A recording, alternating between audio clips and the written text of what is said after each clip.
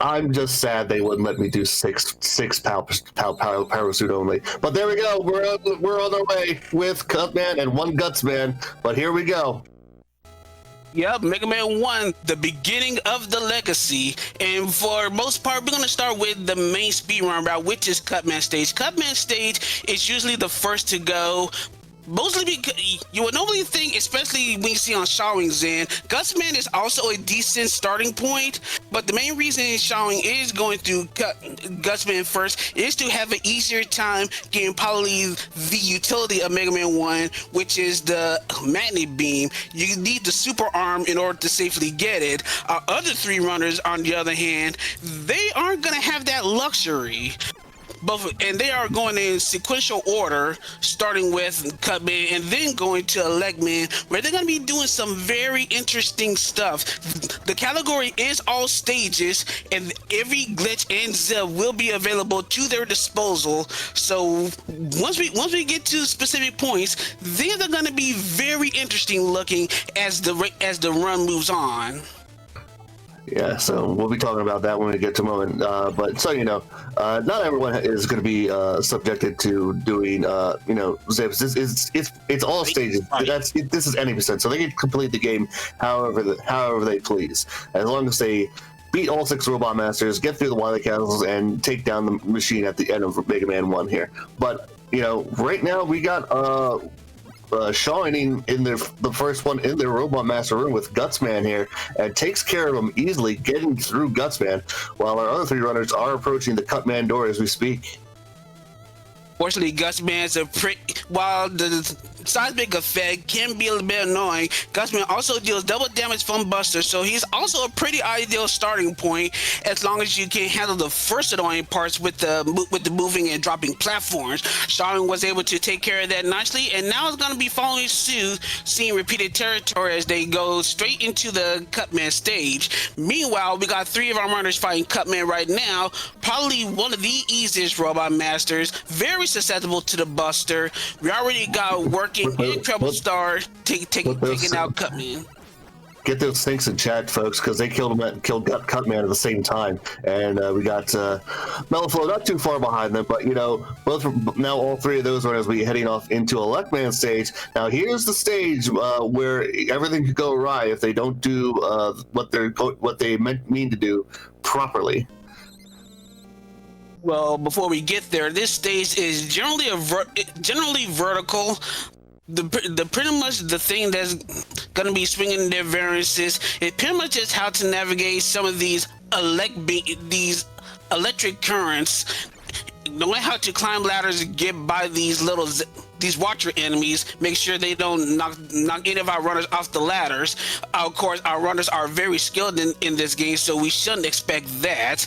Of course, there are a few areas like we're seeing on Krebbles and Working Screen. You gotta know how to take care of these Yokus, but these are very rudimentary Yokus, so once again, just no issues going through there. But coming up very shortly will be the area that SB is talking about, because as I mentioned before, this is the stage where we get our magnet beam, it is the only utility and a very useful one as well. But 3 of our runners are going to be doing some very interesting things to actually try to get it. SB, would you like to explain? Sure. So what they're going to do is essentially they're going to be hanging off the ladder here in a moment here, and they're going to try and zip into the wall on the right. Now, while they're in the wall, the section up ahead is blocked off by these 3 blocks that you can only pick up with the Guts arm. And just like that, on Working Screen, he got it easily. Crumble Star got it as well. No one's going to get stuck in jail today. All Crumble Star now has to do is get down to that first level, or he's trying to get to the third level. Nope, you're there. There, get out. Okay, there we go. So both of those runners will not be in jail, as we like to call it. Let's see if Mello gets it now. He's on the level. He's got to let it go so he can inch over. He had the height there. Grab Puncher waiting with bated breath to see if Mello can continue. Oh no! He's in jail! This is what we call jail, folks, because so this is the effect of not doing guts first. So with super arm from Gutsman, that would allow the runner to pick up those 3 blocks and be able to escape what is known as jail. Without super arm, you are stuck there and you have to reset and you have to start from Cutman again, which is what Mellowflows is going to have to do. Shawnee, however, started with Gutsman, has the super arm, and will not have to worry about that whatsoever. It's the trade-off for about a handful of seconds, but compared to seeing something like you saw Mellowflows in, that safety winds up being very, very huge in a relay type scenario. So stuff like that is very high risk, high reward, but the consequences, as you can see, have been very, very severe. So we're going to see how Team Crab Puncher will wind up trying to recover. They still got some strong runners later on the relay, so they're definitely not out of it. But not to ignore the rest of our runners, you already got Working and Treble Star taking care of Electman, who's weak to the rolling cutter. 3 hits and Electman's dealt with. And they're both going to Iceman stage, where you can see we already got these mandate beam shenanigans. Once again, as you can see on working screens, properly placed mandate beams just slightly above the screen can actually, I want to almost say it's a wrapping effect, where you actually kind of get stuck under the wall and have a little bit of a zipping effect before coming back down and trying to restart the whole thing over again. But as you can see, the mandate beam, very useful, especially getting by one of the most annoying areas in Mega Man 1, those footholder enemies, which are absolutely 100% random. Don't want to deal with that kind of platforming. And of course, more mandate beam, trying to mess around with these zips on these long corridors. Working was able to get maybe one, maybe a couple, but regardless, already to the Iceman fight, and this is probably where you see one of the most classic tricks in Mega Man 1. Just hold select, the iframes reset on the Robot Master, 3 hits with the Thunder Beam, Iceman's dead, and Working got the early lead for Team Wire, should be going to Fireman stage shortly. Yep. Meanwhile, Mellowflow has gotten through their Cutman and will be entering Electman stage again. Hopefully not to continue have another error like he did. But Shawnee has finished their Cutman and will be moving on to their third, just to keep track, third Robot Master. So continuing on, putting a little more focus on Working, as Working is currently ahead of all of our runners. As you can see, Fireman stage, the mandate beam is it's pretty much amazing. It's the beam just pretty much says, and I like to steal from some of our runners, they like to say no to platforming. And as you can see, you can also use mandate beam. You probably saw it in Iceman stage earlier, but it also is able to wrap around vertical transitions if you're able to place it properly during some transitions as you fall in. Working was able to do that in parts of Fireman stage, able to wrap around, go to the next screen, and pretty much just continue on doing a fine little zip. Probably one of the more dangerous zips, because if you miss the zip, you will fall down to that pit and die, sending you way back to the midpoint. So once again, a lot of neat tricks, a lot of neat zips, but a lot of danger to go along with them if you mess up. Fortunately, Working was able to get by. We're gonna see if Treble Star is able to follow suit with this zip. Treble's able to follow suit. She'll be going to the Fireman fight shortly. But yep, Fireman, Ice Slasher continue to do the select pause trick, and Working's down with Fireman. Should have about a couple of robot matches to go. Bombman being next on the docket. Meanwhile, Mello is back at where the Mac Beam is. Hopefully he doesn't get caught in jail. Just trying to get that spot just right so that he's there. Oh no. Meanwhile, we got Shawnee taking on their Iceman and going to pull out that Elect Beam. Up, he's there. Let's get Mello. Mello, are you going to get out of jail? Jump. There we go. He's out of jail now, so he's going to be moving on. Shawnee does take down their Iceman, and Criminal does finish off Fireman. As we move on to Bombman next, and we're going to see a lot more of those vertical wraps with the Magna Beam here in a moment here. So as we approach the next section here with the magnet beam, we're going to see the Joes and so these shark robots that we're just going to use the magnet beam and just say, no, we're not going to deal with any of that. Oh no! That Sniper Joe was trying to snipe him, not with bullets, but with his body. These Sniper Joes are literally the worst Sniper Joes in any Mega Man. Dr. Wily made a mistake trying to refine any kind of Joe variants. These Mega Man 1 Sniper Joes are the business. They will pursue you to the ends of the earth, and Working almost got destroyed by that very persistent Joe, but fortunately was able to get through the rest of the stage, even that very dangerous zip through the spikes into the boss corridor, and now taking on Bomb Man. Once again, proper pause buffering to get those multiple hits in on that one firestorm. Bomb Man taking out one more Robot Master, and that's Gutsman, which we already saw in Song's End, but now that the Magnet Beam's in place, just a little bit of ease, especially when it comes to these falling platforms that made Gutsman infamous. By infamous, we're just going to ignore them entirely. Yeah, they're a nice suggestion, but when you have the magnet beam, no thanks.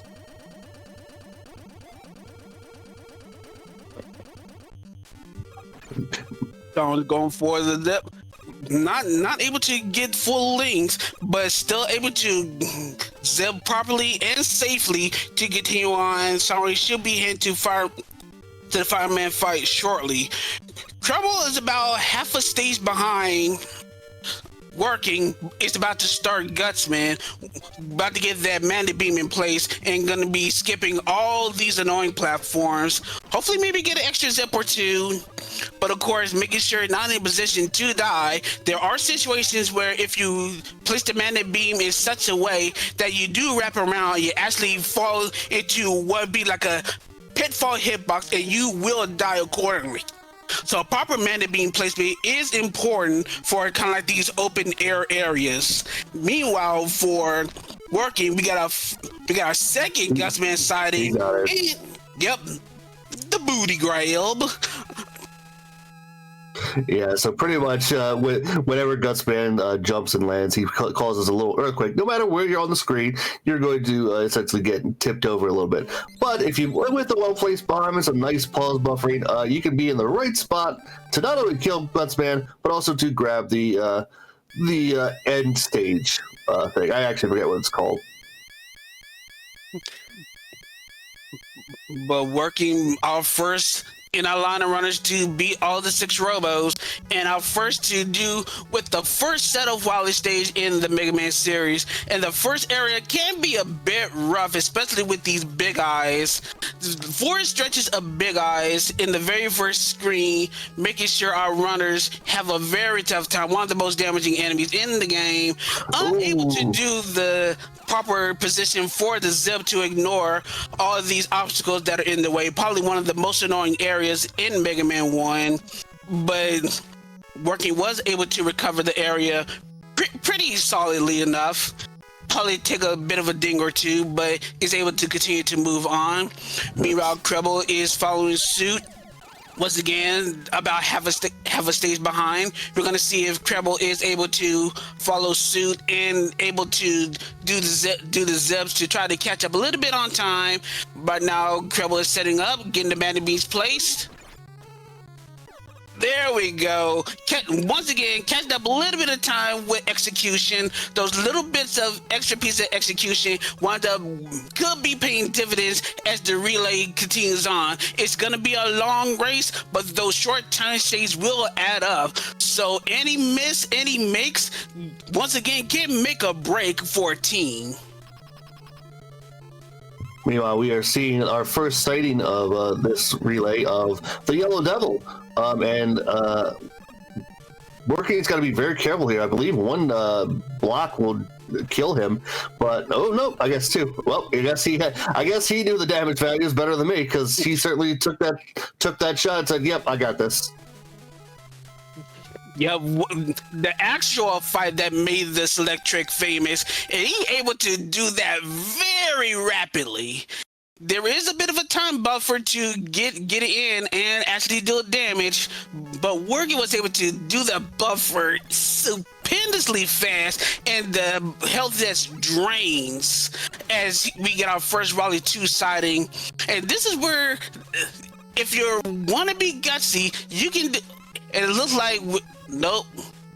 We're gonna see how Working is able to work this because he's not gonna go for any of, well, he may go for one set, but he's not gonna start the zips here. You can actually literally skip all the bosses in Mega Man 1 by doing some Magnet Beam setups, but this is one of the most dangerous stages to try to do these zips. Soft locking, potential deaths, a lot can go wrong in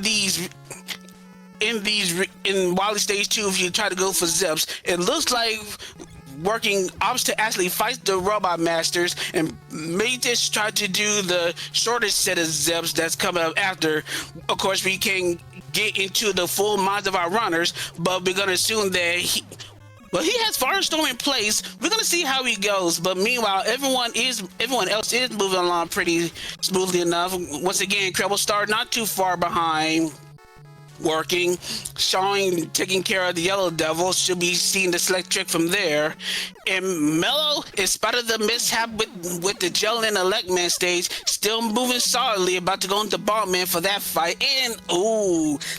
And as I mentioned, the danger of some of these tricks look like Working taking an unfortunate death, not getting out of the zip state quick enough. Looks like Krebble's not good. Oh, Krebble is going to go for it. Sometimes it's best to be safe than sorry, but if you do it right, that's great. And looks like Krebble got out of the wall just in time, so he's going to be right on Working's tail, even though Working's starting their clone fight first. So he'll be well on his tail as we end coming quickly to the end of Mega Man 1 here.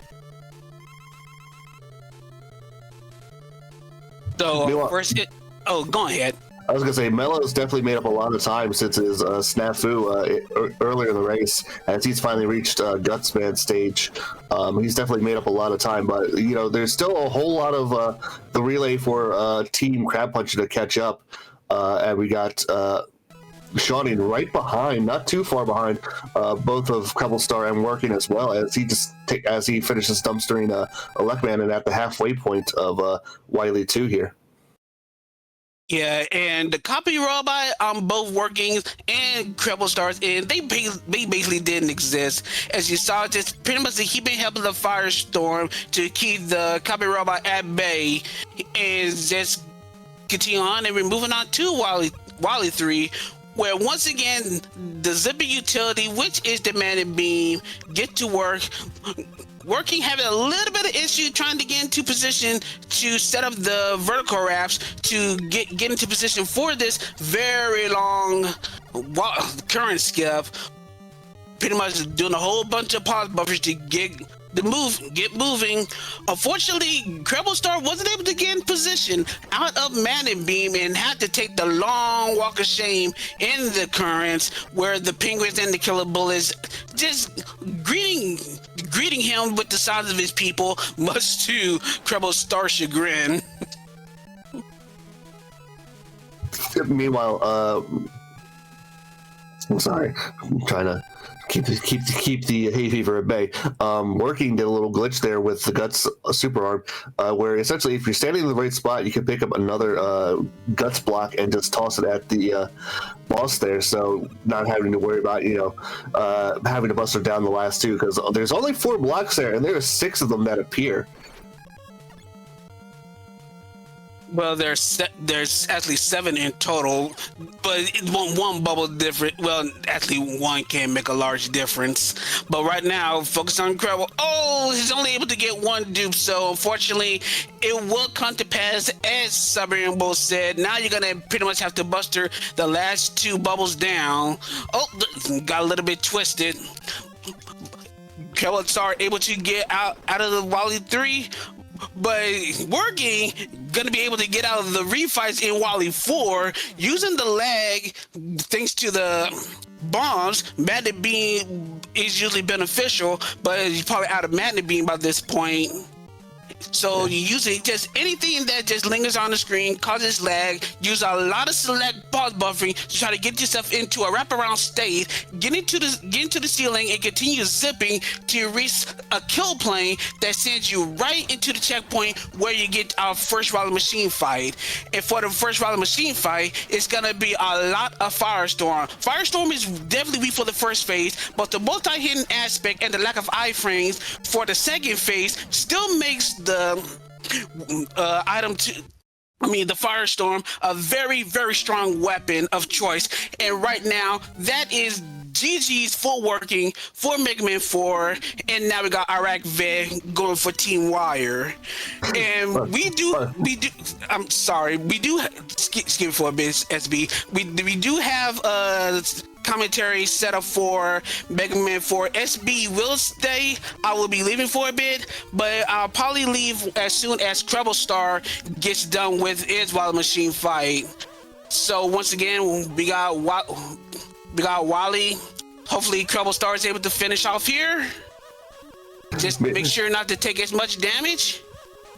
And there you go, GG's for Treble Star. As Looking Toad winds up trying to take the reins for Team Eskaroo, Iraq Vet going for Team Wire, and for me, I'm about to step out for a little bit. I will be back as soon as Megaman 4 ends, but for right now, I'll leave you in the capable hands of J-Dub, so have fun. Hey fellas, what an exciting race already. Yeah, I just wanted to let people know we do have Iraq Vet's mic muted just in case, but but yeah, we're now into Megaman 4. So we're going to be having Toad for Eskaroo. We got Iraq Vet going through Brightman stage in Megaman 4. Megaman 4 has two routes generally. It's you either go Pharaoh or you go Bright, and that's pretty much been set in stone since ancient times. And Shawnian is also finishing up their Mega Man 1 run, and they'll be following suit with for Team Collinger with I got the thing up here with Shawnee for that group, as we get our first sighting of Brightman in Mega Man 4. Now what we need to do here is we need to get Brightman's level just right, so health just right, so he doesn't flashless, because Brightman jumping on us is very rough, and just being very careful. Actually, Vet's getting a really good pattern here with Brightman, and dumpsters him very easily. A very good Brightman fight from Iraq Vet there, as we have Looking Toad now sliding his way through Pharaohman stage here. Going to pick up the balloon here, as Chony is also going to start with Brightman as well. Yeah, balloon is one of those items that you'll see be used in this run quite a bit. It's very, very helpful to navigate some of the vertical sections of this game, as well as some of the horizontal spike sections that we'll see. So it's a very, very useful tool. Oh, and one more time, unfortunately takes a pit and have to restart the Bright stage.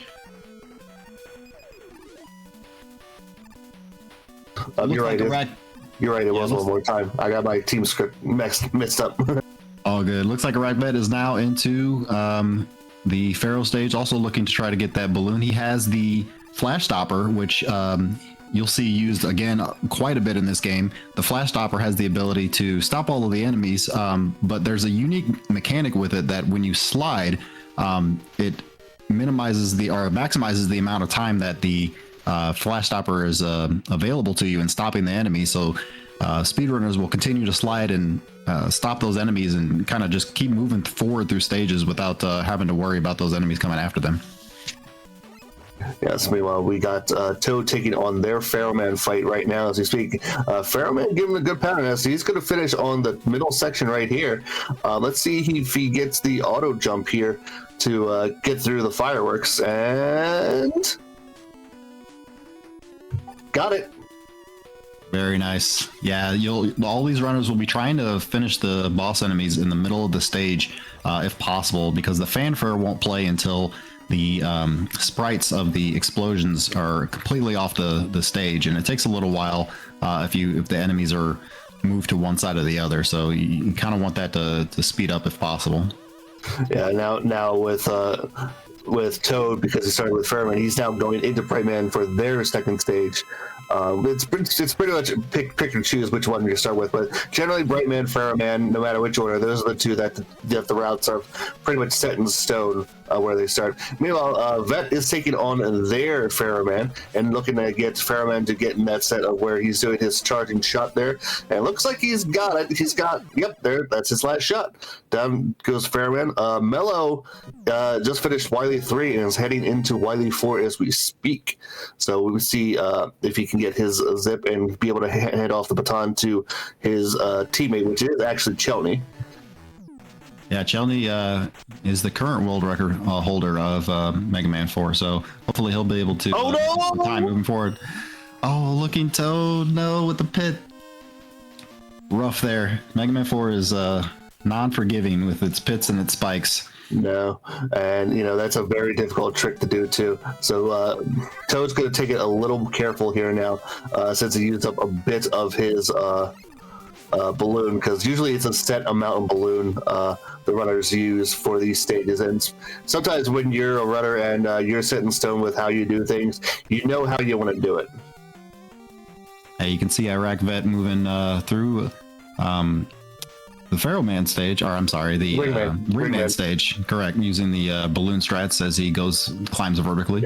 Yeah, so balloon is interesting because you can put it up against the wall, and just for a brief moment, the platform for balloon is there. So you'll see the jump runners place balloon, jump on it, and balloon will disappear, and then they'll just jump off where balloon was. So you'll see that again once Toad and once our other three runners reach that point. And meanwhile, Mello has finished Mega Man 1 and be handing off the baton for Team Crab Puncher to Chelney, as we got Toad taking on Brightman. We got one more time doing Fairman. That's their second stage, by the way, because they did Bright first. And Toad dumpsters Brightman, and we got Rackvat going nice and smooth through Mega Man 4 right now. He's having a very nice run through 3.5 stages here. Ringman is one of those stages that you have to manage a lot of damage boosting and a lot, manage your health and your ammo as you move through it. But he's doing a great job so far.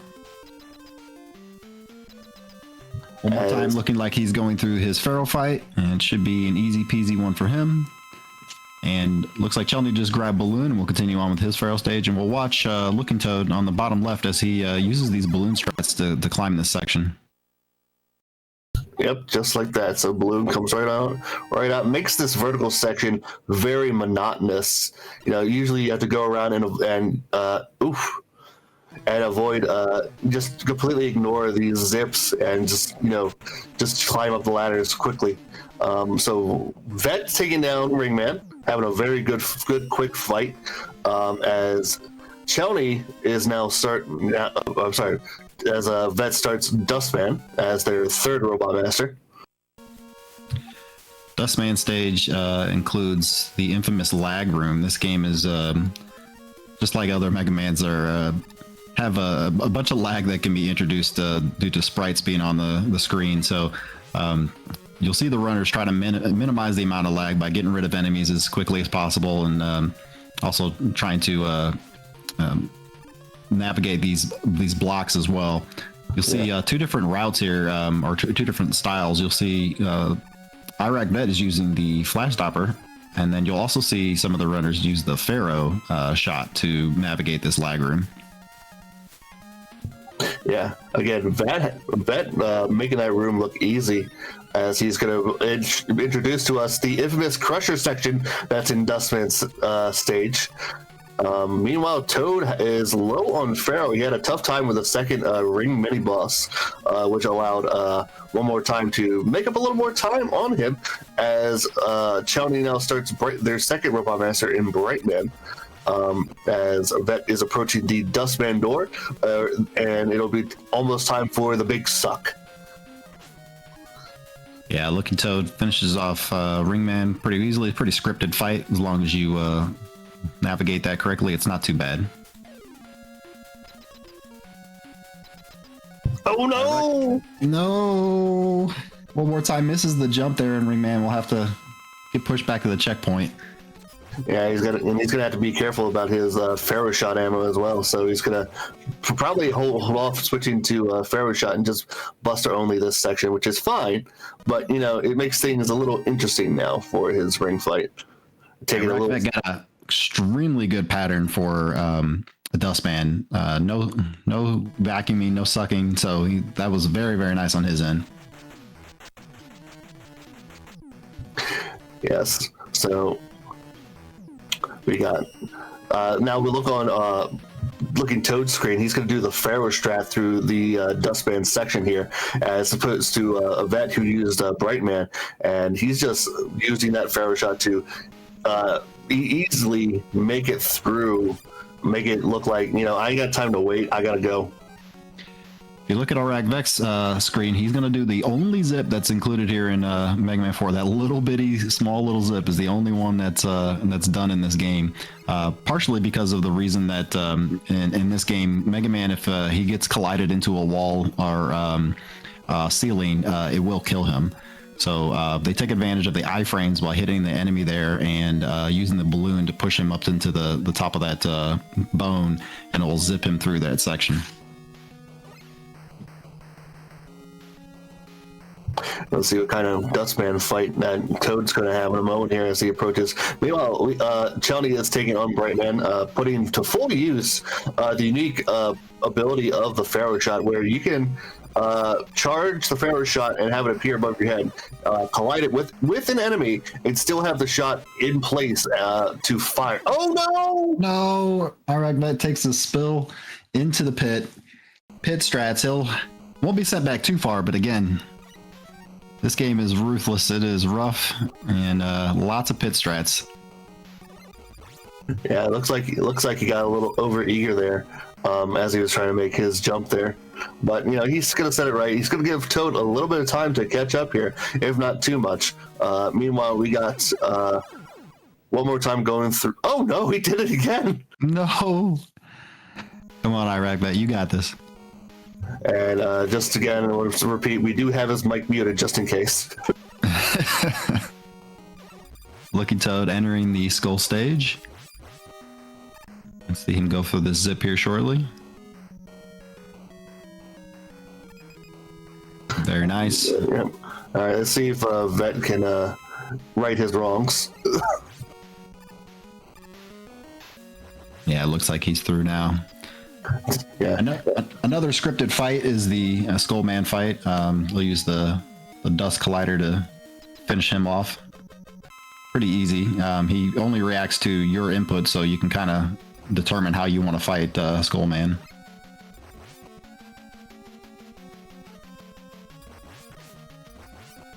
One more time, finishes Dustman quickly, and he'll be moving on to his next stage. Let's see if Toad can make up a little more time on a rack fit here by not dying.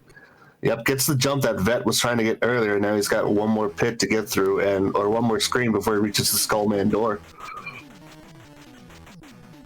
Yeah, if you notice, these jumps are tight. You got to slide right to the edge of the platform for some of these to make that jump. Meanwhile, Vet is moving on to Dive Man stage. This will be our 6th Robot Master for Mega Man 4. Yeah, the next 3 stages that you'll see our Vet play, they'll be exclusively using this flash stopper to just kind of exploit the sliding mechanic and stopping all of the enemies and just moving through the stage very quickly. It's a bit silly just because I want to bring it up now because we're doing 4 and 2 just a little out of order as opposed to a normal relay. But we got the flash stopper here in Mega Man 4, and Mega Man 2 we have flash bam, but it's not flash stopper, it's time stopper. Correct. Time stopper and flash stopper are 2 different things apparently.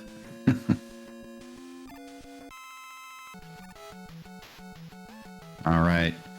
Both Looking Toad moving into Dive Man and Chelny moving into Dustman stage.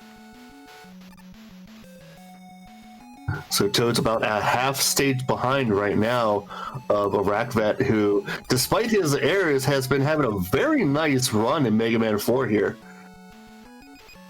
Yeah, very much so. He's been pretty clean so far, except for those few mistakes that he hit, but looking very good so far. Not to discount our other runners, because we got one more time approaching their Skullman fight-ins behind them, and then we got Chelny, who is cruising his way through his Megaman 4 and about to reach the Crusher section in Dustman stage, as we get to see Dive Man for the very first time in this game. Another scripted fight, very simple. You just gotta make sure you hit him with the skull barrier, and he's pretty much done for. Yes, Capcom decide, hey, we created this character that does this attack that goes into a circular pattern and flies into you. Let's do that for Mega Man. Yep.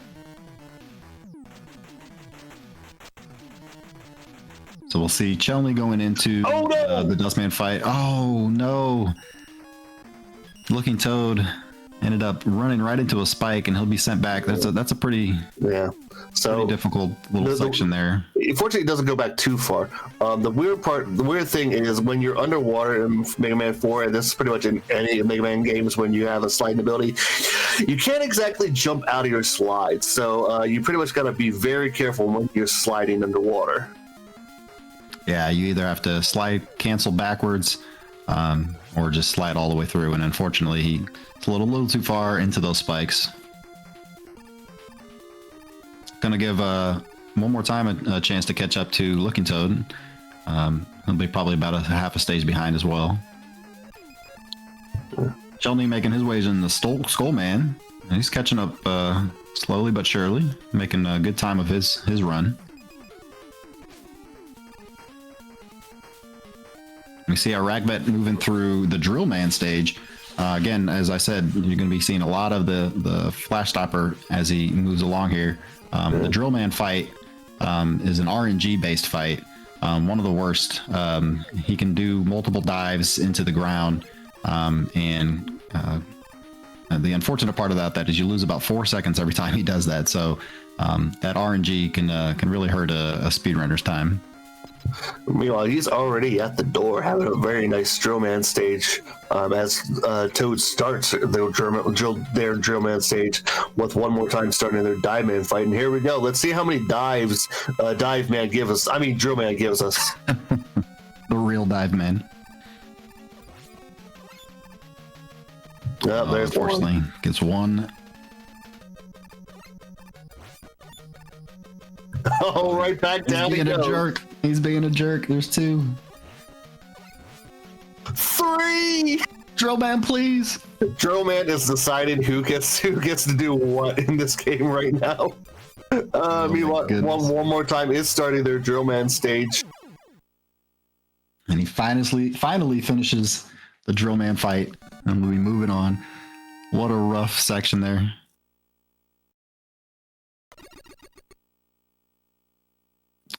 Chelny finishing the Skullman fight right in the middle. We'll see if they can get this little skip here. Saves about a second if you can get the right pixel to where it skips the little animation jump, which is very nice. So he'll be starting their Dive Man stage here. Meanwhile, Vet is going to go to Toad Man stage next, which is actually the last of our Robot Masters here for Mega Man 4, as Toad has reached the Dive Man, or the Drill Man door. No, I was right the first time. The Dive Man door. I'm kidding. Let's see. Let's count the dive, shall we? Any divers? Well, right off the bat, there's one.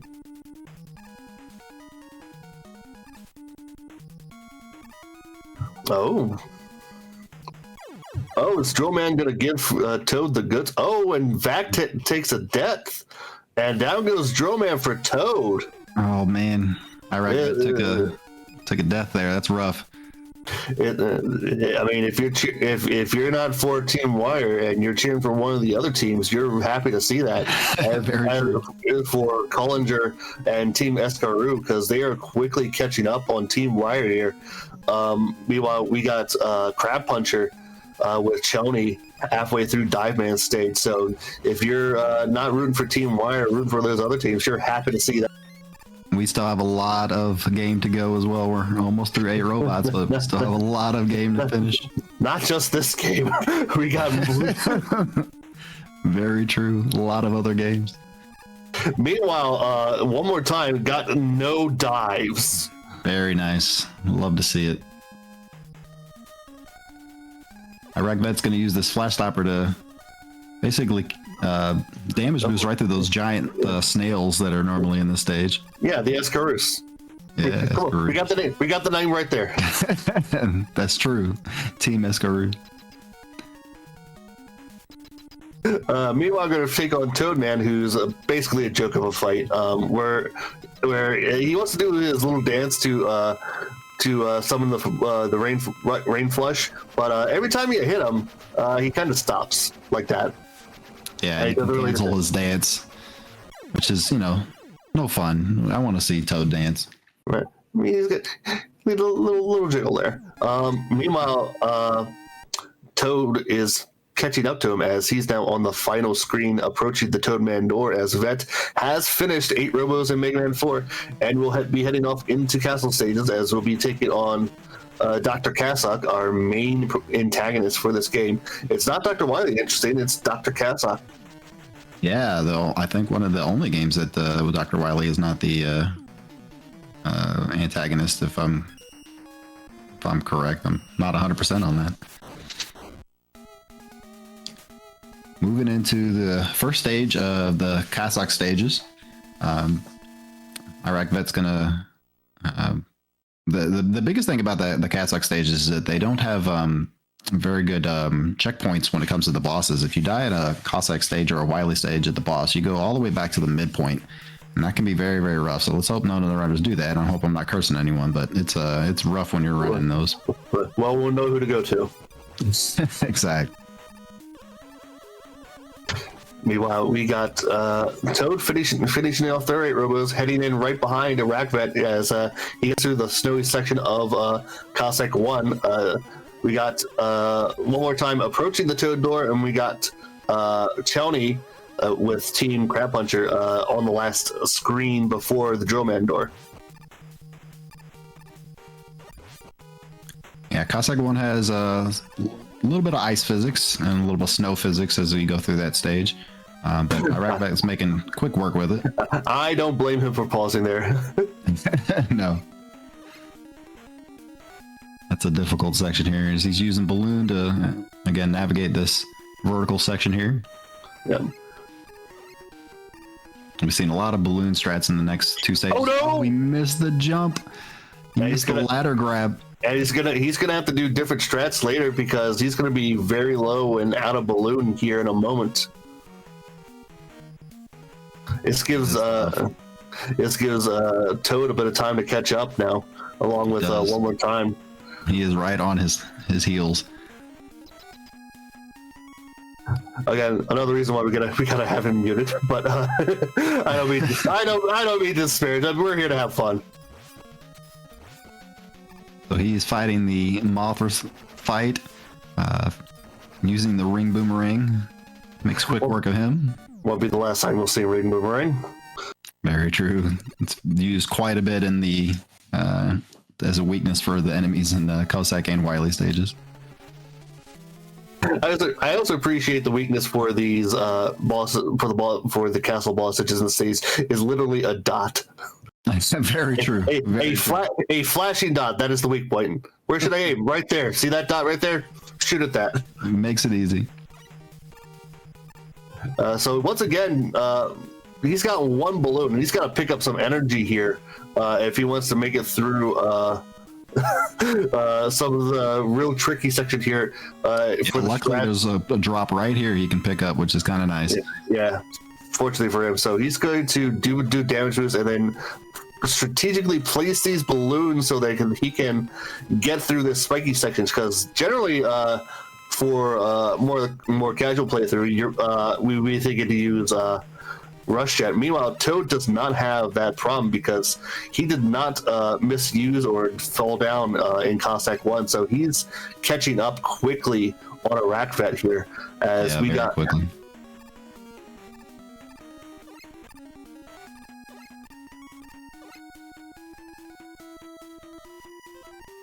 Yeah, and Chelly's just now about to finish the Toad fight, which he'll be finished with his 8 robos and moving on into the Cossack stages as well. One more time, making quick work again of Mothra as well, and moving on into his Cossack 2 stage. Toad's got to be careful. If he gets spat on, he's dead. Yeah, so we're moving into the square machine fight. I'm looking for good patterns here. You can either get a 3 cycle, a 2 cycle, or a 1 cycle. Looks like Iravek at the 2 cycle. So he'll hope for to continue that pattern. And looks like Looking Toad got a 3 cycle. It takes 3 cycles before the square machine, solidifies into an actual square, and then you can actually attack the big red dot there. Toad having a nice cycle there with that square. Nice job, Arakvet, moving through there. Wow. Meanwhile, one more time is starting their Cossack 2 stage. Toad's got to be very careful. There we go. Right on the heels of Arakvet as they move into Cossack 3, taking down the square machine easily. Very nice. And Chelny moving into Cossack 1. One more time, deciding to... Oh, did he...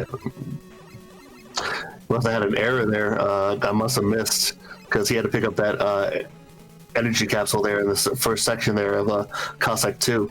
Having a rough time. Now we're seeing the Cossack 3, the only auto-scroller in the game.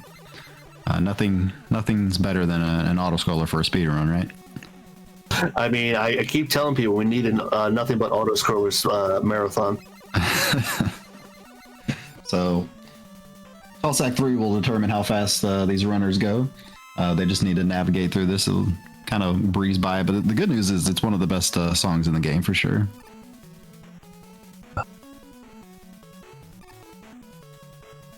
See Chelny moving through with his balloon strats through the Cossack 1 section. He'll be fighting the Moth here shortly. See the square machine of one more time. What's he gonna get for patterns? Looks like a 3 so far. Yeah, that's where my eyes are, because he's also less than half health here. He can take a shot here, but he's still got to be very careful.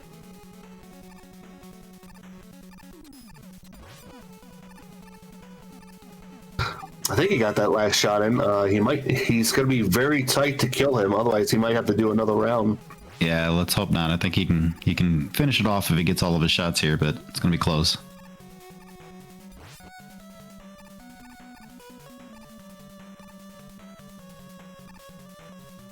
Very good. There we go. All right, both Irakvet and Looking Toad finishing through their auto scroller. We're going to see the cockroach bosses here very shortly. Very scripted fight. Get to use the Pharaoh shot that they currently have here. And we standard fight. And we do mean very scripted, because what you'll see here is they're going to use both shots of the Pharaoh shot here. And when they destroy the first cockroach, they're going to use that same shot to continue to damage the second cockroach here. Oh, yep, he got it just like that. Nice. And Looking Toad is definitely caught up. He is right on the heels of Irakvet. Yep. Very nice fight by Irakvet. Like I said, very scripted. As long as you just follow the script, it's pretty easy. He's going to be moving into Cossack 4. So he's a pretty easy fight on that aspect, except for you'll see the Cossack crane machine. The claw. All right. Meanwhile, Chelny is starting their square machine fight, and he's got to be careful too, because if he gets sneezed on, he's got to go back a long ways. This is where Looking Toad can potentially catch up some space with some good movement and some RNG. But Irakvet is moving through pretty easily so far. There we go. Chelny taking down the square machine. One more time, quickly approaching the cockroach door as we got our runners making their way through the Cossack stages quickly here. Now, I just want to let everyone know that we're just a little out of order because we're trying to placate another marathon game of cancer because Megaman 4 is also going to be showcased there again later with two of our runners here along with Mellowflows. But do stay here because we got a lot more Mega Man action. We'd rather you stay here, but got to cheer them on too. Yep. So we see the claw here.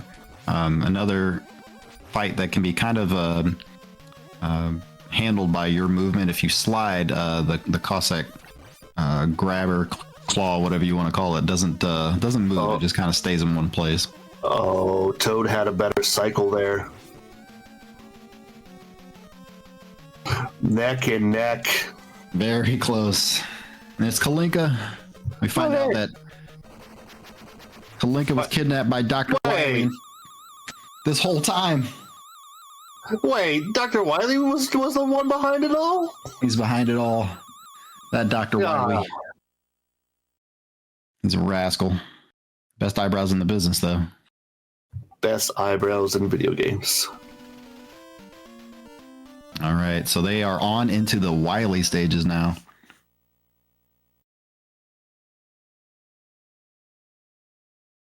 Wiley 1.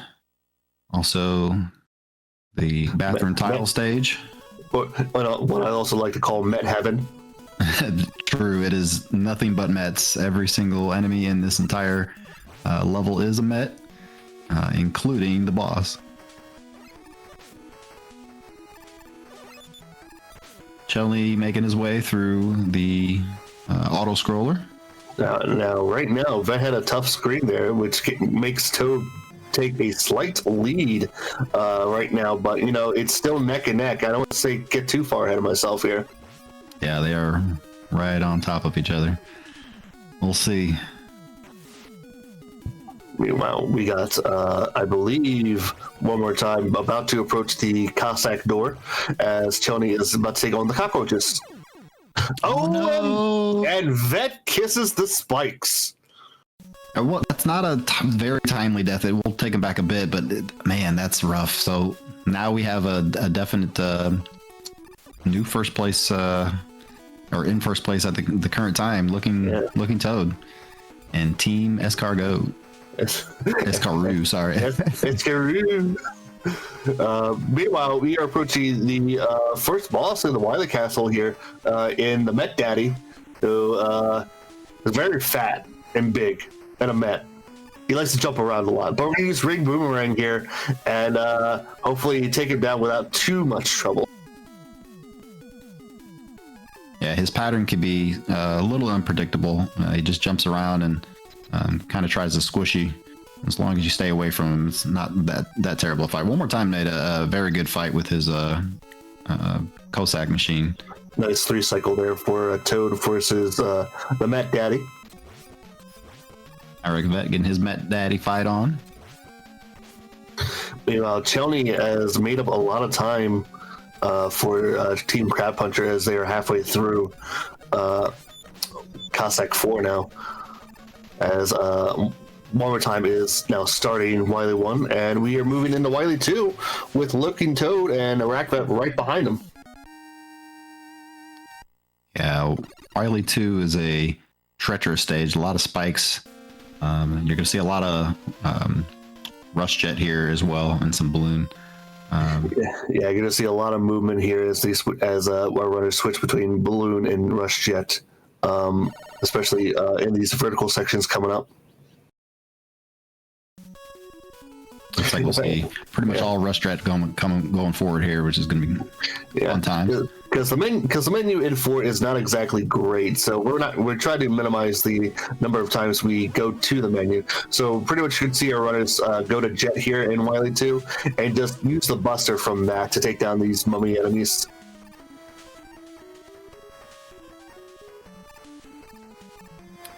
So Chelny's finishing up his Cossack 4 fight, and we'll be moving into Wiley 1.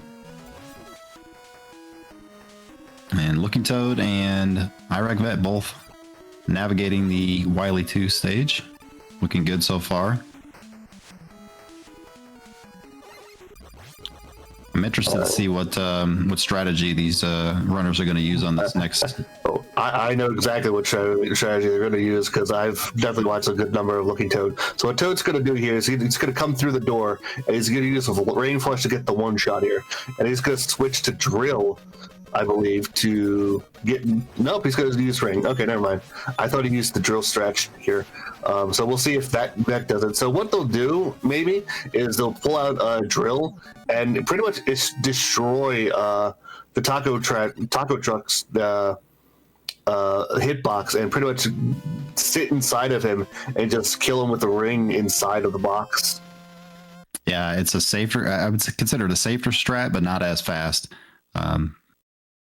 So I'm sure. I think you'll see Iraq Vet here do it.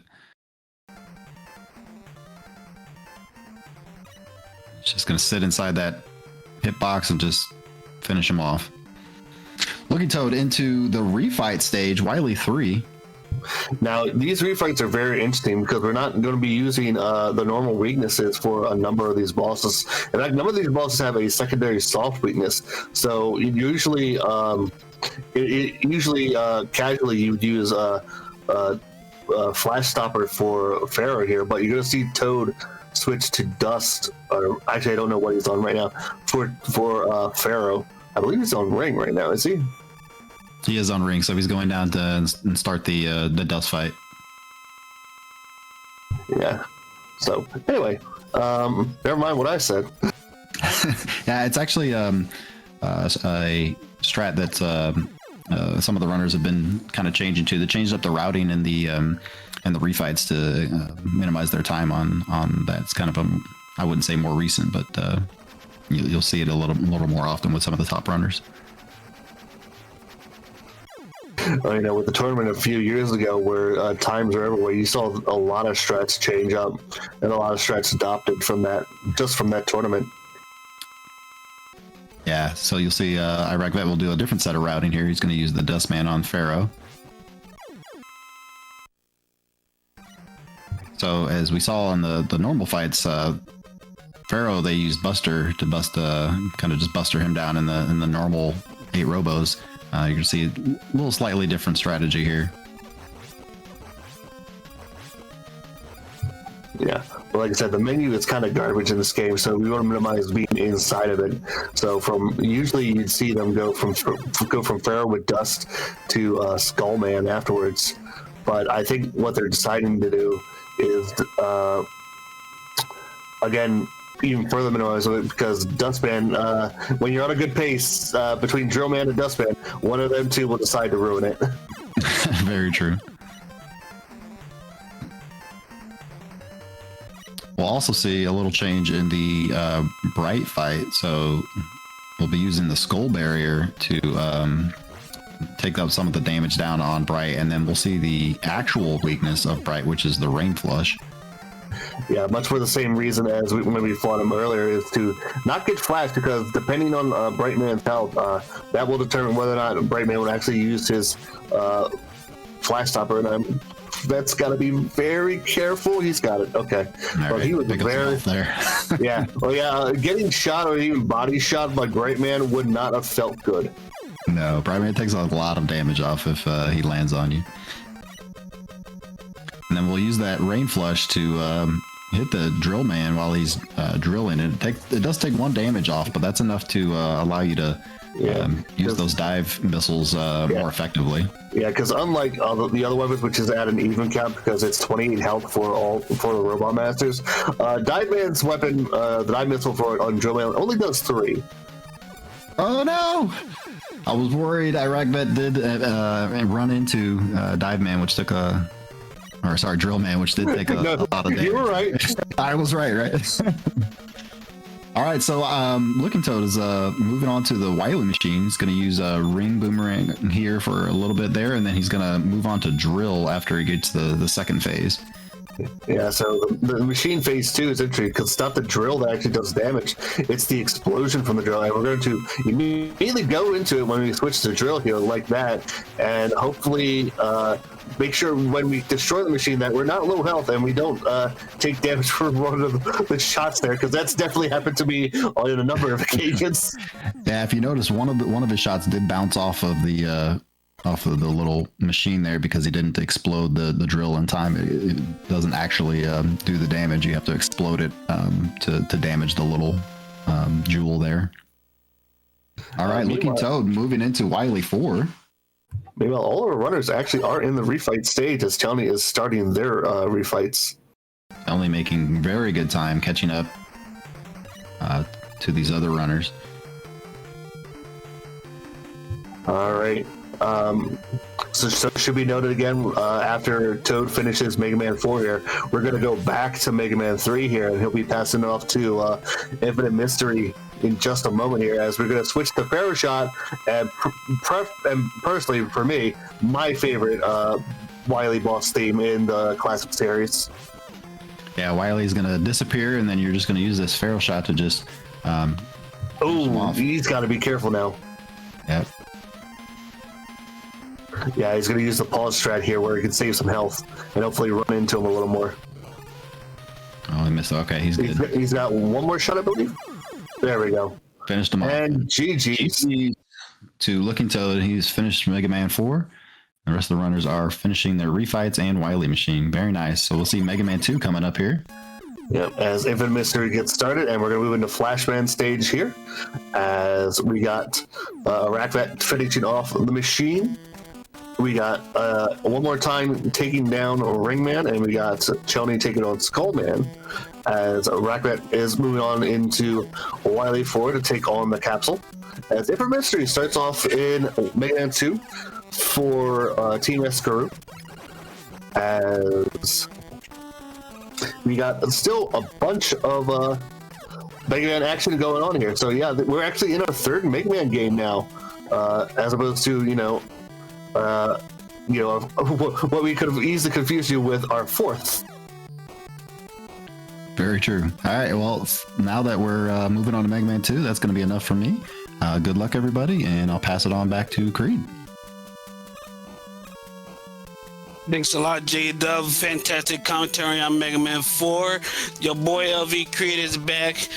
Well, I'm going to be here for a little while. We're both going to be here for a little while. I was just about to mention it.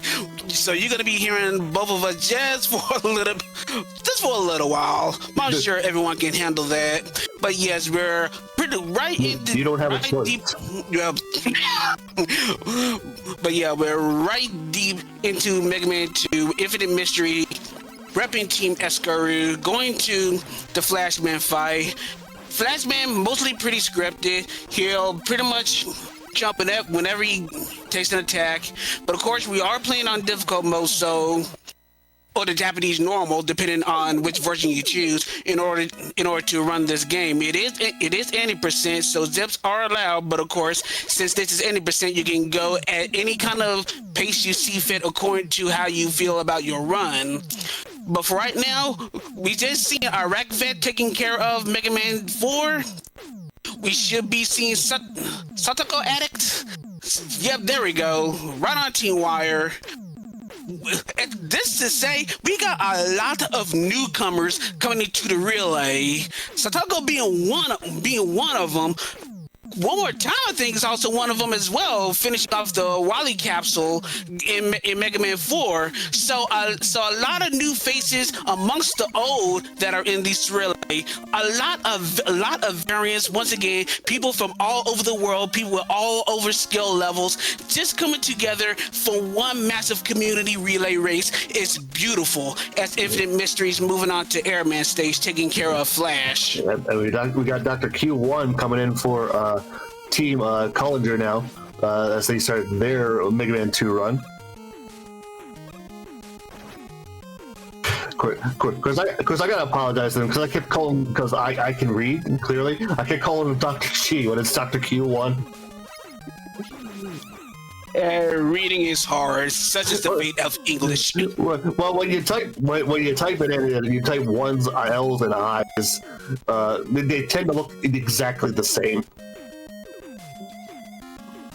But yeah, keeping pace with Megaman 2 as Shelly finishes off with probably a stupendous time, by the way. You're gonna probably be noticing some potential routing differences. Infinite is going for error second. Error second allows you to get item 2 a little bit early. It's a little slower than doing the route that Staccato is doing, which is heat second, but Infinite doing air second allows for that little extra safety of item 2, which you get from Airman stage, in order to get by one of the more notorious errors in Heatman, which is Yoku block sections. Staccato, on the other hand, will not have that luxury. You're gonna have to do the Yoku's legit, but he does have item 3, and item 3, as you're gonna see very shortly, already using it to great effect, skipping a small little piece of platforming, all that extra bobbing and weaving, is gonna be doing some very notable things. Once again, Zips play very, very heavy into the Mega Man games, and it continues on with Mega Man 2, using the item 3 to be in a position where you can just clip right into the ceiling. And for some reason, the items just doesn't recognize collisions with the ceilings. You get wedged in there, and you got a couple of methods to start up the horizontal zips. You can either A trigger or B trigger. Not gonna go into too many details about that, but regardless of the method, however you start it up, if you do it properly, Mega Man gets stuck. He's gonna try to be wedged as far to the right as possible, and that amounts for long zips, as it's on Satoko's screen. Meanwhile, on Team Crab Launcher, we got McBob starting their Flashman fight as Infinite Mystery takes down their second Robot Master, and Airman will be starting their Heatman run here in a moment. I believe Infinite Mystery does Heatman next. Well, we're gonna see in a moment. Orders can be pretty interesting amongst runners. Usually the order is kind of set, but there are some variances to where you go first, because Mega Man 2 has a lot of weakness variations. So depending on how you feel comfortable against a certain boss, or if you feel comfortable with the pro routes, and if it does indeed go to Heatman, shout outs to the birds. I think it's hold B while selecting the Robot Master to get birds. But yeah, Satoko doing the Heatman fight. We didn't get to mention about the Heatman fight, but the thing about the Heatman fight, especially in a Buster fight, you're gonna be noticing that between the times he goes to his invulnerable phase after getting hit before going to his heat tackle, there are varying degrees of delays between 30, 60, and 90 frames. And that's going to be the determining factor of how fast your fight's going to be. So you're hoping for a lot of 30s and very minimal of everything else, especially the 90s. Unfortunately, didn't catch a lot of Satoko's fight, so we didn't get to see how good or bad the fight was. But regardless of the matter, Satoko is already doing what we like to call fast air. The action is coming in as fast as we try to speak here. But yeah, this is the benefit of doing Heatman second, utilizing the item 1 in such a way that you can just pretty much ignore the Lightning Lord enemies and not have to wait for them to move from cloud platform to cloud platform. But it's a very dangerous strat, a lot of damage boosting, a lot of tight platforming, trying to wedge into the pixels of the clouds to try to navigate the area safely.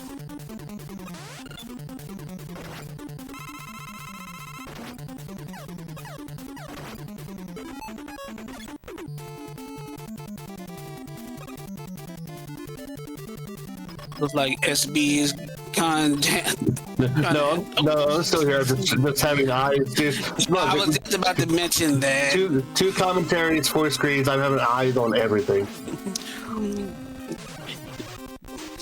So we got 2 of our runners actually in their Heatman fight. It should be noted that it's actually Infinite Mystery's third Robot Master. It's McBob's second, as we got Satoko taking on Airman here. And hopefully Airman beats Burrowin for Satoko. And it looks like he's going to have to jump for him, but he will take him down with the next shot. Here we go. Meanwhile, Infinite Mystery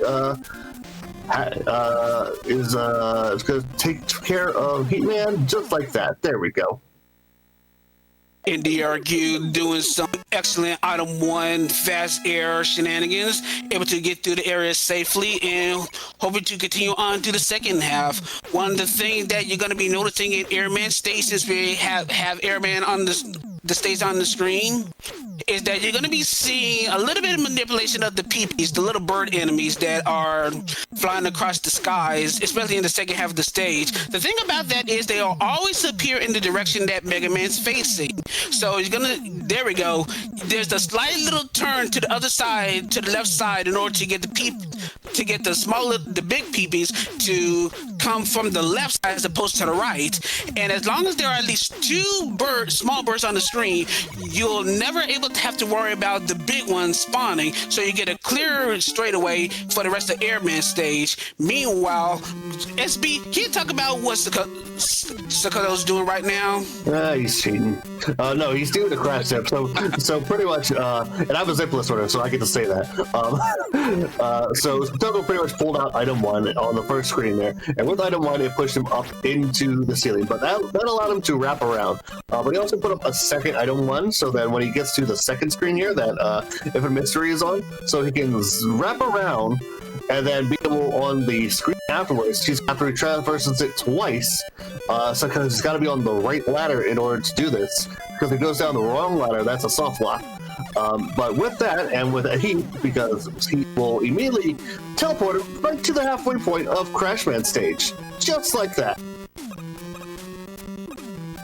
Oh no! Megaman is having a lot of issues in this Airman stage. Airman stage just proved to be one of the most dangerous stages in the game, and I think that was a second death, if I'm not mistaken as well.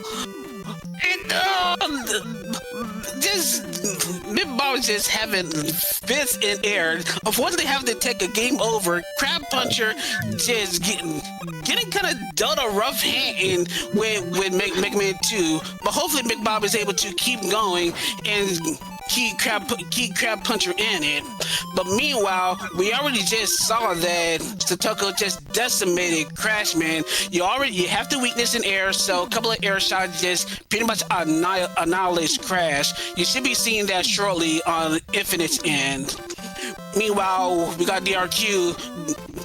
Pretty sure it's already got through with its sets of zips, and now just going through the area which is known as the crash climb, which is pretty much a solid setup between item 1s and a lot of item 3 placements, where of course climbing is very, very slow in Mega Man 2, so we're trying to mitigate that by properly placing item 3s, especially in this small little enclave, so we can just jump and climb up and just continue to see fit before we actually get to the point where we do crash. And while that's happening, Sakata once again do some interesting things in quick. SB, if you so mind. Yeah, so once again, he zipped through the screen, but he skipped through a couple of sections of the Quickman zips, and as well as pulling out Time Stopper to minimize the appearance of these quick beams. And he's going to zip one more time to crash through the Quickman door here, and I believe it's only in the... yeah, so it sounds like it turned off there. Alright, so, yeah, we're going to approach the Quickman fight here, and I believe he's going to pull out Crash Bomber to take down the Quickman here. Yep. As we have exact ammo, he's going to... Nope, he's good. Okay, Quickman did him a favor by jumping into the explosion. Yeah, there is a little bit of ways to tell how Quickman moves. It's very subtle, but regardless of the matter, you still don't want him to be too mobily active in order to make sure that all your crash bombs are able to connect. Otherwise, you get kind of a situation that Satoko was in, and you kind of have to hope that he'll jump into the exploding crash bombs so that the final hit can be made and not just flat out miss. Meanwhile, going to Woodman stage, Woodman, another very famous stage. Of course, we're starting with item 2 strats in order to just navigate the area and not have to worry about any enemies that are along the way. But this is where things get interesting, because once again, we're going to be doing a lot of zips. First, we're gonna deal with zips in the with the frienders, what we like to call dog scrolls. You gotta be careful. You can't overzip.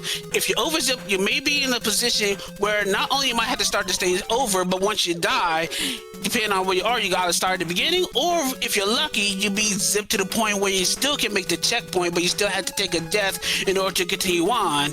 But the big zip here is what you see right now. Shoutouts to Good Wood, where you had to set up a interesting setup. Item 1 and Item 3 to get yourself wedged up into the ladders to vertically zip into the top of the following screen, get wrapped around for a little bit until you reach the specific point where actually you continue through the stage as close to normal as possible. The screen that you saw on Satoko's end is actually, you're going to be doing that blind because that area is going to be done right in the checkpoint area, so you're gonna have some stage recognition in order to know where to jump in to keep going before doing some more vertical zips, some more ladder shenanigans, a final zip, as you saw, that leads to a death ward. Be careful not to over zip, otherwise you're gonna be sent directly to a different stage, which actually connects to Wily Stage 3. And you get what you see on Satoko's end, who did a successful Good Wood. We're gonna see if DRQ can follow suit, as DRQ is starting the Dark Scrolls, successfully does that, and we're gonna see if DRQ does some Good Wood. Meanwhile, I am and DRQ had simultaneously taken down Quickman. I am had actually interestingly placed the crash bomb behind Quickman, so Quickman ran into the explosion as opposed to the actual crash bomb. And you got to see him do the metal zip on IM screen, as they're just taking a slightly different path, but all our runners will be going here eventually. But IM is in the middle of the stage, I believe. Yeah, he's got 2 he takes. Let's see if he takes the third one here. I don't think he will on this stage, as he's got to be careful with these tin cans because they can be annoying. But meanwhile, Dr. Satoko is quickly approaching the middleman door, and he does make it over successfully, as we're going to switch to Quick Boomerang, and we're pretty much going to keep Middleman in place because Middleman reacts to when Megaman is firing. So we're gonna start off the fight by firing, holding down the fire button as those quick boomerangs come out automatically and dumpsters Middleman with no problem. So for the most part, as we get ready for the next set of stages and we're seeing familiar well, hang on, we're gonna see if Midbog is able to get this. Hopefully he doesn't overzip. There we go. If he overzips, he definitely had to take a password to get right back to the point where he gets back to the Quickman stage. Missing that would be another devastating blow. But Big Bob was able to survive and missed the crash bomb, but gonna have to go to the buster to finish him off. But not too bad since the Quickman is double weak to the takes 2 damage to the buster shots. Meanwhile, going to Bubble Man stage, Satoko using item 2 to navigate the first areas of Bubble Man stage, and now we're gonna do the bubble zone. You're gonna use the jump trigger variant to safely continue on, do the zips there. If you do the shooting variant, I believe that's the B trigger. You can start the zip earlier. Ooh, Satoko doing pro strats, able to use the item 2 to wedge himself right between the spikes and able to zip that area, not having to worry about the frogs. It's a very dangerous strat. It depends on taking damage from the smaller frogs for the iframe, so you can even safely get wedged in between the spikes to begin with. So very solid. Ooh, don't hit the spikes. But yeah, Bubble Man, get metal blades, deal damage, fight's done. Very solid performance on Bubble Man stage for Satoko's end.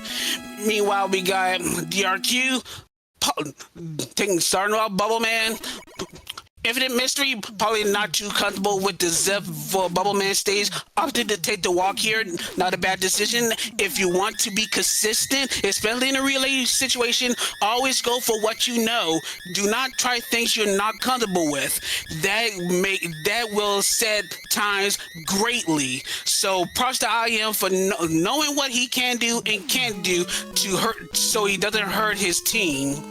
But meanwhile, we just realized we just got 8 robos finished on Satoko's end, so we got a Dr. Wily sighting. So SB, would you like to talk about Wily Stage 1? Yeah, this is the overrated music of the series. I mean, no, Wily 1, yeah. So pretty much we're going to be doing our normal walk here, but we're going to switch to items here, and we're going to do some vertical zaps here. When we get to the end of this very first section here, as we switch to item 1 here, and avoid both the birds and the squirms, as we're going to use item 1 to vertically zip upwards as opposed to horizontally, as we're going to pull out that item 1 just like that.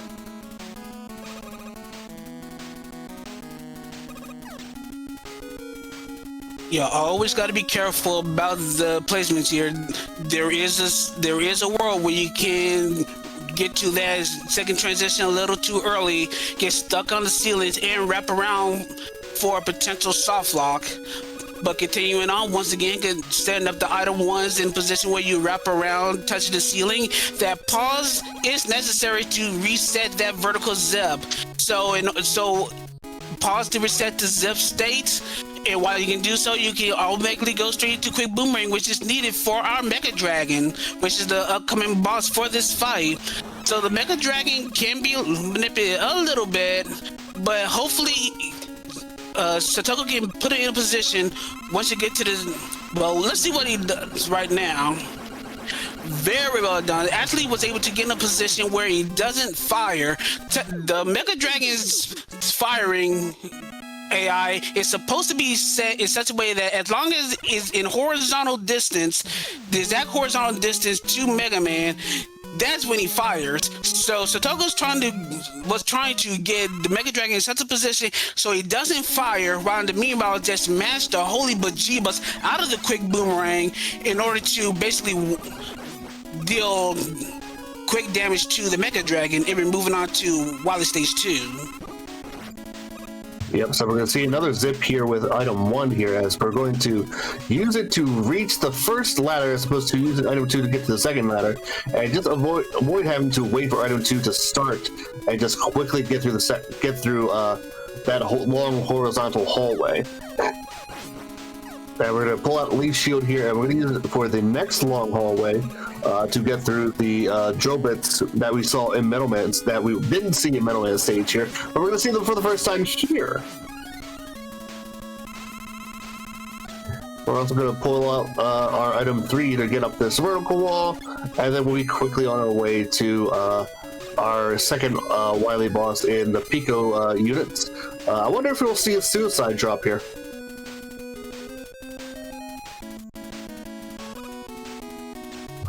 We sure did. Suicide drop, go. Alright, so we're going to switch to Metal Blade, and you can also use Bubble, but Metal Blade for its all-purpose direction firing, we're going to shoot into the Pico units and take care of them one by one by one.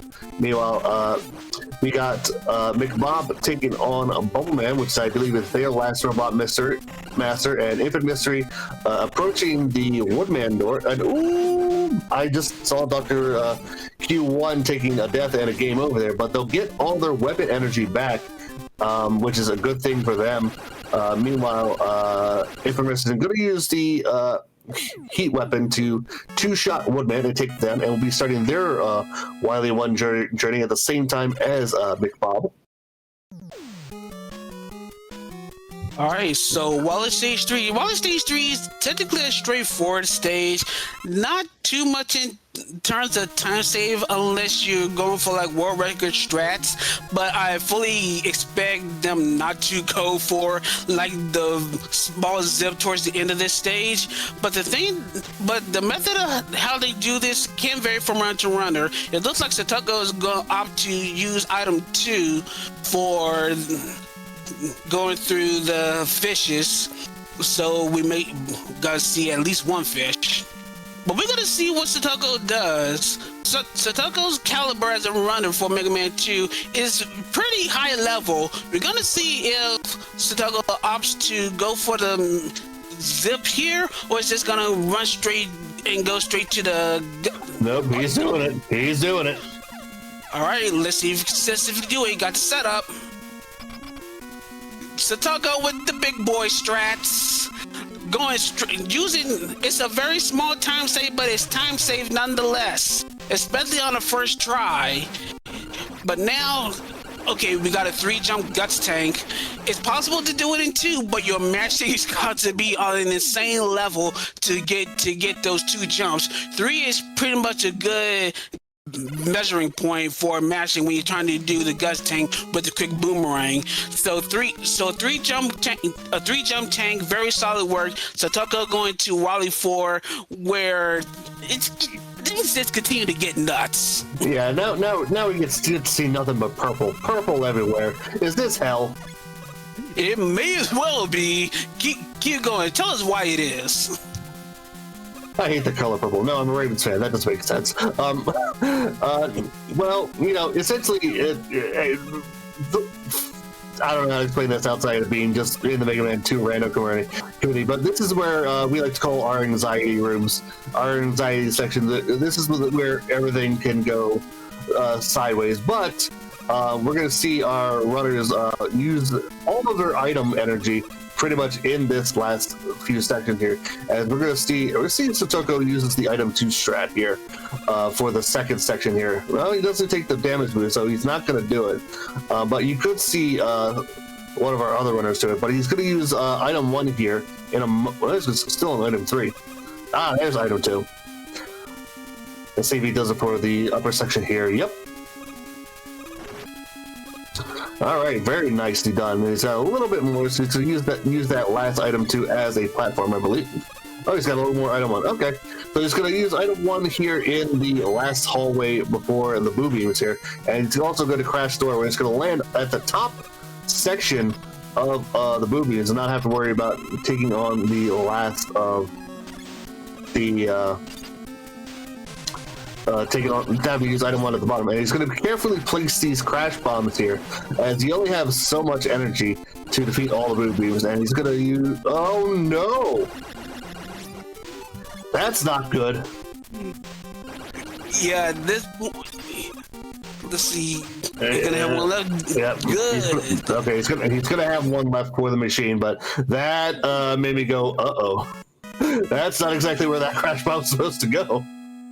Yo, fortunately, Satoko was able to recover from that awkward crash bomb shot to the opposite direction, able to use the damage transfer to properly time that one extra little bit of contact to get that final booming turret and save crash bomb we're probably going to be seeing towards the end of this boss rush. But yeah, the boss rush, of course, there are some changes now that you got weaknesses. So just gonna see how Satoko is able to handle it. Otherwise, it's just gonna be pretty much clockwork for a lot of these boss rushes. Yeah, continue to keep pace of our other runners. We got DRQ having a little bit of trouble trying for this final zip to the boobing corridor. He's gonna have to walk it. He's only got one item 1 left. He's gonna have to walk it. Yeah, Infinite's doing the Pico fight. Got the Metal Blades in hand. That should be no problem for Infinite. We got Big Bob going through the rest of Wally 3. More than likely he's gonna walk it for the rest of the way, going to the Gus tank. So it's gonna be a question of how many jumps Big Bob's gonna need in order to kill the Gus tank. As Satoko just continues to make a killing of these boss rushes, finishing off with the Metal Blades, as the remaining bosses are pretty much weak to Metal Blade, which ironically includes Metal Man himself. As we go to the metal room, everyone do our traditional greeting: high metal, bye metal. Yes, so Oh no! That's terrible news for Team Curlinger as Dr. Q1 takes a death there. He's got to farm some crash bombs before entering that door again, because he's got to have exact ammo almost to take down the boo beams. So he's got to farm a little bit to get that crash ammo back up. Yeah, this is gonna set Curlinger back quite a bit. Drop rate in Rockman 2 is not the greatest, so you're gonna have to hope for some good drops very, very quickly in order to continue on through this stage. So we're going to see how DRQ is able to recover from this setback. Meanwhile, Sakoto's able to take out the Wallow Machine using the first half of the fight with the crash bombs and the second half with the metal blades. But now another zip. Able to get through the door, no issues. Now it's just a set piece of a truckload of bubble shots, and Team Wire will be heading to Mega Man 3 in short order. Yeah, I was gonna say, if you're a fan of Team Crab Puncher, you're happy to see that, because you were in your team was in last place going into Mega Man 2, and you're going to be just behind, more or less a few stages behind Team Wire going into Mega Man 3. Oh no! And Collinger, Dr. Q1 having a rough time as it is. And there we go. There's Mega Man 3 for Team Wire. Keeping it in line with potential stuff with race leads, this is actually big for Eskaru coming into the relay. Infinite did have the slowest qualifying time with the Mega Man 2 runners. All this means is the consistency that Infinite is going, and the mistakes that DRQ is having is pretty much putting Eskaru and Curlinger pretty much right beside each other. Once again, it's going to be a good set of mistakes that can wind up switching between last place between Curlinger and Eskaru. So keep that in mind as we start off with Mega Man 3 on Team Wire is in with Casio third, who, if I recall, was a wild card for this, and actually one of the stronger Mega Man 3 runners. So we should see some pretty decent stuff from Casio third going through Mega Man 3 as we start with Tartman, which the routing for Mega Man 3 has seen a little bit of variance going all over the place. The routing from Magnet first, some people do Gemini first, and of course right now we're seeing Top first, which is right now the current preferred and fastest route, but does have some danger in it. Let's see, he's going for it? No, he's not going to go for that dangerous final jump. Very wise move to do, especially in the relay setting. So we're going to see the Top Man fight. It's a little bit of a dance. Top Man fortunately also does take double damage from the Buster, so it's just going to be a lot of well-placed damage boosts. Good damage boost in order to have the Buster go right on pace, so when Top Man's out of his spinning animation, which is invulnerable, the shot is right there. He's able to keep it in place, and Casio's already done with Top Man. Of course, you saw that Casio had to go slide to the center. You do lose control when you beat bosses, so if you're not in the center, there is a little extra walking animation for Mega Man to get to the center. So making sure that you're always centered when you beat the bosses is key for time gains and time losses. So right now we're going to Shadow Man stage, just keeping up with the commentary on that end. So SB? Yeah, so we got IM's quickly approaching the Boo Beam door as we got both Big Bob and Big Bob about to finish their refight as they head into the machine, as we get him switching to heat for the machine as Dr. Q1 starts their refights, and we're gonna see Proto Man for the first time, or at least it's on Casio the third screen. We're also gonna see little thing where these disco bulbs starting to screen black, and kind of makes it difficult to figure out where the spots are on the screen, and we'll be seeing them again later on. But what we're going to see from Casio here in a bit is going to switch to Top to take down these parachute enemies, and it's going to be a very, very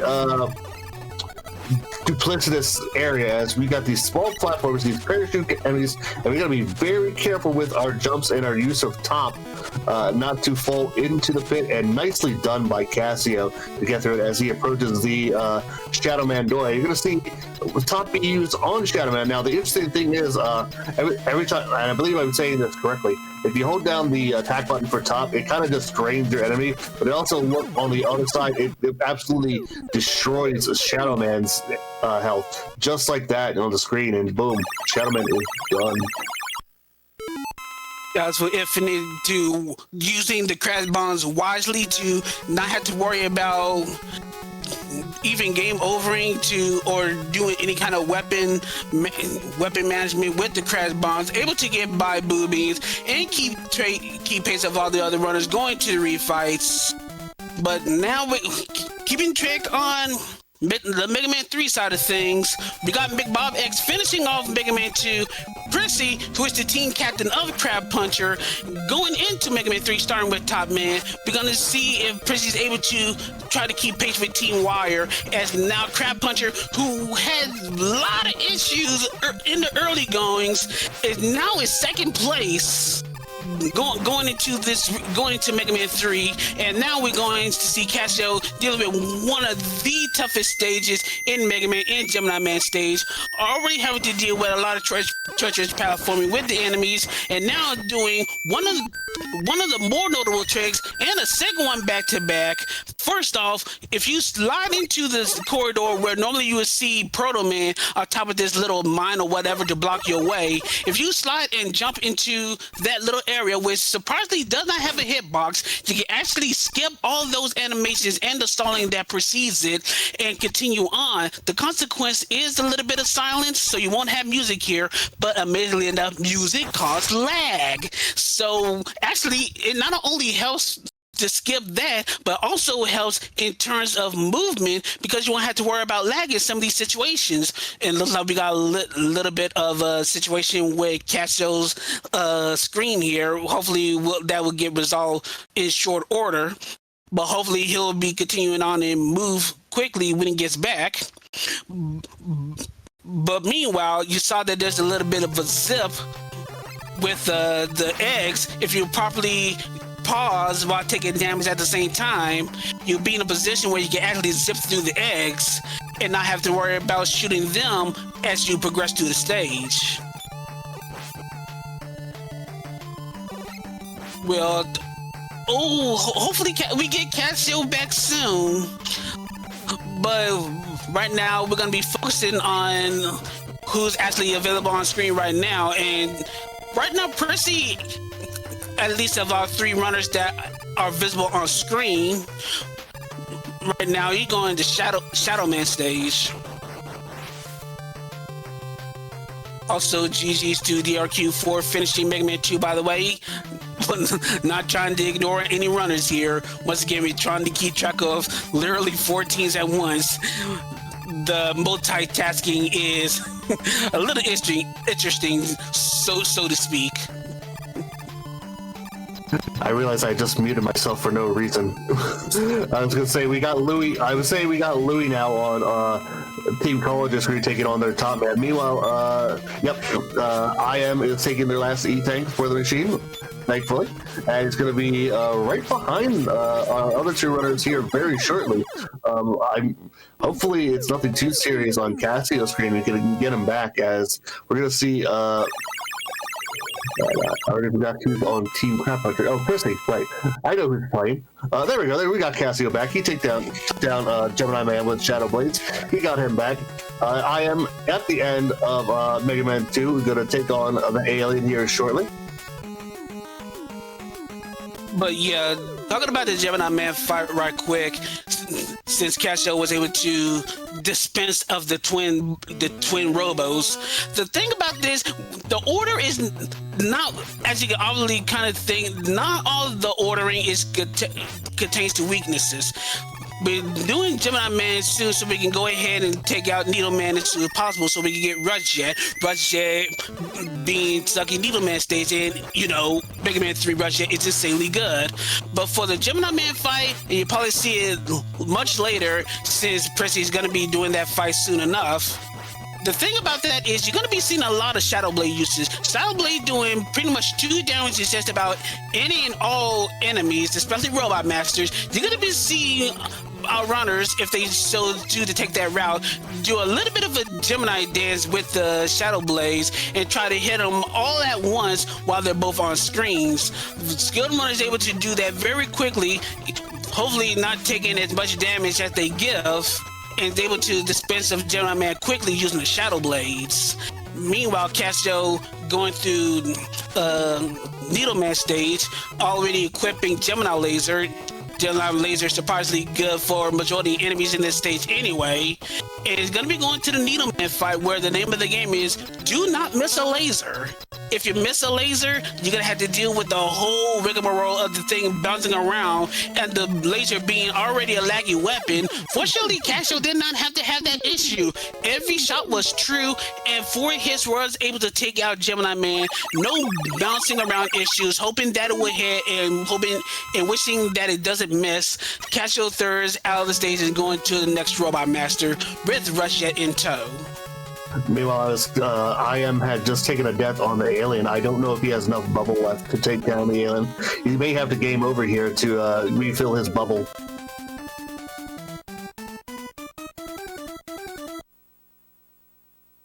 So yeah, we're moving on to Snake Man's stage with Casio III, and we're going to see a lot of Rush Jet and Metal Blade get used here. Got a lot. We're going to see, I believe, it's been a while since I've seen Casio's runs, even though they just had a tournament. I could have watched there. I believe we're going to see Rush Jet be used as a sliding zip to get past these big snakes, or not at all.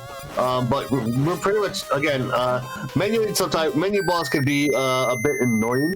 So what we're gonna see here is our runners switch to a weapon sometimes and just stay on that weapon for the rest of the stage to minimize transitioning between weapons. Meanwhile, IM's got a few more shots. He's very low on bubble. He's got to be very careful with these shots.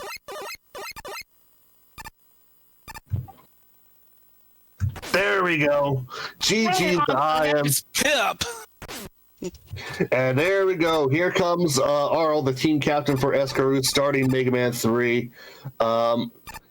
Escarut's got a lot of ground to cover, but you know what? There's still a lot of Megaman action heading our way for this relay, as we got all 4 teams now in Megaman 3.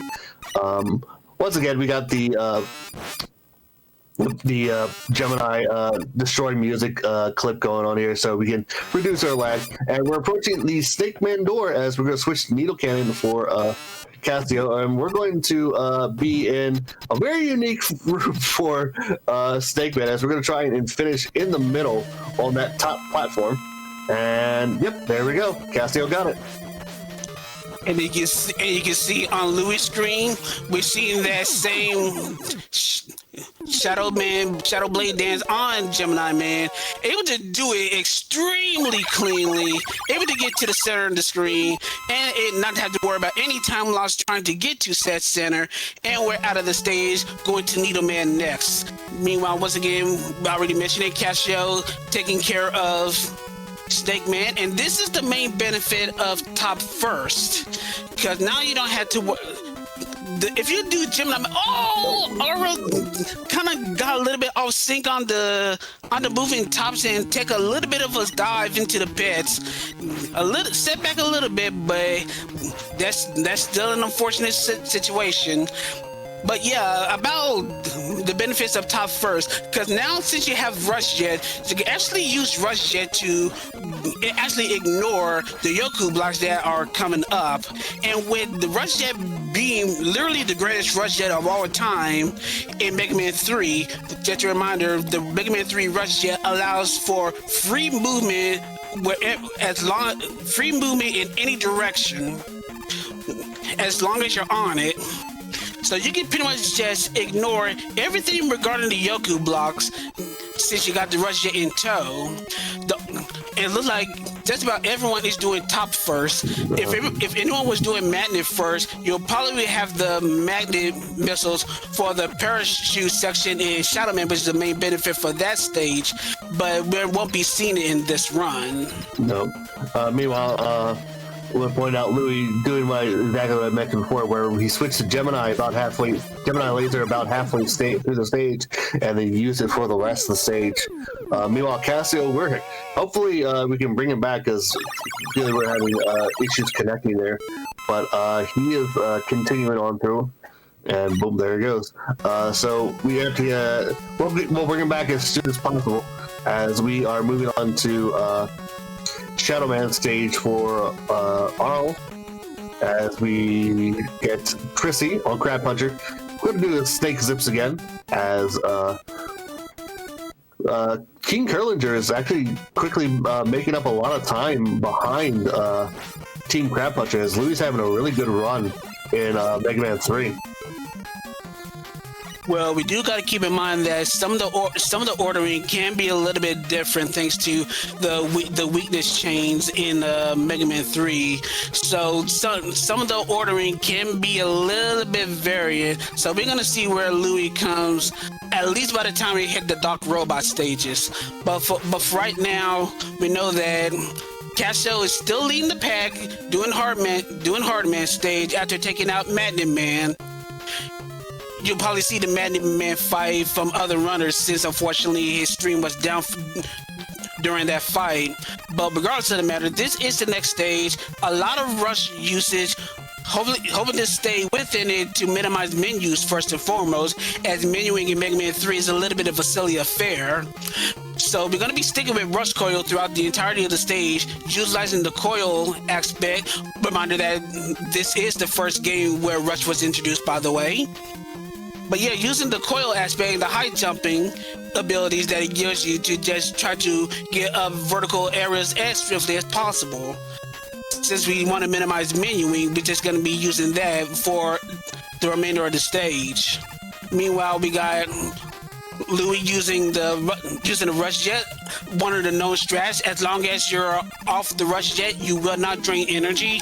So you can see Louis just jumping on and off of the rush jet in order to maintain proper energy, going to the Snake Man fight, where the needle cannon is gonna just completely annihilate Snake Man, while hoping to stay in the middle of the screen once Snake Man dies to minimize movement in between the fanfares, which Louis was able to do. The Snake Man actually being a jerk to Louis there. So yeah, here we go on Chris's screen, because we didn't get to see this with Cassio. But yeah, we got the rush jet out now, and we're just ignoring these Yoku blocks, because why take them if you can just ignore them? And we're gonna see here in a moment as Chrissy will switch to Shadow Blade here, as that's really one of two weaknesses. Two primary weaknesses, but since we have Shadow Blade, that's what we're going to use for Magnet Man here. And we're hoping to see Magnet Man do his magnet attack in the air, as that's what we're going to do. We're going to see the majority of our damage here, as we're going to shoot those Shadow Blades vertically into him. But nope, he doesn't do that. But you know what? Magnet Man's a really quick fight if you just stay on top of him with those Shadow Blades, and boom, down he goes. And meanwhile, Cassio already taking out Hardman. Did not get to see the method for the Breakman fight. Well, the Proto Man fight. Well, we'll talk about that later. I think he used Shadow Blade for that fight. Yeah, that's what I was expecting. But regardless of the matter, the Hardman fight, which you'll probably see later on, especially on Chris's den, since he's farthest along, we're hoping to see a situation where you're probably going to be trading some damage in order to ignore the tremor effect that Hardman able to produce. Of course, that means you have to watch your damage throughout the entire stage, because Hardman's contact damage hits very hard. Oh, no. And Louis taking an unfortunate death, just almost getting out of Yoku's. And speaking of death, Abril is taking fortunately too much damage into that Gemini Man fight, because Gemini Man stage, at least for me, is another stage where you tend to take a lot of damage going through. Yep. Oh wow, the Cassio messed up a jump just right at the end of the stage, while the technically between the checkpoint and the end of the stage is still very short. That is still a death right at the very end of the stage, so that's still several seconds back. Mega Man 3, no matter where you are, taking no prisoners from all of our runners this day in unsurprising and surprising ways.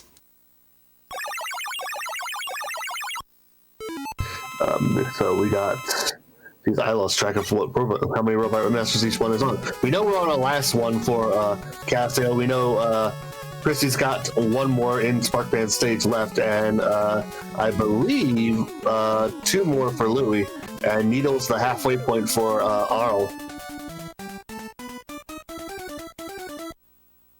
All right, focusing on the Hardman fight. Once again, you see Madden missiles, but yes, taking that damage, making sure that your health is topped off so you can take that damage. Hardman being one of the hardest hitting contact bosses in Mega Man 3. You're taking that contact damage in order to cancel out the whole tremoring effect, because it does affect the full screen, not just the ground. So taking that damage pretty much cancels all that, and you can continue on the attack that Prissy was able to showcase. So Prissy pretty much just did a textbook Hardman fight, and he's able to move on to his next Robot Master, which is the last one, and it's gonna be Spark.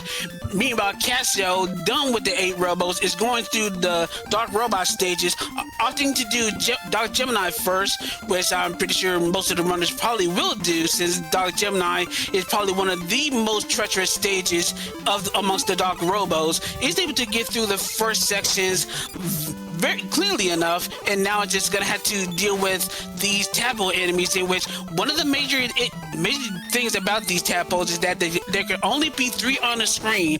Once you're able to get 3 on the screen, any subsequent eggs will not hold a tadpole inside, so you can pretty much have free reign once the egg is gone to just continue on to the stage.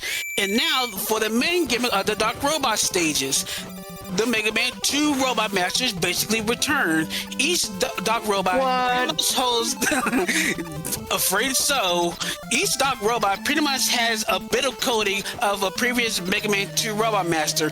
In Dark Gemini, you just saw Dark Flash, which was dispensed quickly using needle cannon, and later on, as you can see, we have water. It's safe to say, as long as we have water, and you know a Mega Man 2 boss is in the water, Bubble Man should be not too far away. Meanwhile, continuing on here, Casio's having issue trying to set up... Make the call! Yes! Well, he made a call. It's the rush jet, not to the marine, which is where the call would have been. But yeah, normally you would take a specific set of damage boosts and slide on the spikes in order to navigate this area. But unfortunately, the enemies were not cooperating, and Casio wasn't able to recover. So we had to make the call to rush jet rather than our marine in order to go through the rest of the stage. So, and afterwards, all that is just the Bubble Man fight, where the weakness is the Shadow Blade, and shouldn't have too much issue. Oh, but we do get 3 bubbles though, so a little bit of a slower fight than normal. But Casio able to take care of Doc Bubble in subsequent fashion, going on to the next Doc Robo stage. Yeah, so we got Louie now on their last Robot Master and Sparkman stage. Arl and T-Row Screw still got a bit of time to catch up here as they're in Snakeman stage. And we got Prissy starting there. And we don't have the audio on Casio's screen, so we'll have to wait until we unless we switch to Prissy or Team Collender, as there's a bit of a thing you can do in Shadow Man stage where you can actually cancel out the music, much like in Gemini Man stage, which will reduce the lag throughout the rest of the stage. Yep, okay. Yeah, so he did get it. As you can see, there usually is music from Shadow Man stage playing here, but you know what? Because he had a quote-unquote faux death by touching the spikes, we got no music, which reduces the lag for the first half of Shadow Man stage, and we're going to see the next of our Doc Robot Masters from Mega Man 2 in Woodman, as we're going to pull out the needle cannon and poke holes into him. Actually, this would probably be one of the more treacherous fights. The least shields still doing massive damage. The least shields almost feel like they're much bigger in sprites as well, which makes them very hard to jump over. But regardless of the matter, instead, you pretty much just trade the damage with the leaves while poking Doc Wood with the needle cannons. Go to the other side and pretty much hit them through the firing shield and from behind to get through that fight quickly as possible. And now with the magnet missiles in tow, taking care of all the enemies that are along the way, including the final one, Friedel, we pretty much just go through another notably dangerous area and go into the Heatman fight, in which the top spin is going to be the weakness. And unlike the Mega Man 2 variant Heatman, he actually doesn't do as much contact damage. So this is actually a surprisingly safe fight. Unable to get a 2-shot in one top spin jump, had to do actually 4 jumps per head. Still a very solid Doc Shadow stage on Cassio's end, and it looked like Doc Needle is going to be next on Cassio's plate, while Prissy finishing off Doc Gemini is going to Doc Shadow. Hopefully he gets the full death and has no audio on his end as well. Now, it should be noted that Louis did take an early death there in Gemini Advanced stage here, as we got Arl finishing off Magnet Man, so he's got 2 more Robot Masters before he takes on the Doc Robots, as we are into Doc Needle, as Creed just pointed out. And Doc Needle's weird, because the first half of the stage is very short, and the second half of the stage is very long. But we're going to see our next Ghost Robot Master in Airman, and we're going to switch to Spark for this fight, as I appreciate Cassio taking the time to take a juice box there. And we're going to slide through these air shooters that Doc Airman is firing out, and spam, and hopefully he dies and goes away. And now we're going to the next notorious area in Mega Man 3, the infamous Rush Jet Fly, where normally you will need to take those weapon ammo canisters to keep Rush Jet afloat so you can fly through the rest of the stage, which would be very costly upon death, because you be sent right back to the beginning of this second checkpoint. But once again, as I mentioned before, there is a caveat. The Rush Jet, as long as you're off it, it does not drain energy, and you just saw on Cassio's screen a lot of jumping in order to lower the actual ammo drain. As long as you're off it, the ammo doesn't drain. So Cassio doing some very wise jumping, making sure that enemies does not hit them. And there is a wraparound for the stage, so don't jump too high. You can't actually wrap around and hit enemies along the way, so that's something to keep in mind. And for the rest of the stage, a lot of Surge Snakes pretty much decimate just about everything for the rest of the stage, as we go to the Doc Crash fight with the Hard Knuckle on hand. So for this fight, you're gonna see Hard Knuckle pretty much placed in the air immediately, and Crash Man is just gonna fly straight into it. 4 hits and a very solid Doc Crash fight on Cassio's end. That's pretty much it for Doc Needle. Doc Spark is next. Percy not too far behind doing Doc Needle, about to go into the Doc Air fight. Aro taking care of Hardman, still on the 8 Robos, probably got 1 more to go. And Louis starting the Doc Wood fight on Shadow. You know, it just doesn't make sense that with these Robot Masters coming out, are they really ghosts? For a game in a series that's supposed to be about technology, ghosts seem out of line. Ghost in the machine, that's the thing.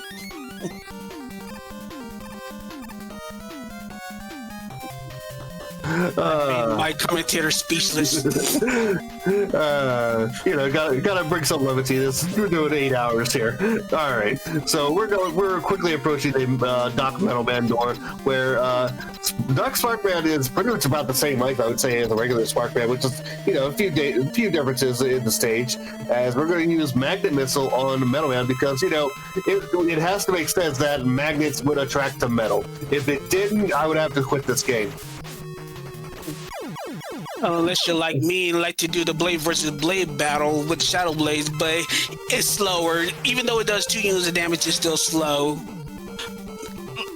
Casio, I think he might have was going for the sound off stretch in Spark, but it probably was out of position. Regardless of the matter, it was probably wise regardless, because unfortunately the checkpoint for this stage is not immediately once you exit out of the stage. It is after that spike fall. So if you mess up the music despawn and actually die on the spot, you would have to do Doc Spark all over again. So whether it was a well heads up play to not go for it or just a miss and he backed off it, it was still good that Casio did not die and continue on. Where we see Doc Quick did get dispatched, but Quick definitely one of the hardest Doc robot fights. A lot of contact damage. Definitely want to get hit by the boomerangs if you have to take damage on anything, and use snakes. You can use laser, but laser lags a lot and makes it worse if you miss. And shoutouts to Doc Break, that little split there. Casio taking care of the brakeman fight, doing a little bit of time-saving strategy, pausing and unpausing to mitigate the exiting fanfare. And now we got our next Dr. Wily sighting for Megaman 3, as Casio is the first of our runners in the relay to make it to Dr. Wily stages, and these are actually kind of brief. Yes, meanwhile, we got Chrissy started their Dark Metal fight. We got halfway through for Lumi and Dark Needle, and quickly approaching Doc Flash and Gemini. Dark Gemini is Arl. As we're gonna go through these underworld sections again in this section, we're gonna see a bit more of Rush in this stage here, as my partner alluded to. The castle stages in this game are very short. They're not very lengthy, but you know, this with I think Wily 1 being the longest of the bunch. Arguably, depending on how you count the boss rush. I don't count the boss rush.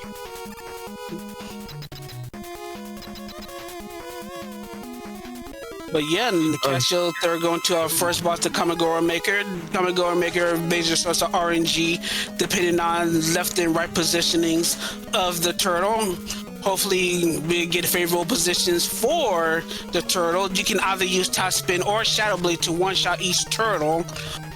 Fortunately, your boy here doesn't necessarily knows the correct pattern, so we're just gonna have to hope that Casio get a good feel for the boss and the RNG was pleasant. I like turtles. Alright, so into Wily 2 we go, and we're gonna see a bit of rush here, but not a whole lot as you would think. We're gonna start off with Shadow Blade, as we're gonna see those bees that we saw in Hardman stage just lag up the screen like no one's business. We really hate them, so we would rather just destroy them and get them off screen to reduce our lag. And you'll see a lot more of this in the later games as we go through. And there's our first use of Rush for the stage, as we're going to see Yellow Devil's second appearance in this marathon, or this relay. And we're looking to do a one cycle here with Yellow Devil on the right side, as Casio avoids taking a couple hits from it, as the body damage from Yellow Devil does a lot. But if you mash these Shadow Blades into the eye when it finally spawns and timely, it'll be a quick fight like that. That would be Easy Devil number 1, courtesy of Casio 3rd. Hopefully when our other runners get to this point, we'll have 4 Easy Devils by the end of the Mega Man 3 portion of this relay. But moving on, we're going to Wily Stage 3. Wily Stage 3 really doesn't have too much to note. Once again, it's just a lot of rush core usage, and we're going to stay on it to just minimize potential menuing, only swapping whenever we see fit. But otherwise, it's just a short stage. There is a method where you can possibly go for a mini zip to try to get through these cycling platforms faster, but I very much doubt we'll see that from any runner. That's literally kind of like risky world record strats. Regardless of the matter, once again, Rush Coil being the star of the show, and it continues to be the star of the show for this boss here. And well placed. What boss? The boss that instantly got vaporized, of course. So explain what happened there, SB. So basically what happened there is Cassio obviously was in Rush Coil when he came out, but he fired a lemon shot, but immediately switched to top, and top takes the top. The lemon takes the properties of the top, and it immediately just wipes out the Megaman clones there in one shot. Of course, I don't know that strat. I use snakes, and since the top Mega Man is always the correct one, I just fire the snakes into them. But you know, that's an old strat. But we're in a refight. We're in a refights now, and this is, I believe the refights is pretty much set in a specific pattern, as we're going to see our runners switch between Robot Masters with very specific weapons. Interestingly enough, in Mega Man 3, all Robot Masters actually have a soft weakness to their own weapons, but we won't see that. Well, we're probably going to see that once, and we're probably going to be seeing that in the Gemini Man refight. Also, shout-outs to Prissy for being the second of our easy Yellow Devils. So, 2 for 2 for right now. Of course, dealing with the hardband strats, once again, taking damage to ignore the trimmering aspects of the full screen. And as you mentioned before, soft weakness with each other's weapons. Fortunately, it worked best with Gemini Man as far as routing goes, and we go straight with it for the Needleman fight. So, as far as routing convenience, we do only one of these and go straight for it. He nearly missed with that laser there. Well, it wasn't a true miss. It did ricochet back to him, so we didn't go full Medulla. I didn't say it was a miss. I said it was a near miss.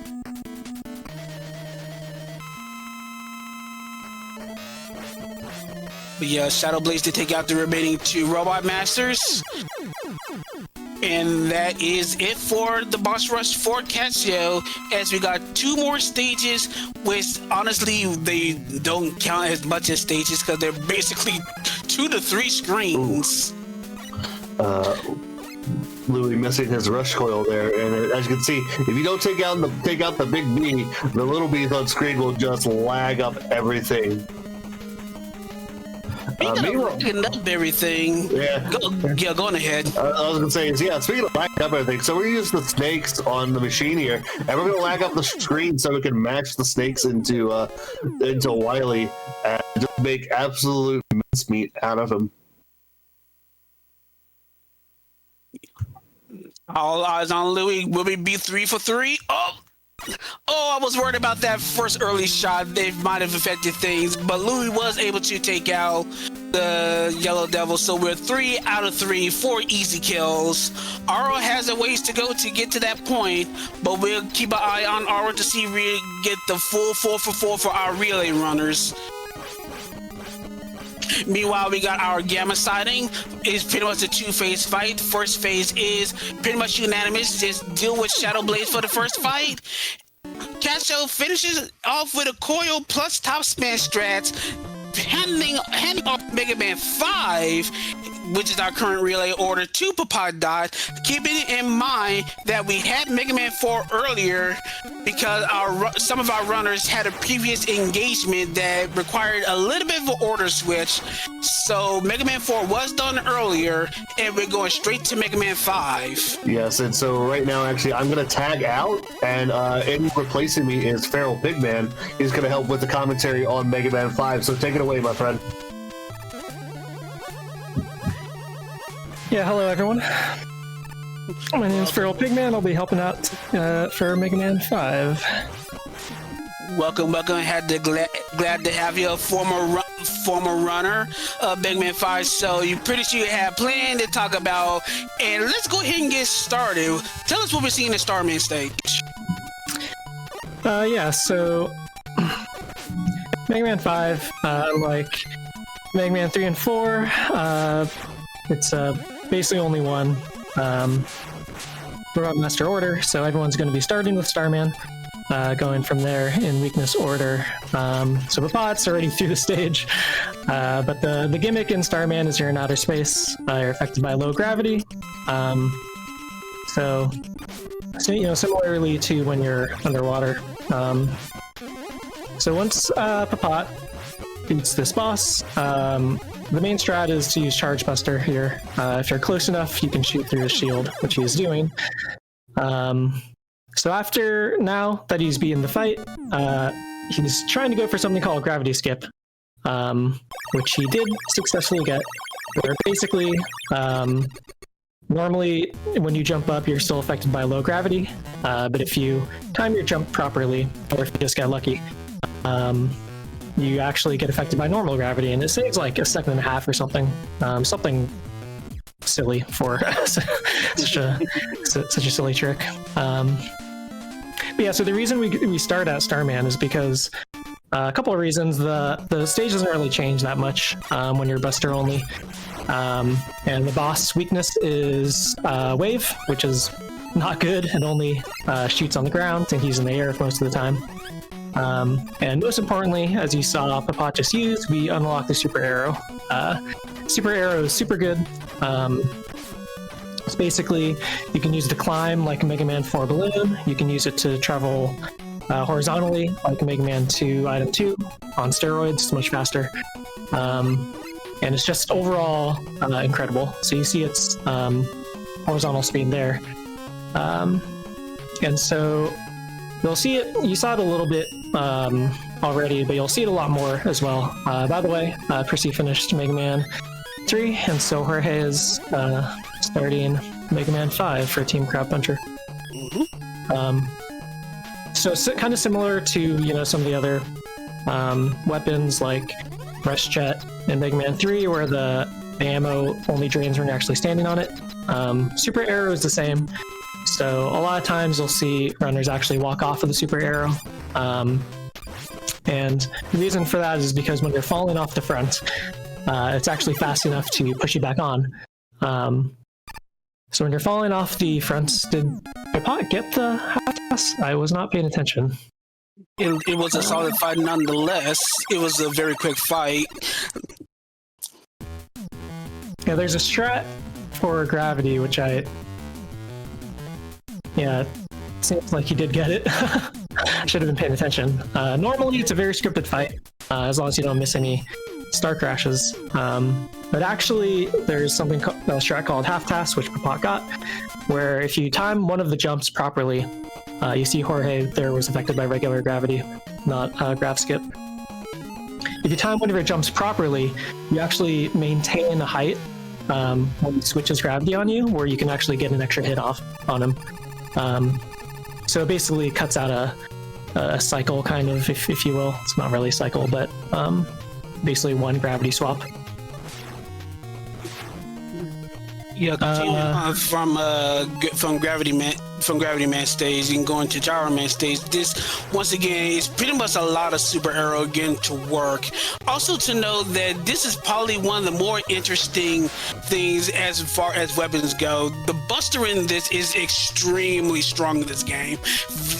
Does a lot of damage to enemies, or enemies are at least insanely susceptible to Buster. So Buster does a lot of work, but the weird trade-off is that enemies actually has iframes. So as far as mashing goes, this is a game where you really wouldn't want to do a lot of mashing. But also, as an added consequence, a lot of the weapons here are kind of lose their usefulness. So you're probably going to see weapons in a minimal light, but you're probably going to see a few weapons get some spotlight, like the weapon we're going to get once we beat Gyro Man, which is the Gyro attack. You'll probably see that used every so often, maybe Crystal Eye a time or two. But other than that, a lot of interesting wonkiness with some of the weapons in connection with enemy use. But right now we do have a Gyro Man sighting on Papat.'s end, and the thing of this fight is that you have exact ammo for this fight, so you don't want to miss You don't want to miss a shot and get caught in iframes, otherwise you had to do some backup. So fortunately, Papata was able to get all 7 shots in on Gyro Man and take care of Gyro Man in relative short order. And as we mentioned, this is a strict order. There is no variance here. So immediately going after Gyro Man will be going to Crystal Man stage. And Pharaoh, if you'd like to continue on talking about Crystal Man stage. Yeah, sure. So everyone in this relay, I assume, at least Papad and Jorge,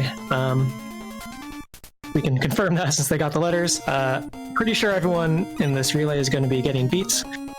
So if you were, I mean, Papad would have skipped it by now. But there are, even though there's only one boss order route for this game, there is actually 2 routes where basically you can either get beats, which is collecting all the letters throughout the stages to unlock beat, which we'll all see on everyone's screen or everyone's stream later. There's also a beat list route where you don't bother getting the letters, and that actually allows you to skip the stage entirely, which is the bulk of the savings, but no one's doing that, so we'll be seeing this stage play out for everyone. Papa grabbing the quick E-tank there. It's very, very fast.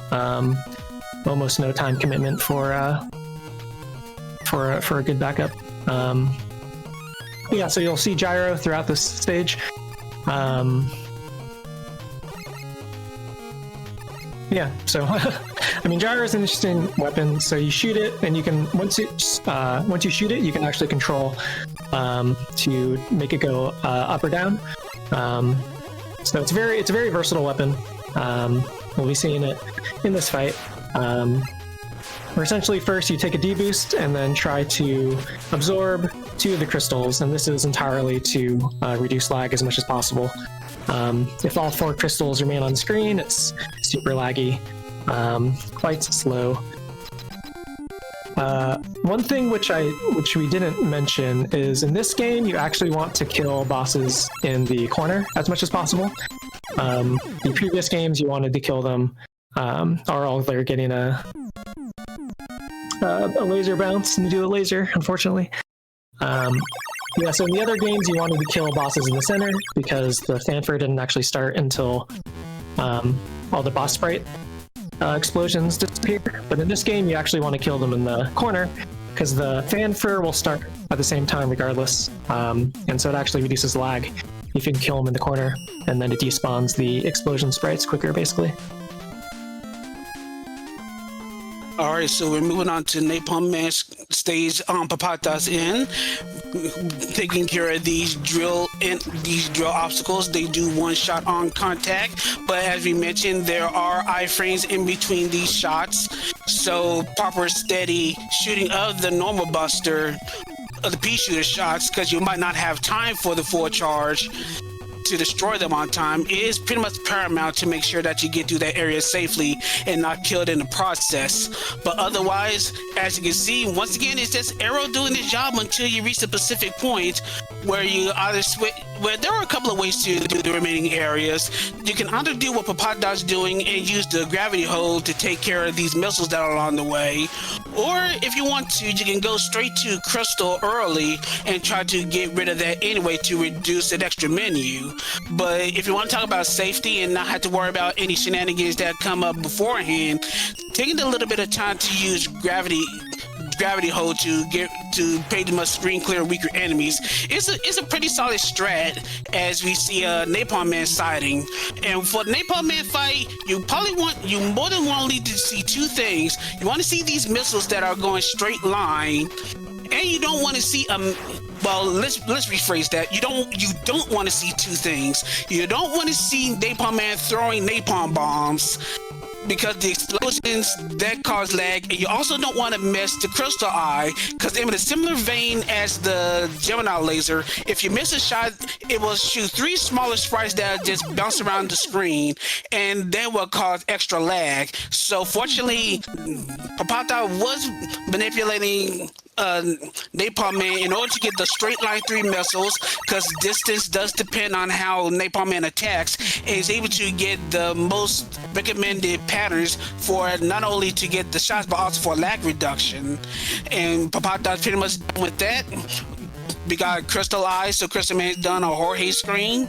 Shouts to Aro for finishing off Mega Man 3 as Green Mario, another wild card who replaces Chrissy, who was originally supposed to be on Team Escaru to do the run here. Shouts to Chrissy, by the way, doing a lot of work behind the scenes, by the way. And we got Phoenix Edition taking care of Gyro Man, should be going to Crystal Man shortly. Yeah, shoutouts to Green Mario.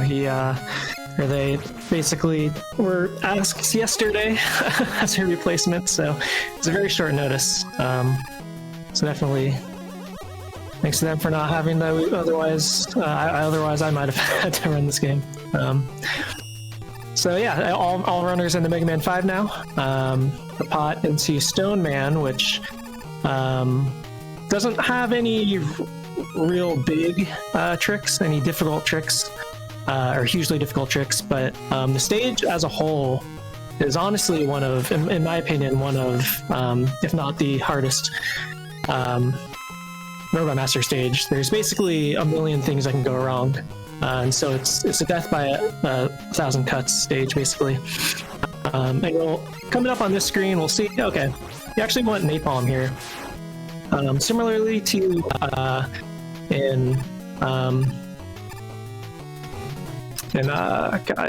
napalm, you can where you can switch to gravity early. You see actually Jorge doing the crystal eye strat, which Creed mentioned.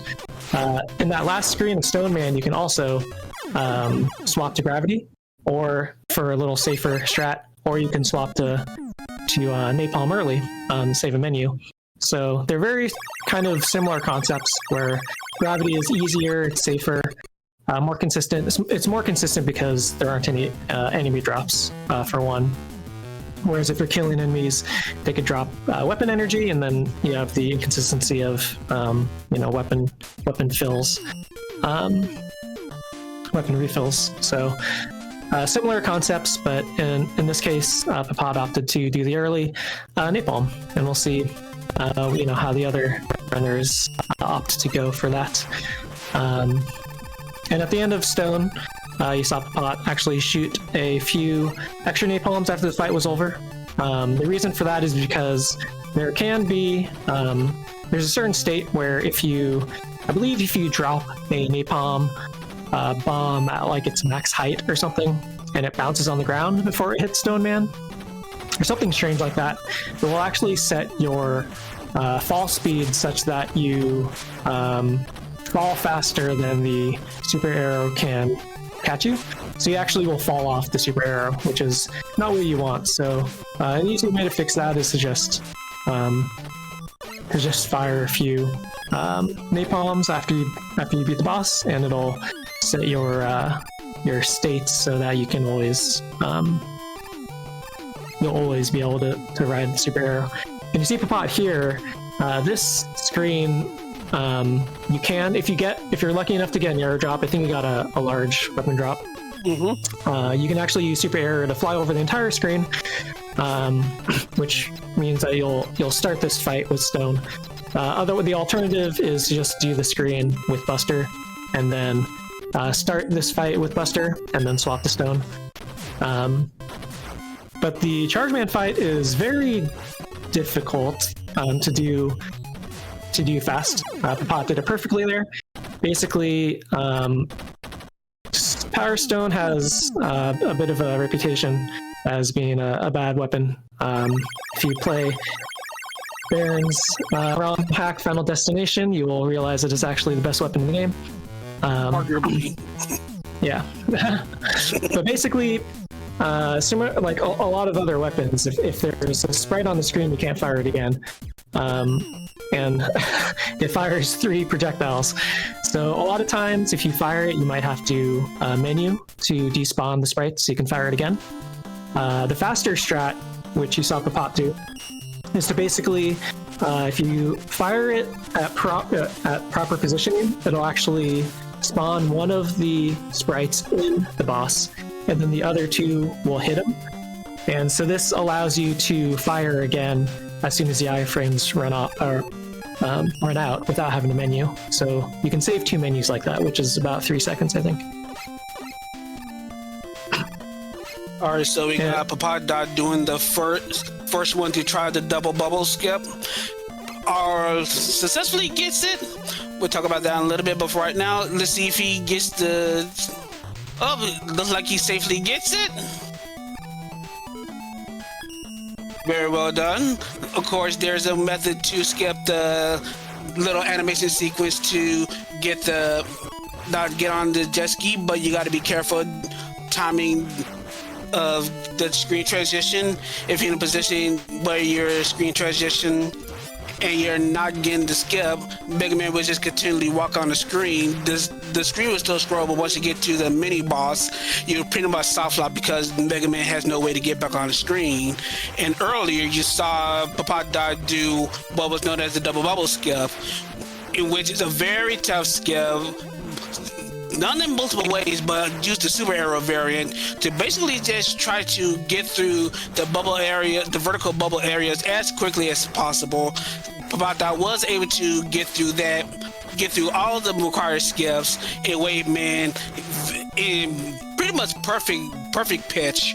The only other thing is since he's getting all the beat letters, you do not want to miss this upcoming letter, which he fortunately got. If you miss this particular beat plate, if you're going for beat route, you're either gonna have to keep going beatless, or if you want to take that 3-minute time loss to get it back, which I'm pretty sure no runner's going to do, you pretty much had to do that whole rigmarole again in order to get that letter back.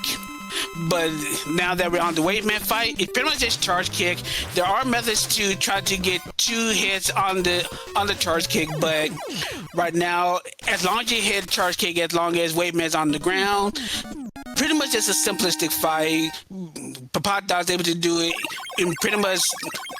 He just did the fight well, and that's pretty much 8 robots down, and we're gonna deal with our renegade bro, who, as you probably would know by the lore, was the one to kidnap Dr. Light. So we're gonna have to set our brother straight and see what's up.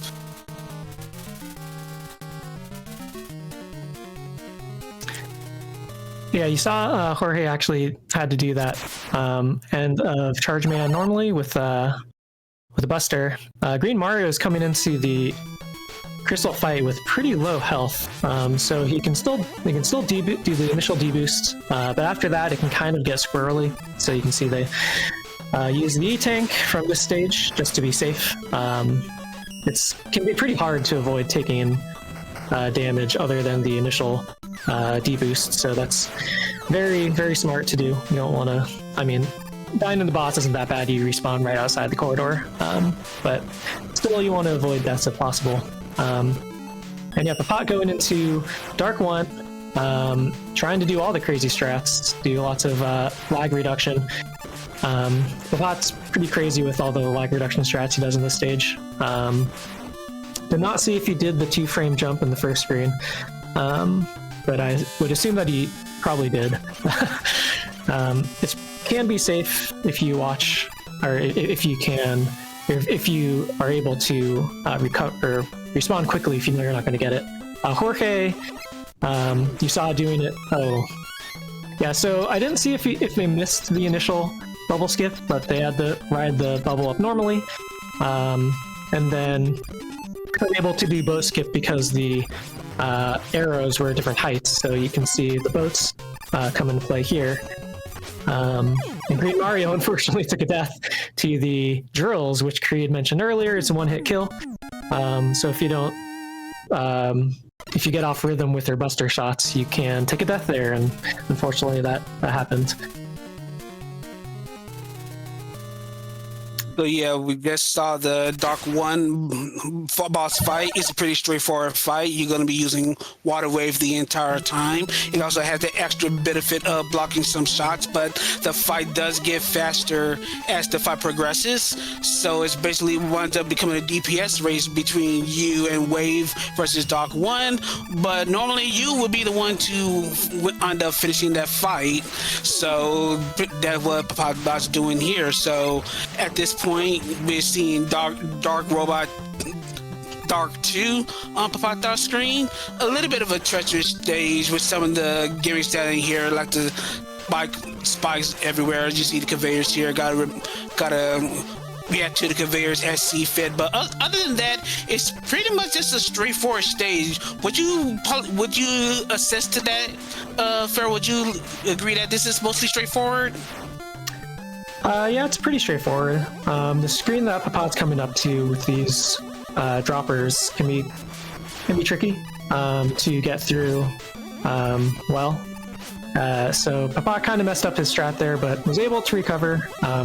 You have to be careful climbing the ladder, because if there's things alive and shooting at you, if they hit you when you're on the ladder, they will kill you. So if that screen can be a little bit iffy, but he got through fine. And coming up, this is the first instance that we see of Beats, our friendly bird companion. So the way Beat works is you basically summon him onto the screen, and if there's an enemy out of iframes, he will, and you are stationary. Stationary being a very key term here. So that can mean you're not moving, you're just on the ground, not moving at all. He will go to attack your enemy, costs 2 ammo when he hits the enemy, and deals a variable amount of damage based on the weakness. Another key thing is that if you're not moving horizontally and at the peak of your jump, you have no vertical velocity, so the game treats that as stationary. So a lot of times in these fights, what you'll actually do is just do basically a max height jump, or I mean, it doesn't have to be max height, but as long as you're not moving horizontally at the peak of your jump, Beat will also attack. So that fight that Pot got through, he did it, I think maybe with like a slight mistake. If you do it really well, you can basically keep him in iframes the entire time. But it's also very difficult. But there's a lot of, kind of finickiness. You see Phoenix there, unfortunately missing the second screen, but was able to recover fast enough to fall onto the big bubble. I've never seen that. Anytime I mess up that screen, it's always falling into the first screen. So that's like insane that they're able to recover. That saves like not falling into the first screen. So bubble skip basically saves like 17 seconds or something, I think, over failing it and redoing it. And that's because you fall back to the first screen and have to ride the bubble again. But being able to recover like that actually cuts the time loss down a significant amount. So yeah, Papat getting through Dark 3, just affectionately nicknamed the Widowmaker. It's a very difficult stage in general. There's a lot of places where things can go wrong. On your super arrow, where if you die, the super arrow is very strictly routed.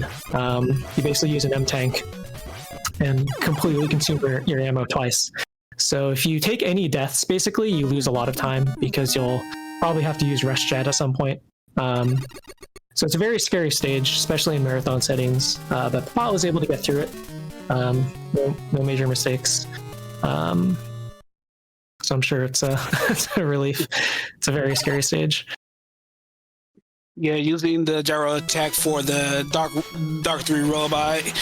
Just to know, pretty sure all the Dark robots I'm assuming they're all weak to Beat, but you're going to be using Beat pretty much in specific circumstances for boss robots. Especially now, actually, you're going to be using Beat for this boss after this little vertical area where you pretty much have like these crumbling blocks.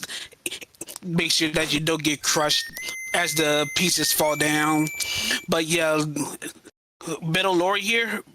Proto Man thought he cornered us, but we find out it's a fake. The real Proto Man is here. He shoots him. We get an arrow take for our trouble, and the actual Dark Man, which is Dark Man 4, is found. He hits very hard, so it's gonna be a bit of a demonstration between you and Beat. Keep it to what Pharaoh said. As long as you stand still, keep yourself still, the alignment will allow Beat to instantly attack Darkman. But of course, make sure not hit on iframes, because like I said, the damage hits hard. But fortunately, Papa Dot pretty much did a textbook Dark 4 fight, didn't have to worry about a thing, no problems at all. And once again, we find out that Wally again was behind everything. Surprise, surprise. It was a bit of a scary, scary situation for Jorge. Unfortunately, Phoenix taken to death in the first screen of Dark 1. It's one of the quote-unquote best deaths, I guess. It's the first screen, so he didn't lose very much time at all. But still, death's a death. But yeah, so Jorge was almost also took a death. Luckily got a big health drop, so was able to get through that boss. Not too much trouble. Pop into Wily 1. So I guess one thing we didn't mention is that, probably because I was talking the whole time, but ammo actually carries over through all the castle stages in this game. So the M tanks are very, very key throughout the entire castles. So we used all of our ammo before, so now we use an M tank here to get super arrow ammo back and also beat ammo, since we'll need it for the last boss, which is basically the whole reason you get beats. Beat is the weakness for Dark 2 and Dark 4 bosses, but they actually have other weaknesses, and you can do them with Buster. But the entire reason that you get them is for Wily 4.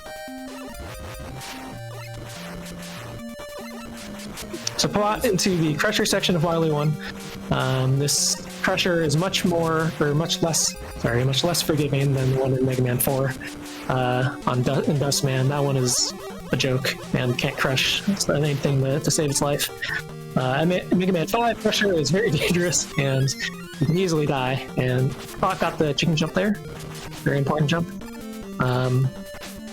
So yeah, the Crusher section is also pretty scary. You got through it pretty easily. You can take your time and take extra elevator or extra Crusher sections if you want to be safe.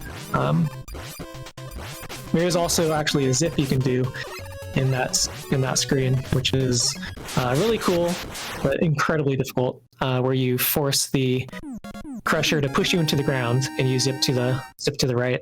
The problem there being that you have to jump basically when the Crusher pushes you into the ground, otherwise you die. I think it's like a 2-frame window or something. You're not going to be seeing anyone do that in this relay, or really in runs, unless you're a crazy person. Moving on to Wily Stage 2. Wily Stage 2 actually does feature water, so you get the buoyancy physics there, but unfortunately it also carries over a little bit of a caveat from Mega Man 4, in that the fact that you cannot jump out your slides while underwater. So Papatas in particular is going to need to take proper care of where he's placed in distance from his platforms and know where his slide distances are. Just like the area that he just got by, if he was a little bit too far, he won't be able to get out of that slide. I had to probably do like a bit of a recovery to make sure he doesn't fall into the pitfall. But other than that, it's a pretty straightforward stage. Decided to take the damage boost in order to get by the area with the small little spike pit. Gonna be using a little bit of rush jet to try to bypass some of the remaining obstacles in the stage. I'm gonna use the M tank right now to set himself up for the remainder of the game. But once again, using Rush Jet to bypass that one big enemy right there, and setting himself with the gyro attack with probably one of the most infamous bosses in the game, Papa Dot's favorite boss, circling Q9, in which you do have some means to, if your timing is great, hit him while he's while the openings are active, while he's moving around in the air. Can be a little bit finicky sometimes. The actual weak point when the door's opening is kind of screwy, but if you're able to time your gyro attacks properly, especially with the vertical variant of the gyro attack, you can do damage while he's in the air before he eventually comes down and kind of like swoops the left and right sides of the screens for you to deal damage that way. But once you're done with that, then we probably get to the most interesting part of the game, which is the refights or lack thereof. We're gonna do one refight, and the one refight we're doing right now is Napalm Man. So of course Napalm Man is fought like normal. You do crystallize, making sure he's attacking in various ways to not lag up the screen. But what we're doing here now, just do proper placement of the super arrows such that is when Mega Man slides into the walls, he actually kind of wedged through the walls, and the boss fight where the Wily Press is actually one screen over. So once you do that, then the fight begins, and Papata is going with advanced strats, wisely taking the E-Tank to mitigate health. So the thing about the Wily Press is that he passes over from 3 to 5 to 7 times. And what Papata is doing is trying to calculate those little alterations in order to set up situations where he can shoot the Star Crash for at least for RTA variable 2 times. And he was getting a lot of them. It's the easiest ones to get. It's the slowest variant, which is 7. If he does 7, Papata immediately knows where to do super arrows to get those 2 hits. Ooh, or hey, avoid getting crushed by the Crusher in Wily 1, having to do that area over. But yeah, if you're able to catch the cycles, you're able to do the super arrows in such a way that you can actually try to do 2 hits instead of usual 1. But meanwhile, Papata's already done with the final stage, and we got ourselves the final sets of fights. Would you like to take it from there, Farrell?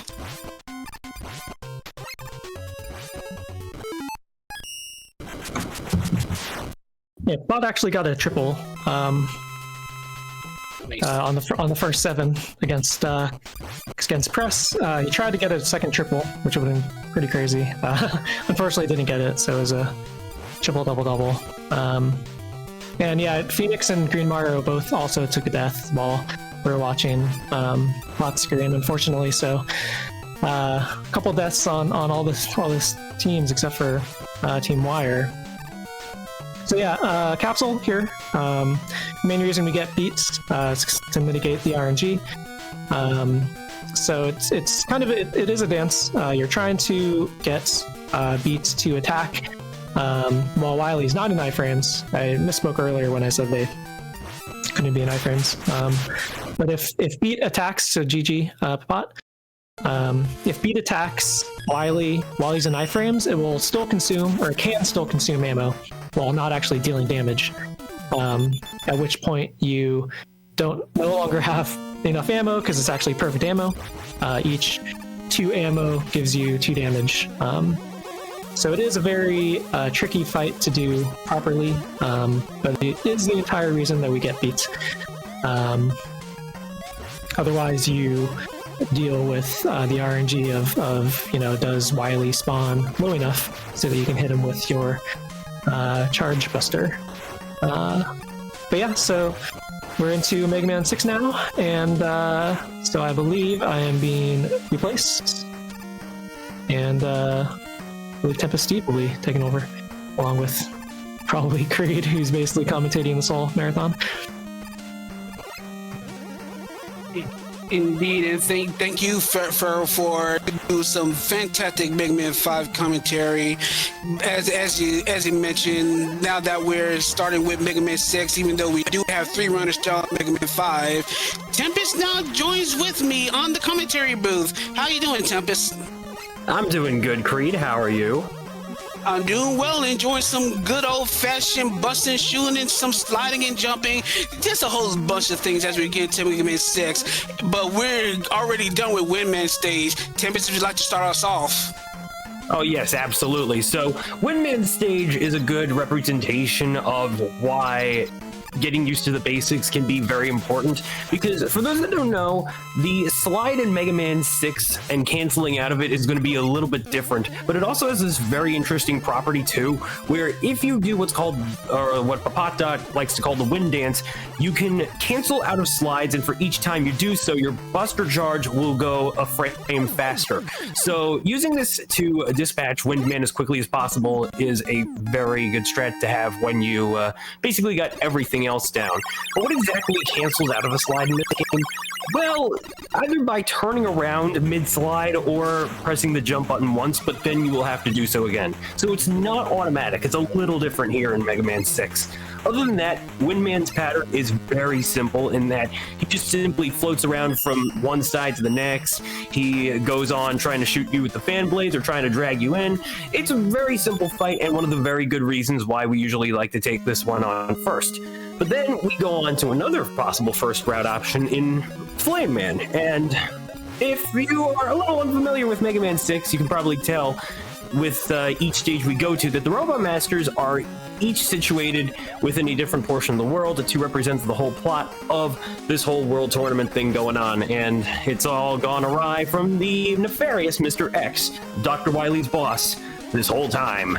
So let's see if we can put a stop to that. Okay, not too bad. On Team Wire's side, we just avoided the nasty Roland, a particular enemy which the name of which the actual name I forget, but that one in particular likes to snipe you when you try to jump over it. So yeah, we call him Roland for that reason. Other than that, the gimmick of Flame Man stage is very simple in that those oil pits will slow you down, but it sure as heck beats anything that doesn't involve them catching on fire, because once they do, they turn into instant death traps, and even when you respawn into the stage, it will remain that way. So be very considerate of that. Otherwise, it's a pretty straightforward stage as far as things go. Nice job on Team Wire's end manipulating those two fire enemies to have the shots essentially go away from the oil and into the platform, and a nice demonstration of the windstorm right there as we move into Flame Man. A pretty simple fight where he's going to spout fire waves on the ground and then jump around. His weakness, of course, will be what we got from Windman, which when used on an enemy, funnily enough, sends it flying up through the ceiling and out of the screen instead of outright destroying it when it's defeated. So that was a pretty good fight, and yeah, now we're gonna just quickly take a look at what's going on the remaining Mega Man 5 side of things, where we just finished off the boss refight stage. Nicely done.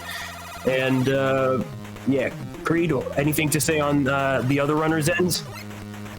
Well, first and foremost, we gotta take note that this is Green Mario trying to wedge through the super arrows as the strat intends. Unfortunately, wasn't able to wedge in properly. Wound up getting pushed off, falling to the spikes. Gonna wind up taking the rush jet to keep that arrow energy on point. Jorge is about to finish out Mega Man 5, going to the final stage, is about to take care of the machine and calcify proper. Meanwhile, Phoenix is taking care of Wily stage 2, gonna continue on from there. But meanwhile, we're going to Blizzard Man stage, and Blizzard Man stage is your obligatory ice level. Gotta deal with the ice slicks. Of course, the stage having the team namesake of Team Curlinger. Unfortunately, is Team Wire that's going to be here first. But yeah, the main thing aside from the ice is going to be this upcoming submarine section. So the upcoming submarine section, bobbing up and down, has a lot of spikes from above and below. But the main deal is we're going to be hopefully see a good set of slides and hopefully one shot the You could one shot the area. Just yet. Yeah, but very common just to take a small part to make sure that you don't wind up getting killed in the first place. So very heads up play by Madu, who is the team captain of Team Wire, by the way, playing Mega Man 6 and going through the area as proper. Of course, now that we're going to Blizzard Man, two things. First, we got the weakness in the Flame Blast. Flame Blast being probably the weapon in Mega Man 6, very powerful, kills the enemies very quickly. You're probably going to be seeing that throughout most of the game. Secondly, you don't want to see Blizzard Man doing a lot of rolls. The more rolls he does, and the fact that he didn't do a roll at start, means that Madu did a heads-up play and go immediately to the other side, so that if he does roll at any given point, it'll be a short distance to travel, so he doesn't stay in immunity frames. So once again, Madu is able to capitalize on the startup and able to take care of Blizzard Man as soon as he's able to be vulnerable once again. Did not get a lot of rolls, so I'd say the RNG was very good, and we get the Blizzard attack for our troubles. We probably won't be seeing it much. It's a weapon that is kind of wonky, only going to be used as a weakness for Plant Man, which you're about to see next. Causes a lot of lag if you don't use it right, but other than that, pretty solid going. We see Jorge was able to finish off Megaman 5, and the baton did pass to Sage Zero, who's doing Windman stage proper.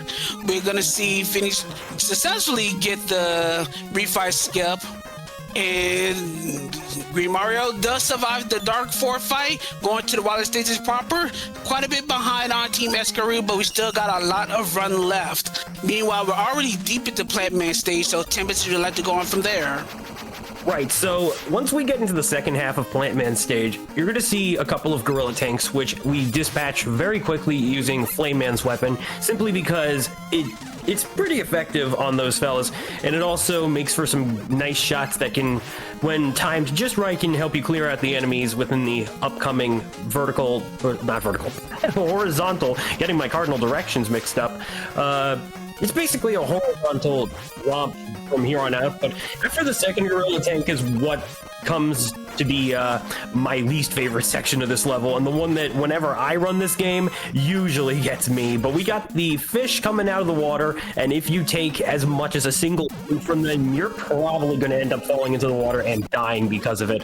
So one thing though that we are seeing Sage do is a little bit of a frame-based flower jump, where as long as you quickly jump off of the flower the moment you make contact with it, even when it's in its closed state, you can still get a continuous jump off of it. And yeah, it's a really nice trick to have, especially when you're feeling pretty confident enough about the whole entire section in general.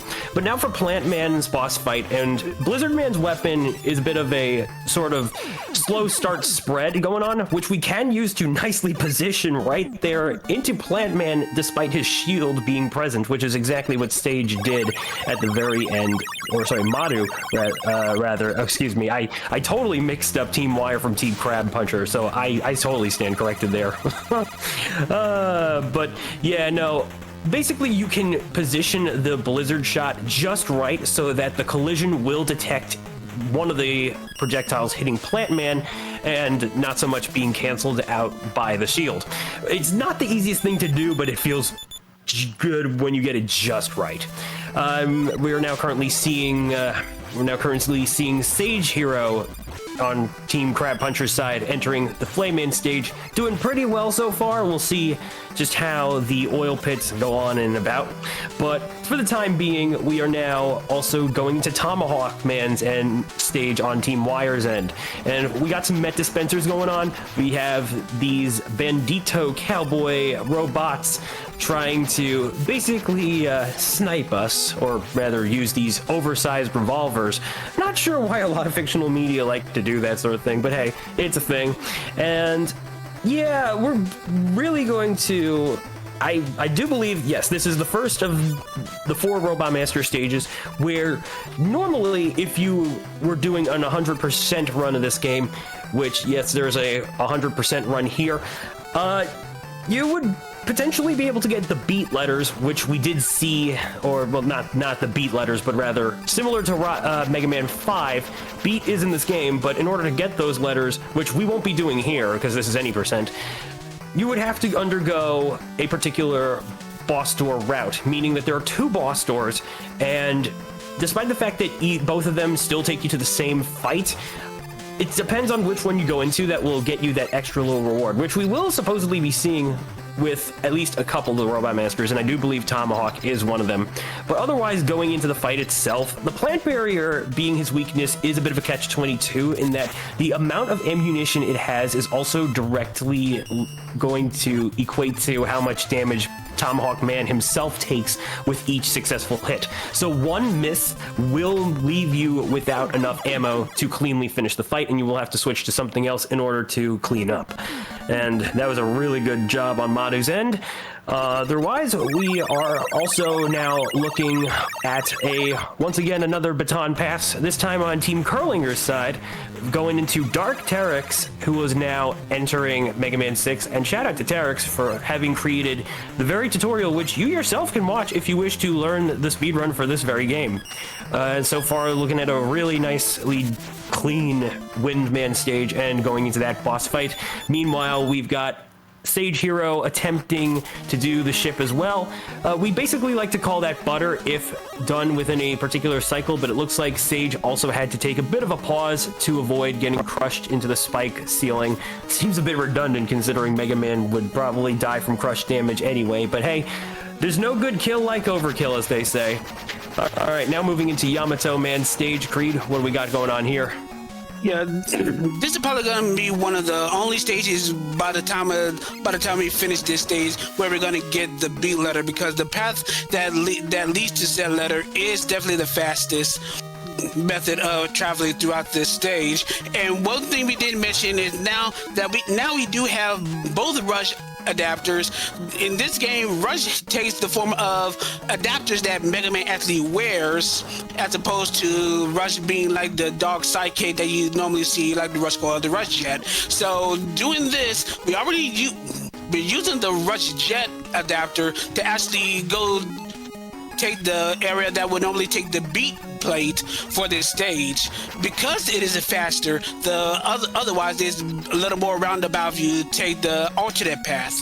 So this is definitely the most recommended route in order to get to the fight. Meanwhile, as you go straight into the Yamato Man fight, Yamato Man, like some of the bosses in this game, they're kind of a little bit quirky.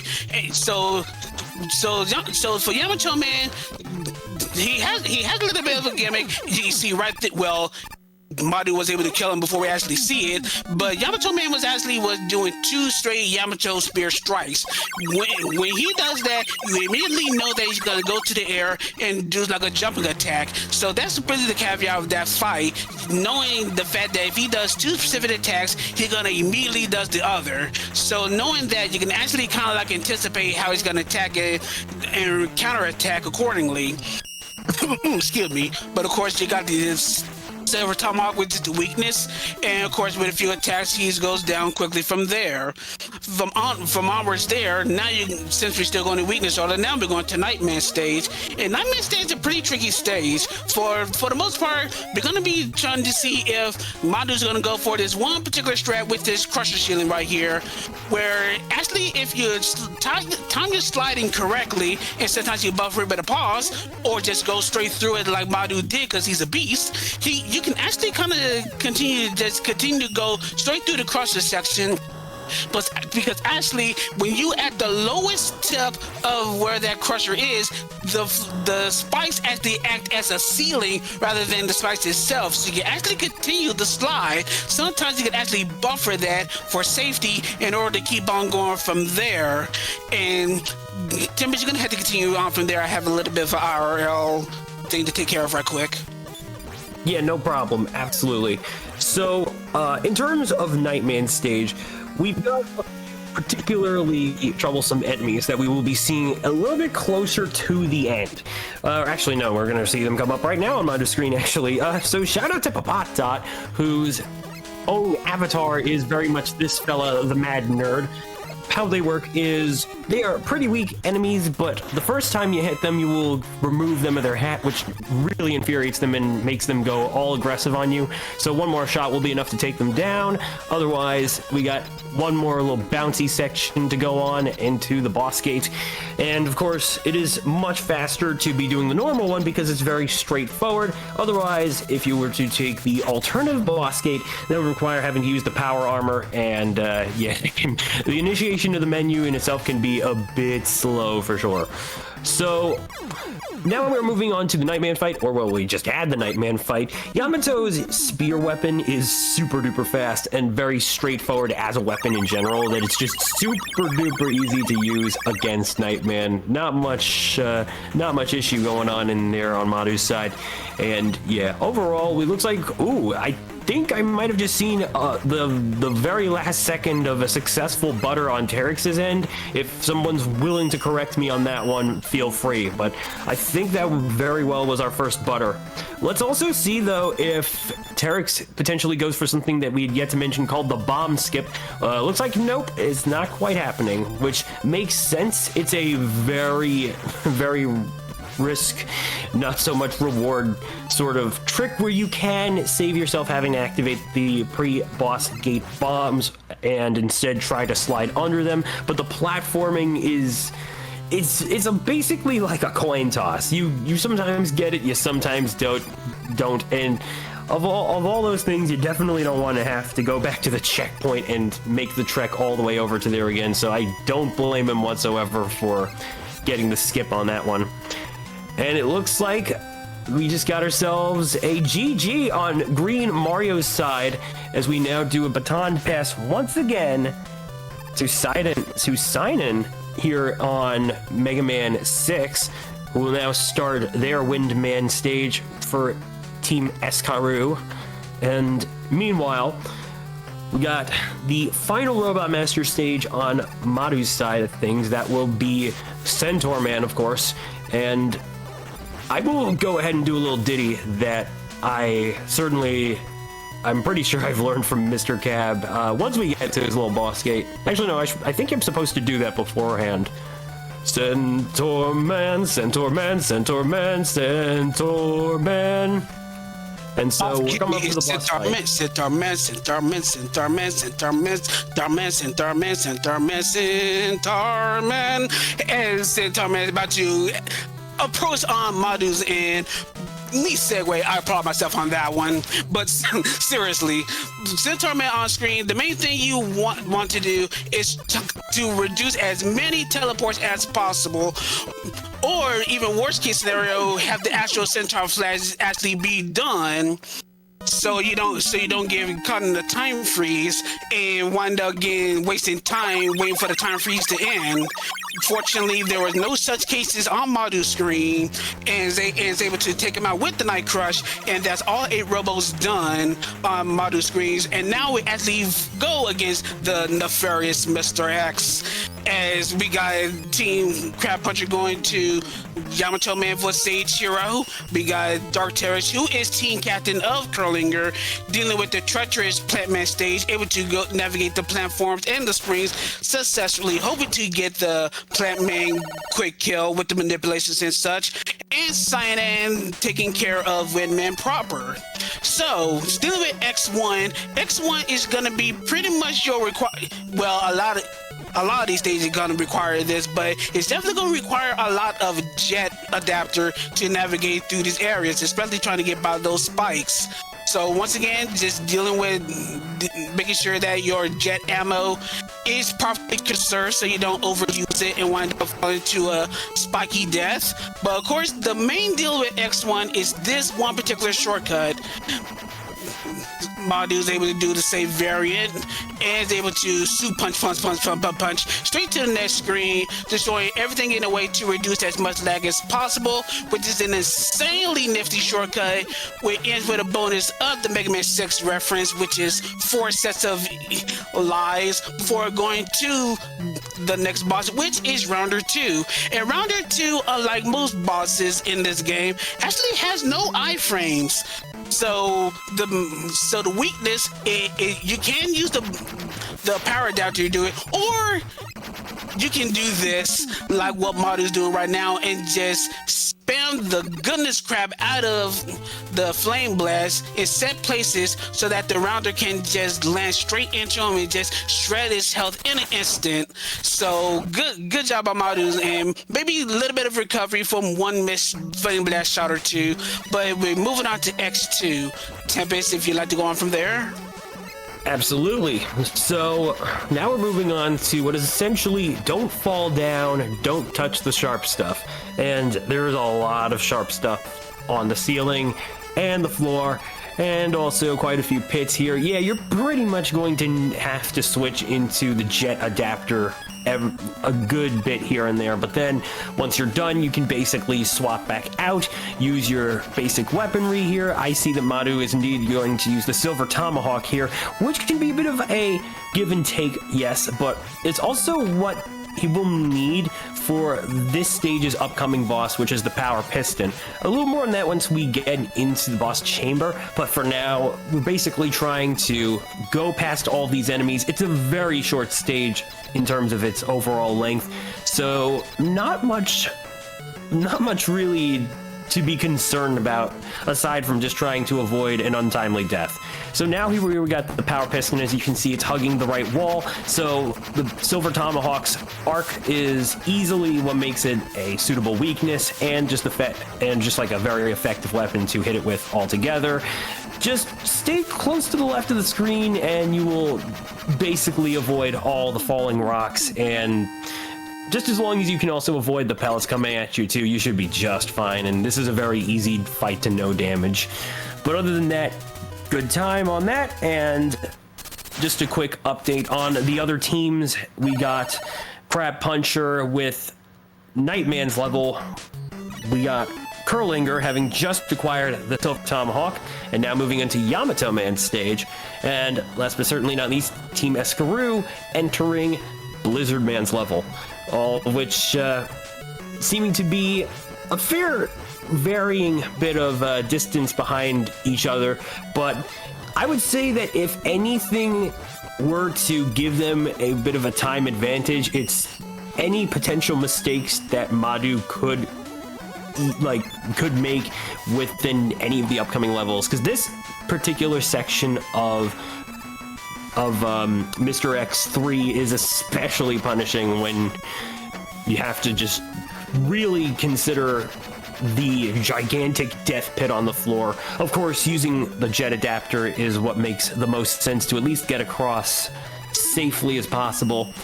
Otherwise, you gotta be very mindful of the enemies trying to shoot you out of the sky, coming at you. It looks like we got a nice little bit of platforming right here. One thing I usually prefer to take is that safer option of switching into the power armor and getting that health pickup, even if it does waste just a little bit of time. But speaking of the power armor, that's exactly what we're going to see here coming into our Metonger Z. It's not too much similar to the Met Daddy. In fact, it's just a Met piloting a mecha. Probably one of my personal favorite boss designs, though.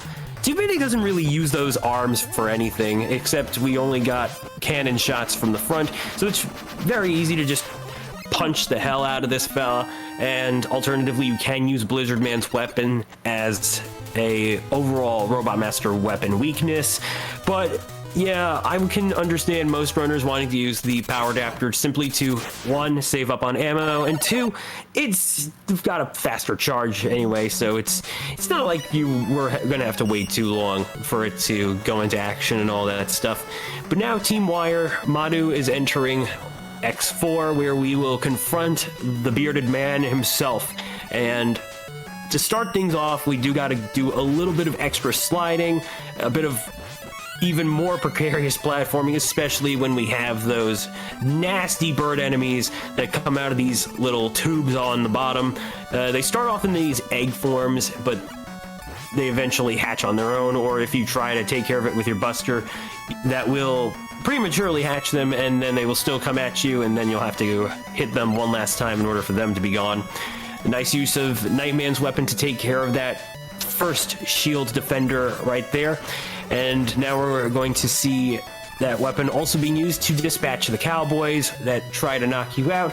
Of course, if you wish to take a bit of a safer approach, using the jet adapter is by no means a bad thing, but using Nightman's weapon is definitely faster in that it means you have to stop a whole lot less. Because remember, you can't charge your weapon at all while using the jet adapter. Something which luckily we will be, well, if you were to use it in this next game within the relay, is not quite the case. So now we are moving on to Mr. X, and it looks like Madu will be taking the Flame Man weapon approach.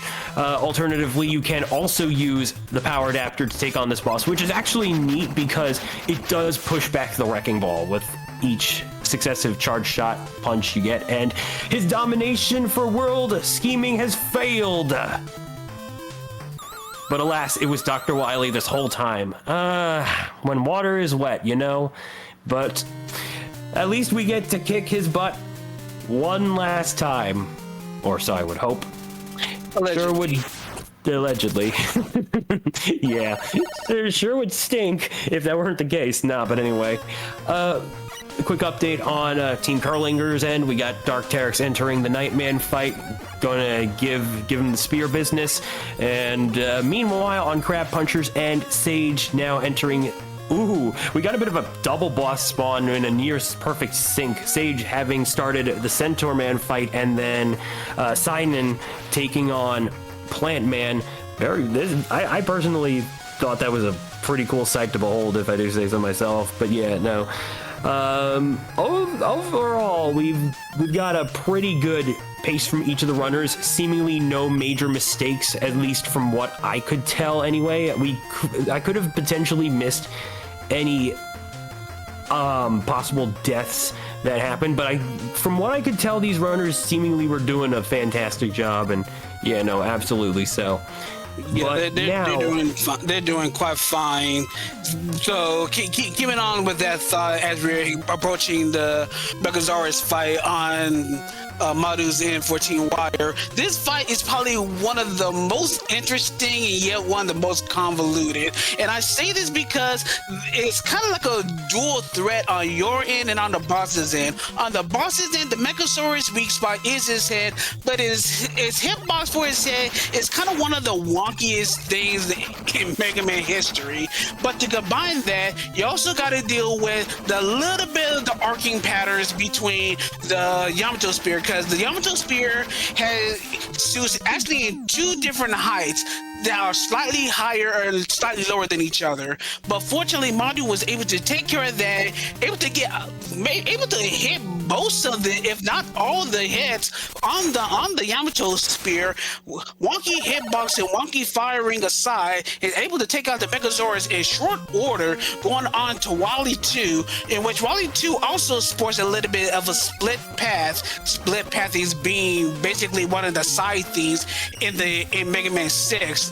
So what we're gonna do, once we get to this Yoku block area, we're gonna completely ignore the Yoku block puzzle and use that single Yoku block to get a perfect jump to use the flame barrier to take out that little ice barrier, to skip basically a little bit of a roundabout. It will lead to an E-tank, but it's still slower than just taking this little shortcut and continuing on through the rest of Wily 2, where our next robot master awaits. I know it has a lot of different names, but I like to call it Wily's first tricycle, which is a weird, very weird looking robot machine, and you use the windstorm on it. And all you really much gotta notice is that you don't want to get caught with the bubbles. The bubbles can actually interact with the windstorm. It kind of like trade a hit for a little bit of a time waste, but overall it's a very straightforward fight with the windstorm, and we're pretty much nearing the end. There's 2 more stages to go, one of which is the refights, which is pretty much obligatory. And if you continue on from there as we continue keeping pace on everyone else in the process, Tempest. Right, so, sorry, I needed a moment. Wily's first tricycle, that's a new one. Just do a quick update on everyone else's position. Terex having entered X1, and all of a sudden, as I say that, Sage Hero now entering the Power Piston fight. So let's see how that one goes. But yeah, Terex having to navigate the spikes with the Rush Jet adapter, and then coming up, we'll see what he decides to do with the secret passage approach once breaking the glass with the power adapter. Ooh, okay, nicely done. All right, now on sign-in Makai's Team Eskaroo side of things, we got Yamato Man. We're going right into where the split paths converge, and then more than likely going to see that use of Rush Jet get us right up to the top path. Yep, there it is. Nicely done avoiding those Tanuki robots, by the way. Those ball-tossing fiends can be very persistent, if I do say so myself. And Capcom, you're disgusting people sometimes. The joke, obviously, being that Tanukis have a bit of an infamy with balls. Let's just put it that way. Other than that, though, Madu currently engaging with the Tomahawk Man refight, and now, meanwhile, on Sage Hero's end, we got X3, while Terex just entered X2. Now, coming up to the Windman refight, this is one of the big differences we see here, because, of course, we took Windman on first, so now we get to see what his weakness is in action, which, of course, being the Centaur Flash, is basically a rinse and repeat cycle going on. But it looks like he might have missed. Yeah, he missed one of them. So unfortunately, that does mean that he had to substitute, because like the situation between the Plant Barrier and Tomahawk Man, you have only as much ammo as you do to basically do a single seamless run through, basically, is what I meant to say. But yeah, we got the Centaur Man fight going on here. Let's see if he decides to pull off any shenanigans. Nope. And looks like we've just got 3 more robots on Madu's end. Meanwhile, signing in, entering the Nightman stage. Terex now entering the boss chamber for the Power Piston, while Sage Hero just started to fight off Metalingar Z. And hang on. Well, that looked very scary on Sinan's end with the spike ceiling. That was well played, though, with the damage boost, I'm sure, really helping out there.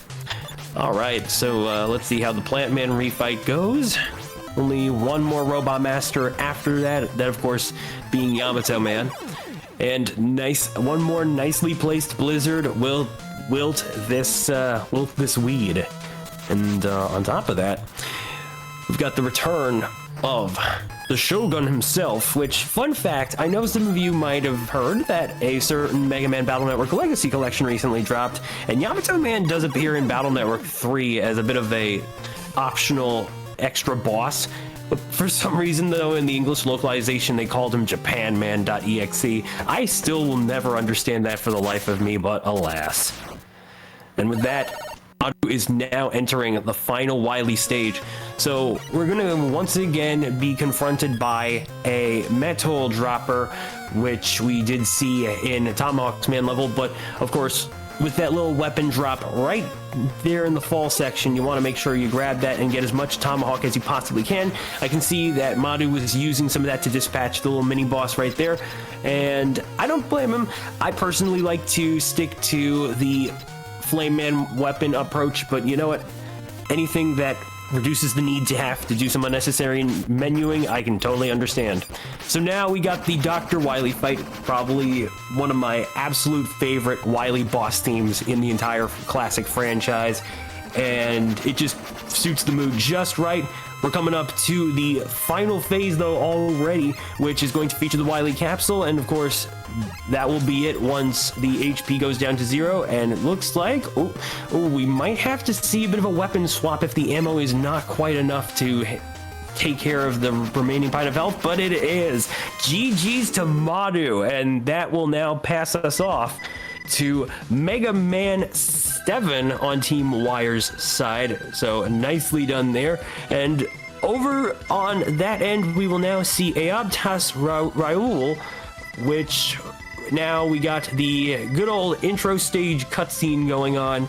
But meanwhile, as we close out on Mega Man 6, before I pass it on over to who will be taking my place on this run, looks like we got ourselves, yes, Sage Hero taking on the power adapter approach for Mr. X. You love to see it. And yeah, as I mentioned earlier, you can successfully punch him back with the right kind of placement, but Also, very clutch fight too, because sure, I get the feeling that one more contact with the wrecking ball surely would have caused him a death, but it looks like everything's shaping up very nicely here.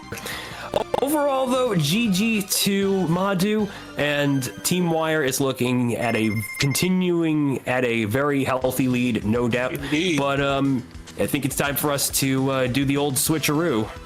Yep, this will be it for now for both I and Tempest.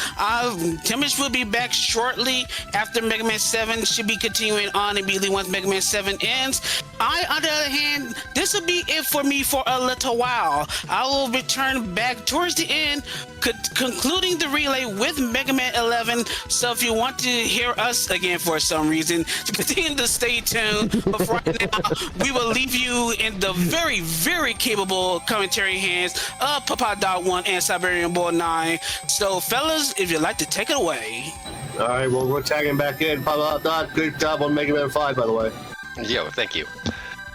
All right, so you're actually more familiar with Mega Man 7 than I am, so I'll be relying on you with some of the stuff here.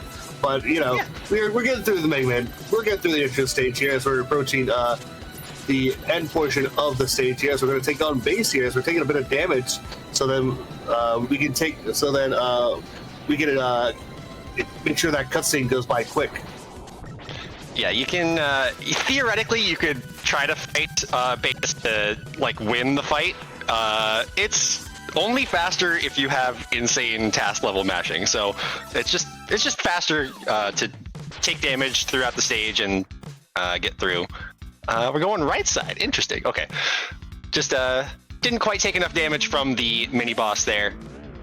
He did mash pretty well, so might have had a chance. But yeah, we got the intro stage out of the way, and now we're going into Cloudman. Cloudman is very dangerous, honestly. It's a lot of pits everywhere. Watch your step is very appropriate here. You can very easily just jump slightly too short and end up falling down, which we do not want to see. Yeah, we also got weather effects happening on this stage here, as we'll see shortly. If we hit the proper enemy, as we'll have little rain clouds going on, but we do avoid the first one. But you know, those rain clouds will make the platforms in the latter portion of the stage just disappear. But you know, experienced runners will know where those platforms are and how to navigate them properly. Yeah, Eve taking a strategic second damage boost there to make sure that he didn't accidentally get hit. And we've got the cloud jump. This is a very important trick here. All right, success. You have to line yourself up just right, slide and jump at the right time to make sure that you're able to make that cycle there. It's not a huge time loss to wait for it, but it is something that you do want to go for just because it's the first stage. Why? Well, first real stage. Yes. So we're coming to the latter screen of the game, of this stage, where we got these little fan feeds who can be a bit tricky sometimes, and they decide what they want to do. But looks like they're being cooperative for Eves there, as he's entering the Cloudman store. And we're going to use Buster on this fight here, but we're going to be timing our shots appropriately so that we can do the maximum amount of damage to him. Yeah, there's some tricks that you can do here to get a little bit further away with your lemon, get your next charge shots out a little bit faster. It's a reference to CFO from the X2 game.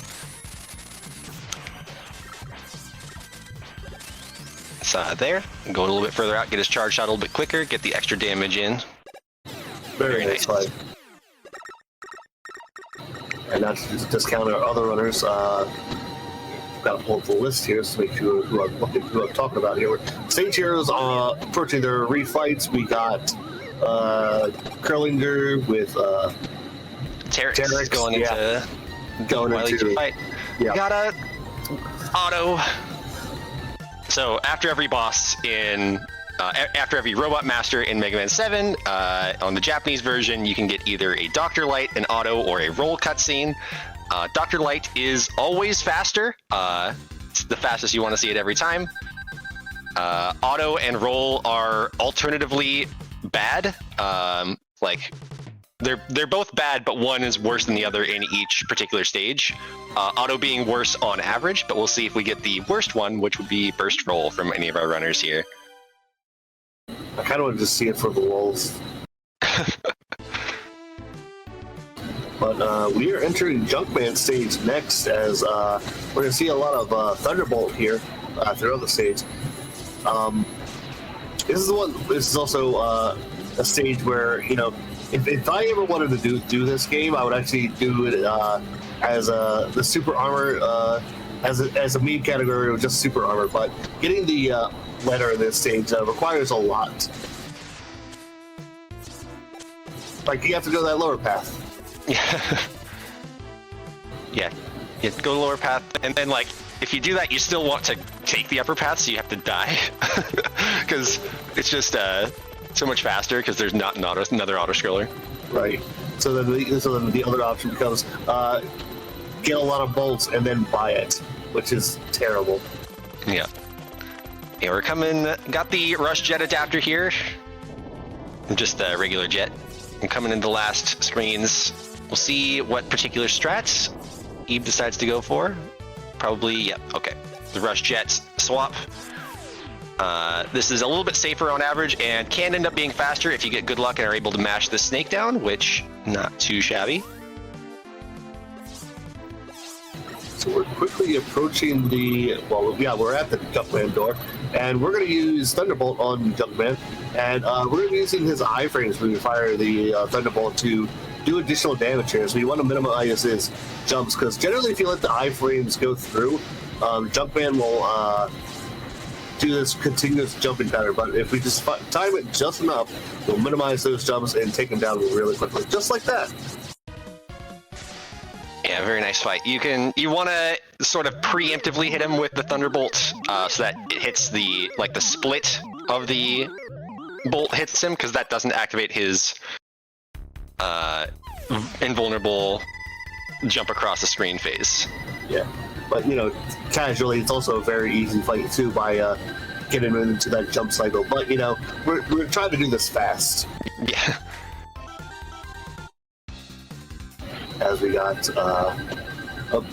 my personal favorite kind of fight, a PAL fight on Batanga Z here on the bottom left. Having a little bit of trouble getting that punch in, but Batanga Z screwed me up. One more. One more. No. You gotta know. I always try to recommend people to release the POW punch on the way up instead of on the descent, because a lot of times if you release on the descent, then you're just hitting treads then. Yep.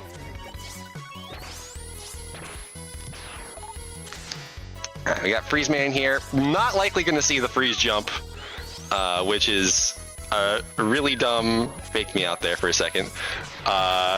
And by really dumb, I mean it's a very small window. It's like one frame, two. I think it's 1 or 2 frames depending on your exact subpixel, in order to make it across the gap without dying. So always good to just see people take that a little safer, wait out the ice cycle. You know, we got both Collinger and Crab Puncher in the final Wily stage. They about to take on the machine and the capsule with Crab Puncher in first.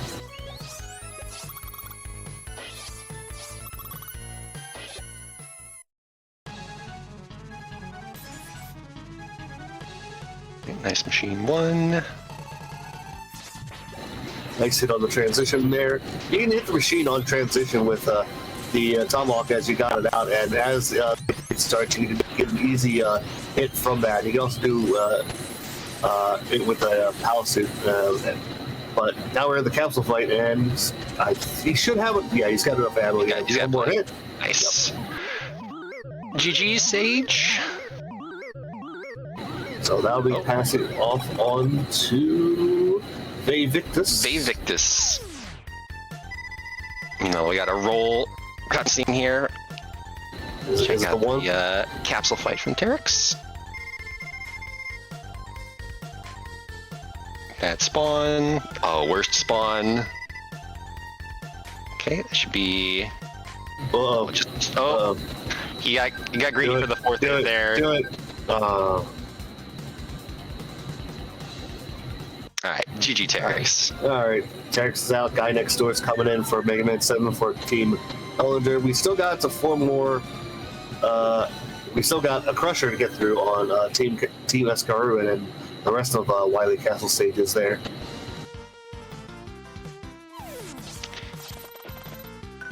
And we're coming into Burst Man stage in Eve's stream here, which the stage is so scary. There's so many things that can go wrong everywhere. Fortunately, there's a couple of these like cool tricks that you can use Rush Jet for to push yourself through the bombs. And then we're coming into the underwater sections here.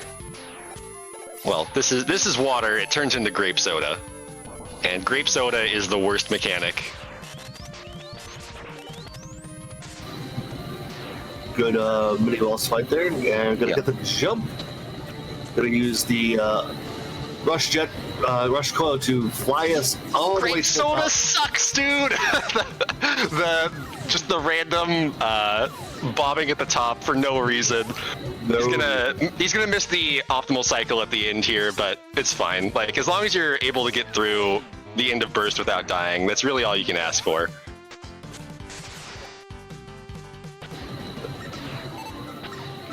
Coming in last. Yeah, it's a very close cycle that the runners follow here to get through Burst Man in one go. But you know what? If you miss it, it's not a big deal because we got good boy Rush Jet here. All right. Good backup strats. And we're entering the Burst Man door. We're going to pull out Freeze Cracker, and we're going to shoot Burst Man in the back of the head with these as the Freeze Cracker breaks the wall or in top. No, we're going to shoot him directly in the face. Because the split of the Freeze Cracker is actually one of the few times where it does less damage to bosses here. So want to make sure that we're hitting them directly. That seems silly. Yeah, it's like, why does T-Bolt get to do full damage, but Freeze Cracker doesn't? All right, who is it? All right, it's an auto. Still not good, but it's not burst roll. Very disappointing. But that's 4 Robot Masters for Team Wire, and we're going to see pretty much a mini boss area where we take on a Fat Clown.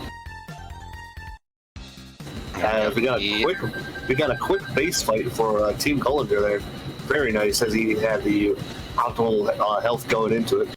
Yep. We got the cloud jump section here. Oh, he's gonna reset the screen. That's a smart decision. That's the cloud cycles are totally off if you're if you try to go for it again, so it can really throw it off. All right, we got a nice cloud jump. Meanwhile, Team Escaru had a really nice Mechasaur fight with his spears cooperating into the Mechasaur hitbox. It's trying to get around the shield enemies because, you know, ice physics and curlingers. Yeah, Ice physics are actually pretty good in 6. Yes, they barely exist. Yeah. And then we got Dr. Wily taking his favorite robot.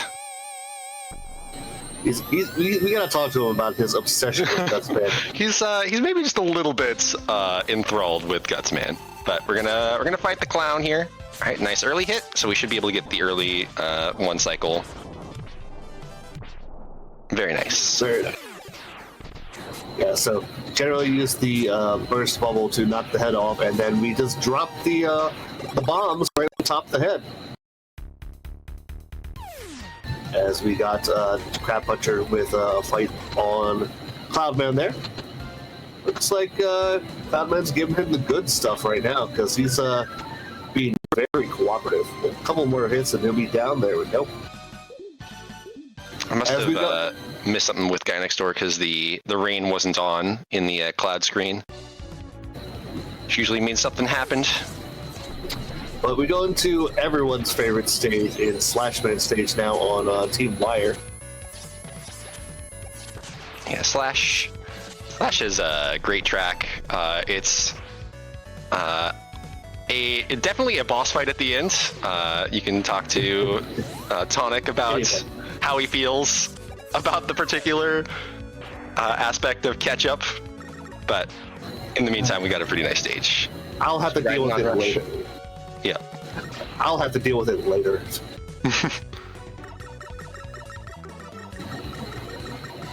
Look, spoilers, if I get the opportunity, I'm going to use Chill Spike on him.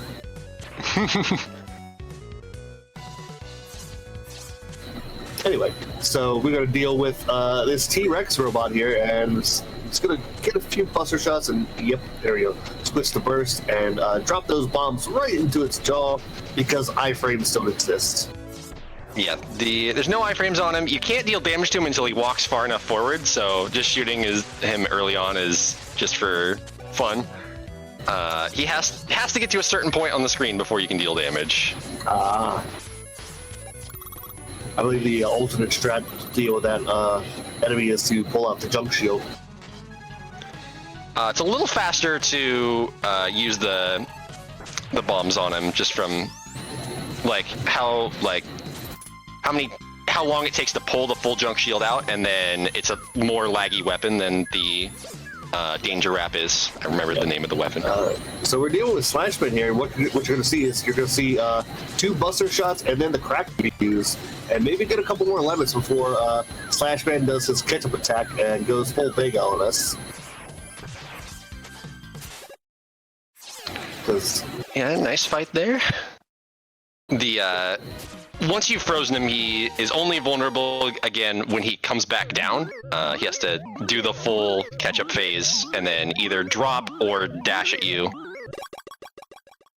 But yeah, we're hoping for a nice clean 3-cycle there. We got a Dr. Light, nice. I mean, he had a roll, he had an auto. He was bound to get a Dr. Light every now and then. Yeah. I mean, statistically, you should get it 33% of the time. I feel like I get auto 100% of the time personally, but alright, going through. We got a junk fight finished, and we got the final junk section here. You have to shoot the that electric thing on the left-hand side in order to make the platform move in this particular direction. If you hit it just coming off of the ladder, then they actually are the other direction. Like the right platform will move down and the left one will move up, which is quite a bit slower. So nice that we're able to get that going the right way. Getting a refill there from the spring enemies here. I think Dr. Wily's like those spring enemies in enough just in the Yamano stage just to bring them back. In fact, make an entire robot master out of it.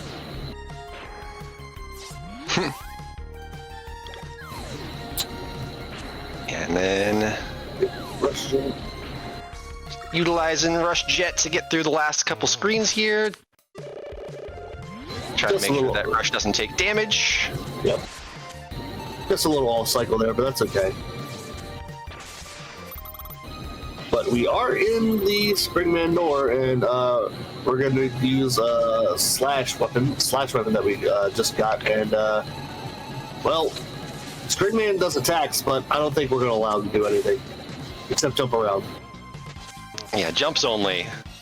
If you do this fight in the correct way, you can do it with just one hand.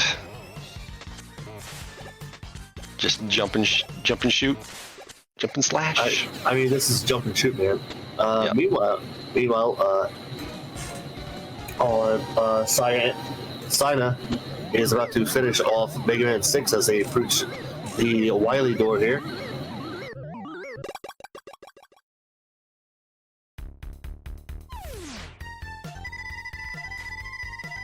Going to the Wily machine, and we got a Freeze Man fight.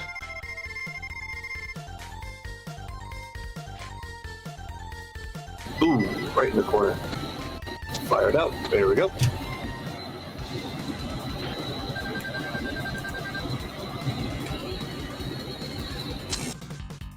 Very nice. Part 2.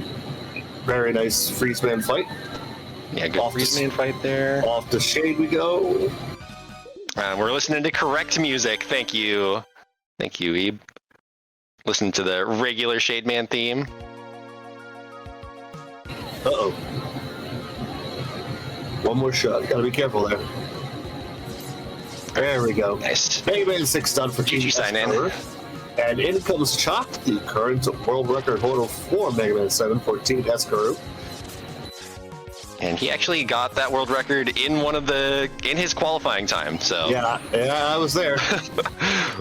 What a god gamer. We'll see if he's able to pull some of the rush shenanigans out again here and bring it back in. And make up a ton of time for Team Escaru.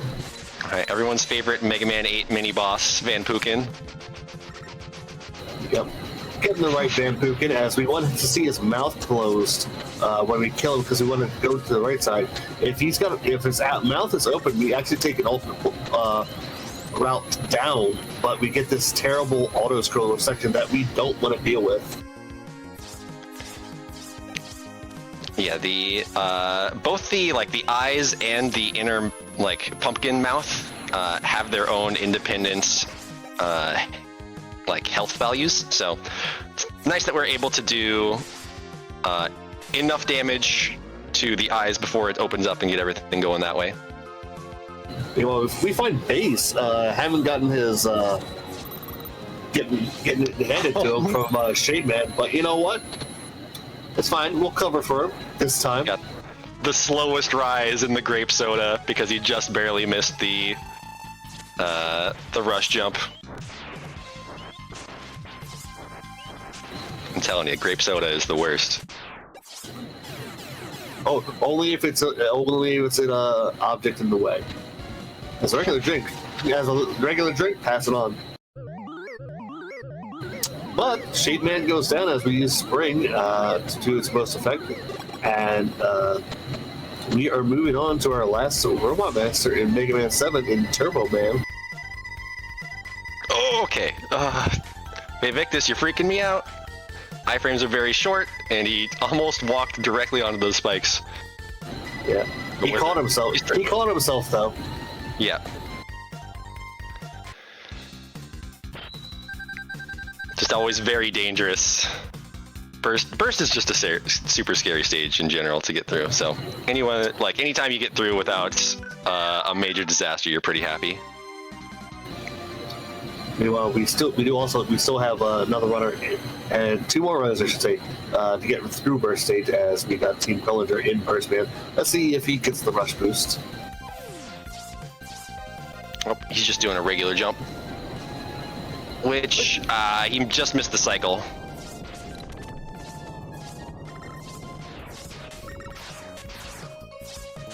Careful, okay.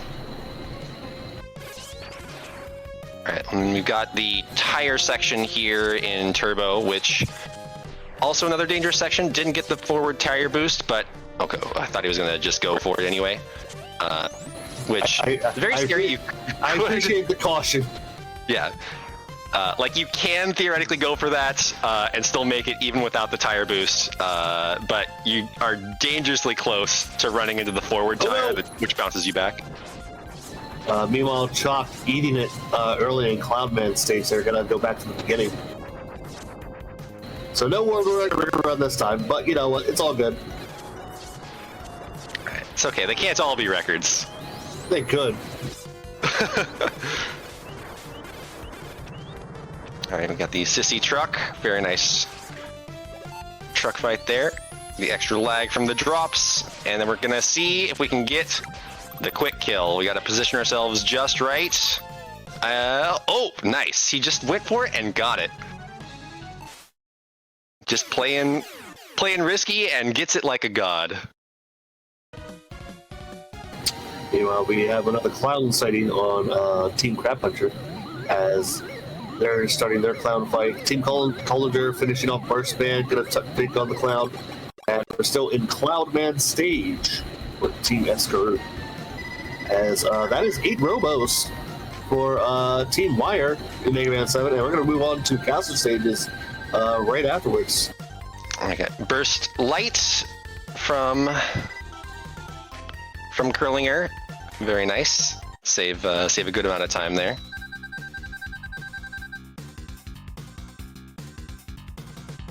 Coming into the last screen of Cloud. Let's hope that the fan enemies here are nice. We want to see 3 sucks. That's a blow. That's a suck. That's a good one, and then another blow. Well, like the middle one, in my opinion, is the most important one because it's hardest to react to. The third one and the first one you can kind of deal with just with damage boosts. Yeah, because pits are weird. Pits are terrible. Yeah. Meanwhile, over on Team Wire's screen, Base actually fooled us and is actually working with Dr. Wily as they destroyed the lab.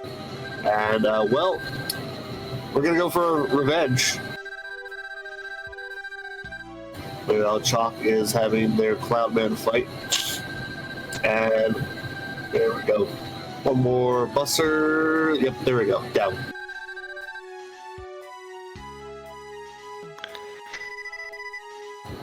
Nice job there. Just taking the first ladder there, as we're going to take on the T-Rex next. And one cloud is dead for Team Curlinger. Good. Yep. And then we got another Shade Man fight coming up, but Wily 1 is it's my favorite stage. It's certainly one of my favorite Wily tracks. Yeah, this theme is great. The stage itself is really fun to do. Both boss fights are really cool. We're coming into the fan screen here. We want to see 3 sucks again. Nice snipe with the junk shield. Not easy to do. Alright, got the early swap to Jet to just get through. There we go. Nice boost there. And then we got this last screen. Okay, he's gonna do the early rush summon, which no shame in. Get through the screen. This screen can be very dangerous. I mean, if you're a fan of Team Wire, you're very happy with where your team is at this point. Yeah, I'm pretty happy with how everything's going. Yeah, I bet you are. Alright, and then we've got the base fight, the real base fight. This fight is really cool. There's a lot of weapons that deal 2 damage to him, but it's just really convenient to use Noise Crush. You can have 2 of them on screen at a time.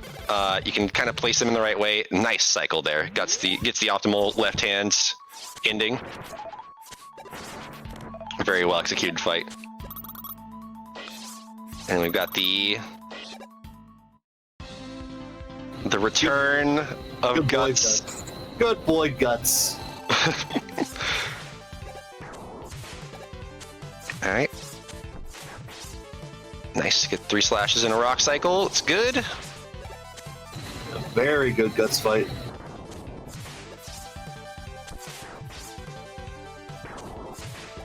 Alright. Very cooperative. Excellently Guts done. there. Excellently done. Very well. We got some ketchup doing some weird things over on guy next door's side.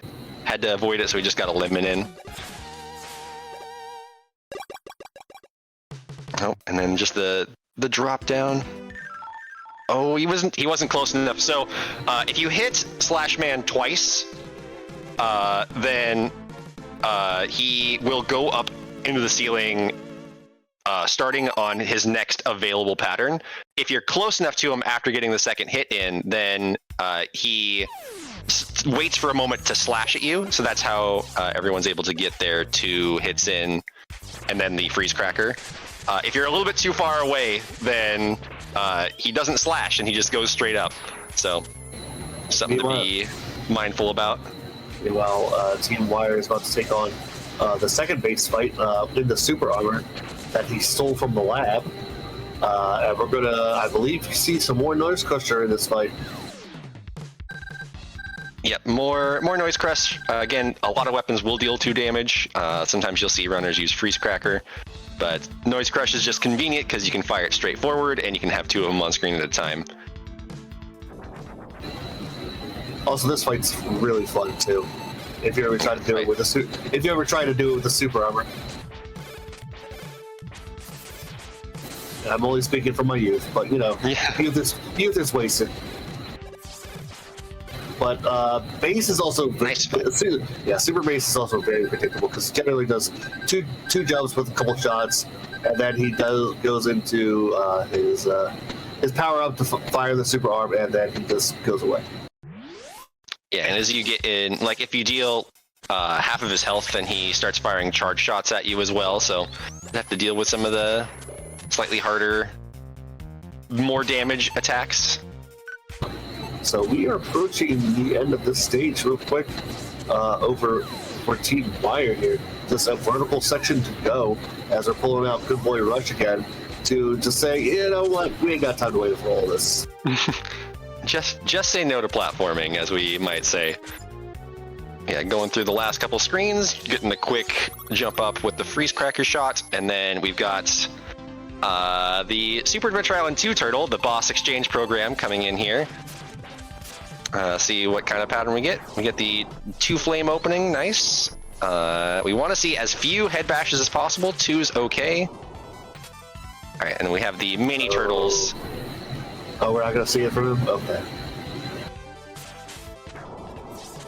Okay. Yep, there we go. Big damage. Nice. So you can use Danger Wrap on the turtles and have them collide with Big Mama there, and it does a lot of damage to Mama. And just like that, the turtle boss is dead. Yeah, almost got a really scary pattern. Really nice Van Pookin there from Vevictus. That was sick. Yeah, if the last pattern would have only given 1 flame breath, then that could have gone into another mini turtle pattern. So pretty nice to get the double at the end.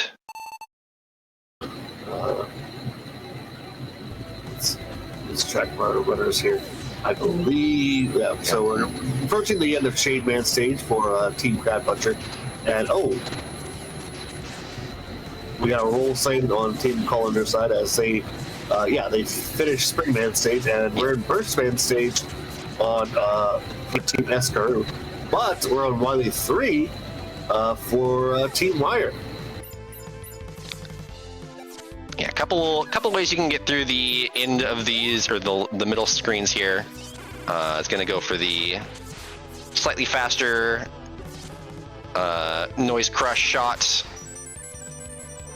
Have to do another swap back to Rush Jet, but you get a little bit faster, like Rush Coil section, combined with the little faster shots on the spring section, so ends up being a little bit quicker. Also say no to Diokus. Yeah, just say no. And we got our last grape soda screen here from Chalkman. See how it ends up. All right, very nice ending. So we get to see some more Noise Crusher for this guy here, because essentially you're jumping on missiles, and we won't be seeing that trick again later in the marathon. I swear. just to do damage to a boss, won't be seeing that. But you know what?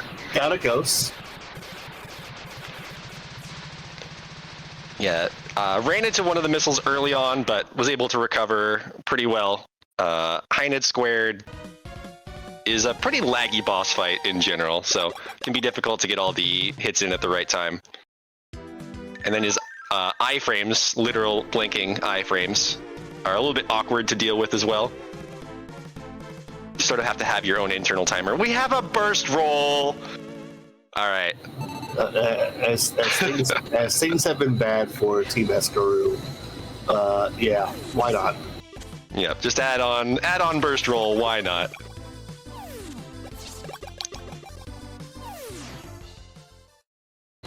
But we are in refights.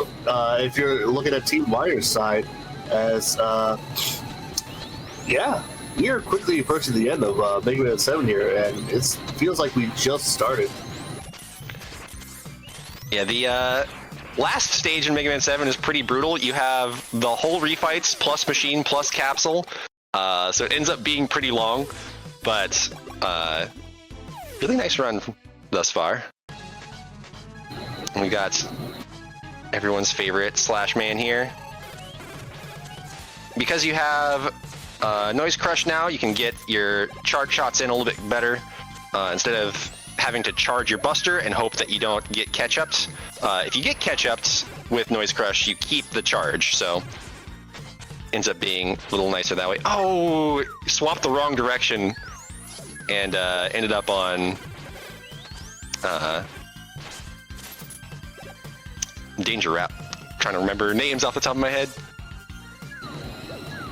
Yep, I get lost in quick swapping as well. Just trying to find the one I need. Yeah. Meanwhile, Seven Robos is done for Crab Puncher, while Curlinger is on their last Robot Master stage. As we are at the clown fight for Team S, and down it goes, so he'll have his latter half of Robot Masters to go through. Yeah, the slightly more annoying Cloudman pattern where it pulls you in. It's like, well, I guess I'm just going to take 3 hits from him now. And our tire section from guy next door. Nice, gets through.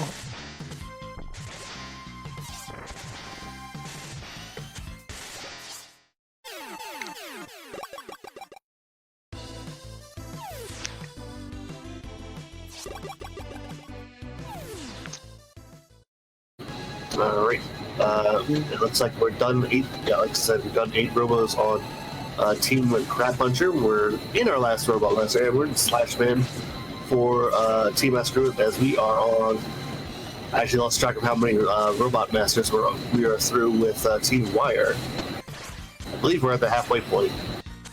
Yeah, I believe that Springman is the halfway for the refights.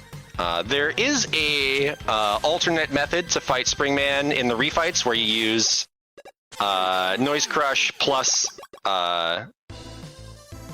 Freeze Cracker. Like, you use it like a ton of different weapons to deal a little bit extra damage. Instead of going through the invulnerability phases, it is slightly faster than just doing the standard /claw method. Not a bad judgment call if you're not fully comfortable getting it in, but can be a little bit quicker to do it that way. And now to unfortunately do the Turbo Man fight as intended. But we're done with that, as we got 2 more Robot Masters to go on Team Wire's side. Alright, and we're going to see some intentional damage boosts from Shade Man coming up, the next robot. Because we're going to set up for the good boy skip. See if we get a good boy.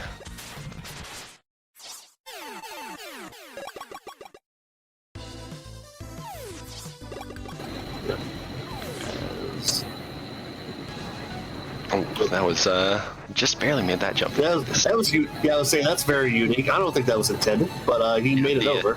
The slide on rush, you don't necessarily need it, and it puts him down a little bit quicker.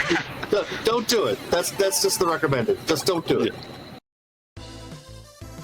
Yeah, he made it through. Oh, missed the jump there.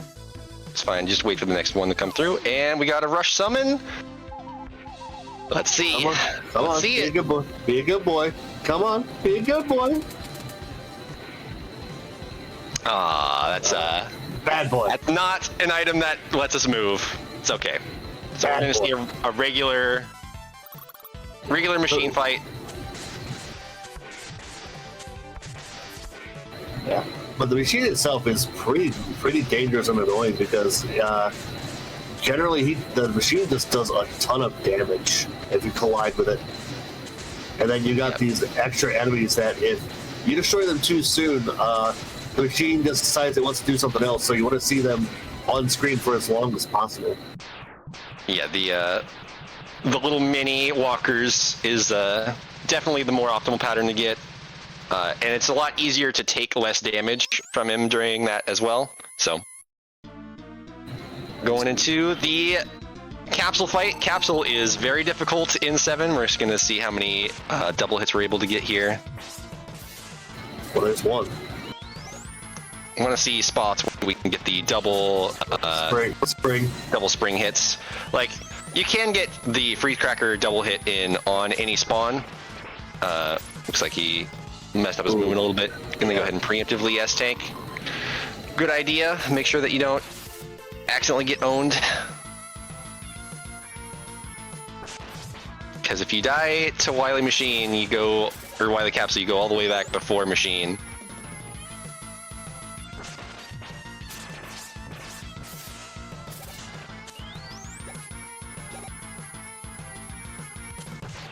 Not getting a lot of good luck on spawns for the double hits here. No, a lot of the high. The casino's winning this time. Meanwhile, we got a guts taken down for Team Crab Puncher. Nice. 3 more hits? 2 more hits? 2 more hits. Should be right. Yep. Yeah. And that is a 7 for Team Wire. Team Villager taking on their base. We got Megaman 8 starting now, and we got a Springman done, and we got to do another intro stage, as we'll see here, and I believe we are swapping out again. Yeah, I'll be hopping out for Megaman 8, letting Tempest come back in. Yeah, fun to talk about 7. 7's an awesome game. 8 is also an awesome game, and I hope you all enjoy. Thank you very much, Papat, and it's good to be back here. Welcome one and all to the Mega Man 8 section of the relay. And I tell you all, this is a game that means quite a lot to me, so it's always nice to be able to provide commentary for this very entry. Let me tell you, this is the first...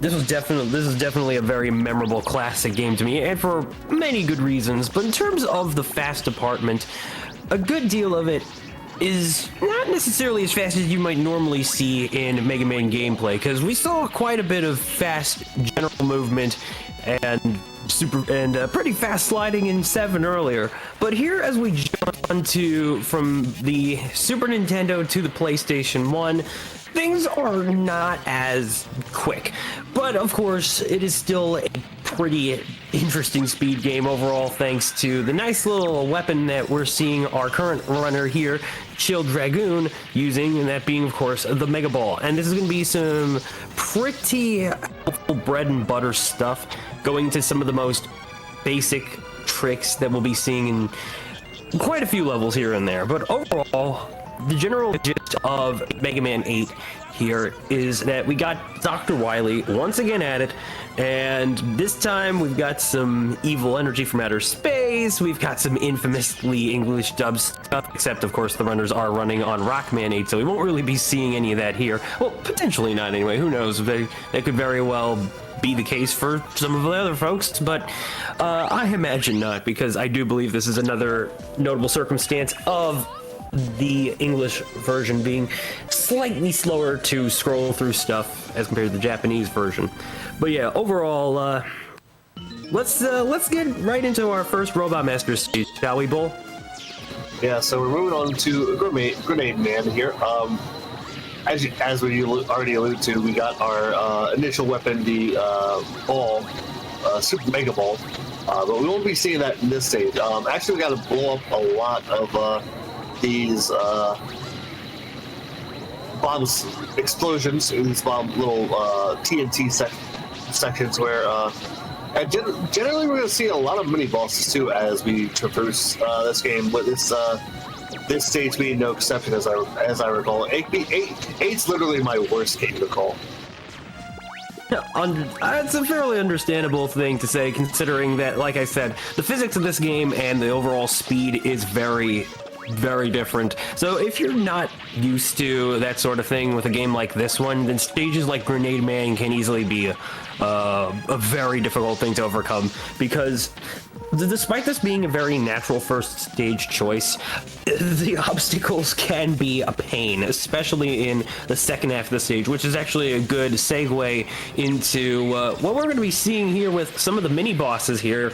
So in Robot Master stages, we do have 2 segments at the very least with each of them, and so how that sort of plays out is some of them will have mini bosses, just like this little eye fella right here, which is causing all sorts of junk shenanigans. But I swear, I could have sworn the name of this stage was Grenade Man, not Junk Man. We just played Mega Man 7, folks. Come on.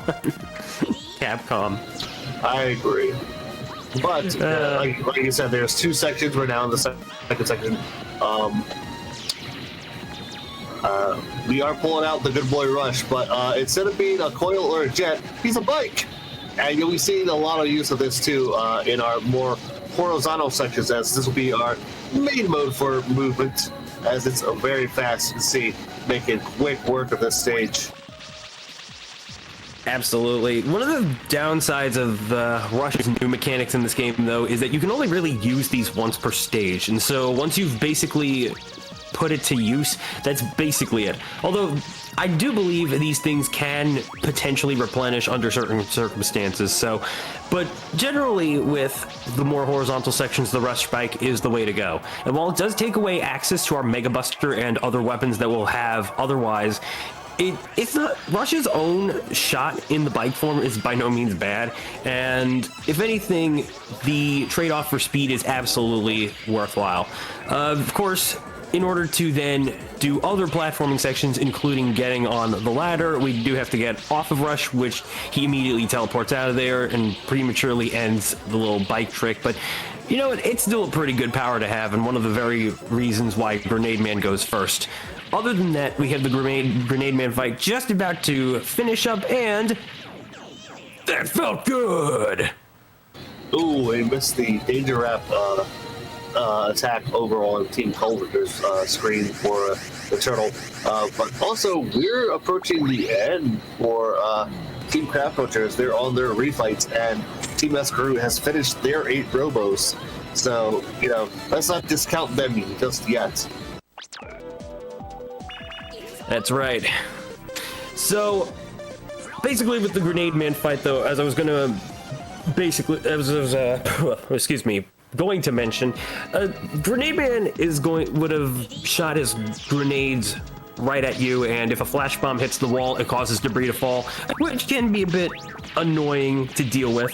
But otherwise, he's a bit of a jumping fella, and his weakness, well, we'll talk about that when we get into the refights. Now we gotta at least discuss Frostman and what's going on here. This giant behemoth, which I used to always confuse for Battle Network's version of Gutsman, has a bit of a dire situation in his stage where we got the infamous, or in some cases famous, jump, jump, slide, slide. And in these sections, Mega Man's going to be riding a rocket-propelled snowboard, while also getting these little warning signs, these electronic warning floating signs to let you know of when you need to either jump or slide to clear an upcoming obstacle. Otherwise, you can basically kiss one of your lives goodbye. It's a bit daunting, especially if you do not have all that good reaction speed. And also something to consider is that runners will be trying to get those blue bolts that you might have been seeing a little bit of, especially with some of the last couple of stages here over in Dragoons. And so those are basically what contributes to this game's parts system. And where Mega Man 7 had the bolt pickups that you could get throughout the stages and by beating enemies, here you only have a total of 40 blue bolts, and you can only get so many power-ups, which we will eventually go shopping to have some power-ups to help us out here. But otherwise, we don't have to get all of them because this is not the 40 bolts category. Ooh, looks like a bit of a unfortunate death on G&D's end here back in Team Curlinger's side of things. But yeah, meanwhile, looks like we're now moving on to the second portion of Frostman's stage, which we'll be seeing more board action in just a bit, but for now we gotta call our boy Rush back to bring on the bike. And yeah, we got some ice block launchers, I wish I had a much more proper name for these folks, these machines, but they just chunk ice blocks. That's all they're really doing. Just call them what they are. They're whale carriers. Oh well, the whale carriers are dropping the ice blocks. The machines that push them surely aren't the whale robots, but we'll be giving our proper shout outs to the whales one game after this one for sure. In the meantime, we're looking at another elevator section where more bats are coming down and stuff. You might recognize this bat enemy, by the way. We've certainly seen some of these fellas back in the previous game, Megaman 7, but I'm sure some keen-eyed players might also remember that one of these bats also appears in Mega Man X1 in Armored Armadillo stage, which is always nice, and that fella also likes to give you some common drops for otherwise rare items, so that's always nice to look back to. But yeah, we're now reaching the end of the second snowboarding section. Dragoon got that perfectly. It can be especially scary to see some of the things like the closing spike walls trying to crush you and pierce you. But then, yeah, just once you get through the snow, you're basically in the home clear. And now we're moving on to Frostman's fight. So Mega Man 8 is another example of how the weaknesses can cause the bosses to not even be that much of a threat at all. And as we're going to see here, enough frost bombs can eventually push Frostman into a little "that hurt" section, just like that one.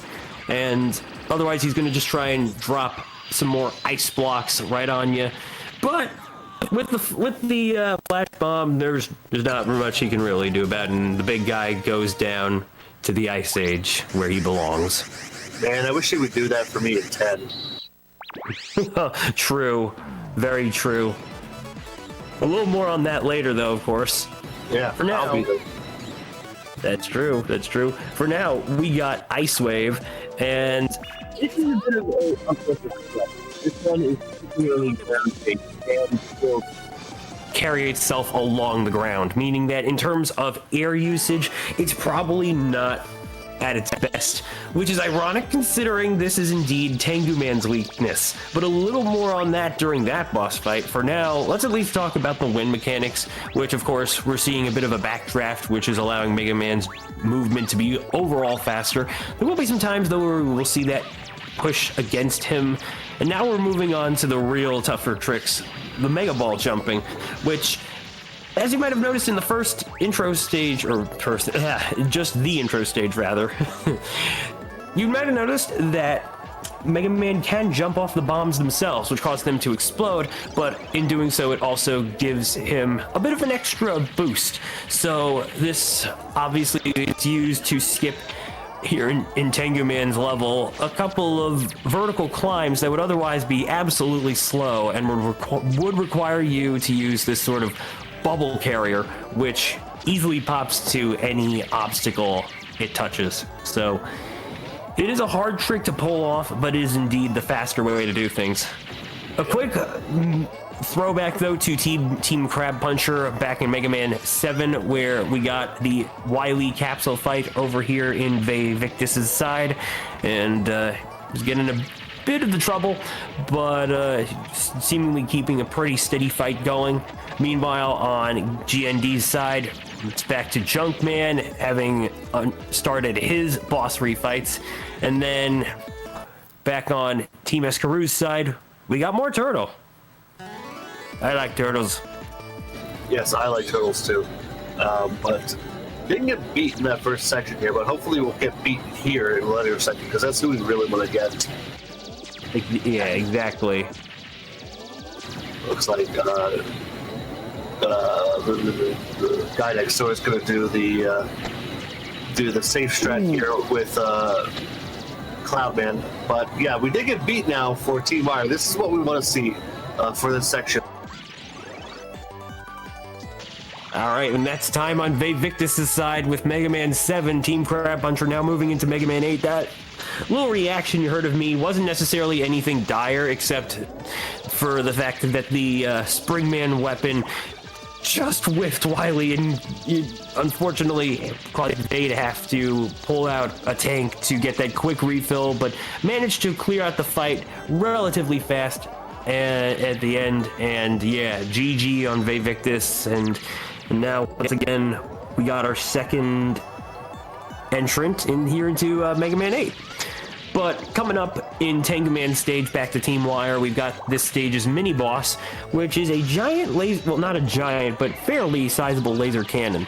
And this is where we need Beat, because as you can see right here, it's dealing a massive amount of continuous damage, because apparently Beat's own hitbox will continue to deal damage to enemies inside it, and well, that's just why we want the fella. He's a very useful bird in this level, and it shows.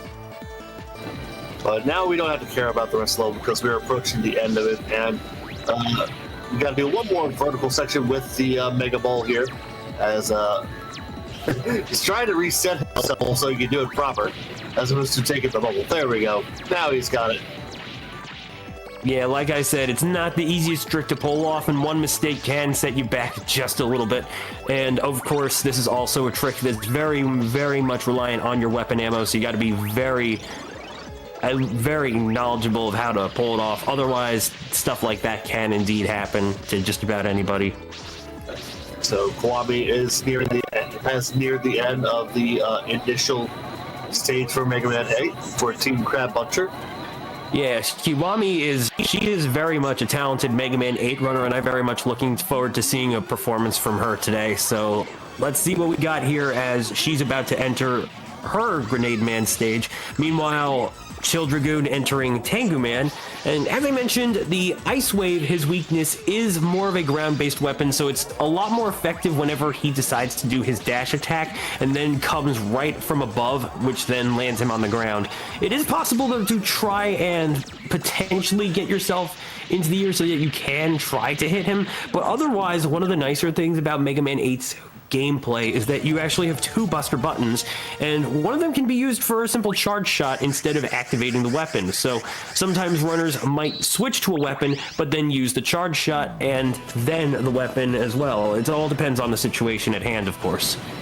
Meanwhile, so far as I just will make this note real quick, we had 3 one-cycle Yellow Devils for Mega Man 3, but Mega Man 7 has given us 0 good boys. Let's hope we can see at least one more once we get to that point, but that'll definitely require a bit of chance here, that's for sure. Well, with Choc being the last one there, hopefully he gets it. Yeah, Chalkman definitely trying to deal the business to Slashman and send the prehistoric punk back to the Ice Age. I already used that joke, dang it. You can use it again. No one's keeping track. I know, but I'm the one that keeps track of my own stuff. Well, okay, sometimes. Yeah, but don't mention it. If you're keeping track, just don't mention it. That's fair. Totally fair. Anyway, let's just stop clowning about and go on to the circus here with Clown Man's level over in Team Wire. So, I see what you did there. Yeah. No, seriously though, this level is quite the fun house indeed, and by that I mean we got all sorts of tricks and toys and all that other stuff, but really what we want to be talking about right now is CC Roll, the mid-boss here. It's a gigantic double lion-like faced robot coin thing. Not really sure why this thing belongs in a circus anyway. I mean, I understand the whole lion motif, but yeah, I don't know what this purpose is that this robot's supposed to do, aside from maybe just kill Mega Man, for all we know. Anyway, it's gonna bounce around, try to spawn these little toy minion soldiers, which try to give you the grabbies, and when they do, they will hold you down. So that's something that all of our Mega Man 8 players are going to want to avoid. Otherwise, once CC Roll is down, we get our next rush power-up. So anytime we see a mini-boss in the Robot Master stages, that's a new rush power-up at the end. And we will be seeing at least a couple more, so stay tuned for those. Not really too much to write home about with some of them per se, but one that is particularly useful will be the Rush Medevac, which allows him to drop off some health pickups and some weapon refills. And what's especially nice about that is I think sometimes he gives a Yashichi or Yashiki or whatever it's called. Actually, that could be just the item drop. I might be getting my rush powers mixed up. Oh well. But yeah, what exactly we got going on over here with section 2 of Clownman Bull? All right, so what we're going to see here is we're going to see Mega Ball once again, and we're trying to avoid the cycle here with the bells on the ground, because if you're landing on X, that could potentially be death. But we got to land on the right box as the bell's being hit, so that we can advance vertically. But you can also use the Mega Ball, because we got that great weapon at the beginning that just uses a platform to ignore all of it. Meanwhile, Team Curlinger is finished Mega Man 7, and I actually got my runners mixed up. Team Crab Puncher has it's Trissa, and it's Curlinger that has Kiwami. Meanwhile, I do want to... Oh, wait a second. I think... Oh, shoot. Did I get 2 runners mixed up again?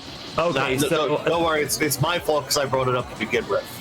So no worries. So, yeah, it looks like now we actually have Kiwami starting up her portion of Mega Man 8 over in Team Curlinger. Yeah. Zero good boys. Rush has been a bad boy. He gets to stay outside.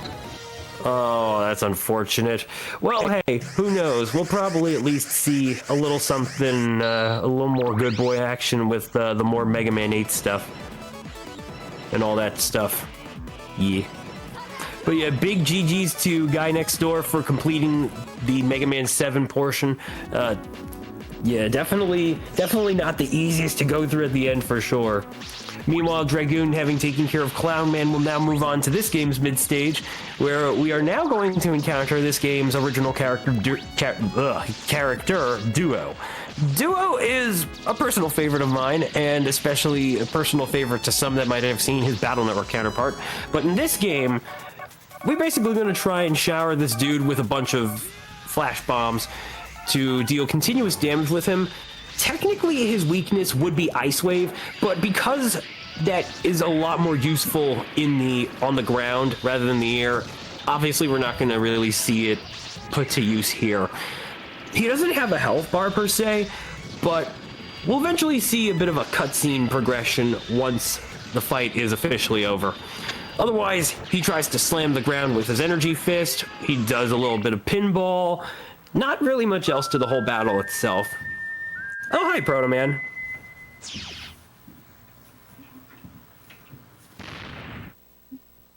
Oh, no. Oh, wait, what? We had a death for Team Escaros, who's got to do the refights all over again. Ooh, that's unfortunate for Chalkman right there.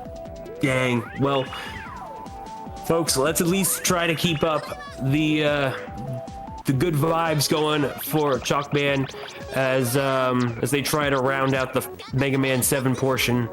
And yeah, we gotta keep the good vibes going. We gotta keep up the good luck. Keep the positivity. Fight the power. Fight the power. Row, fight the power. Exactly, though. I see what you mean.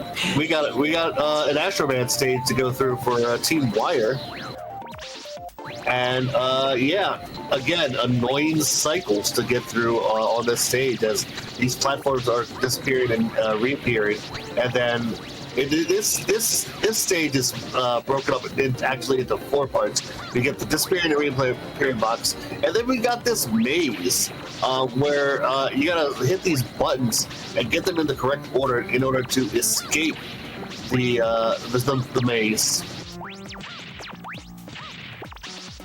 Yeah, it's basically all made trivial thanks to our good friend the Mega Ball here. Not really much to write home about otherwise, but I can still remember having to do those maze sections properly back when I would play this game casually so much.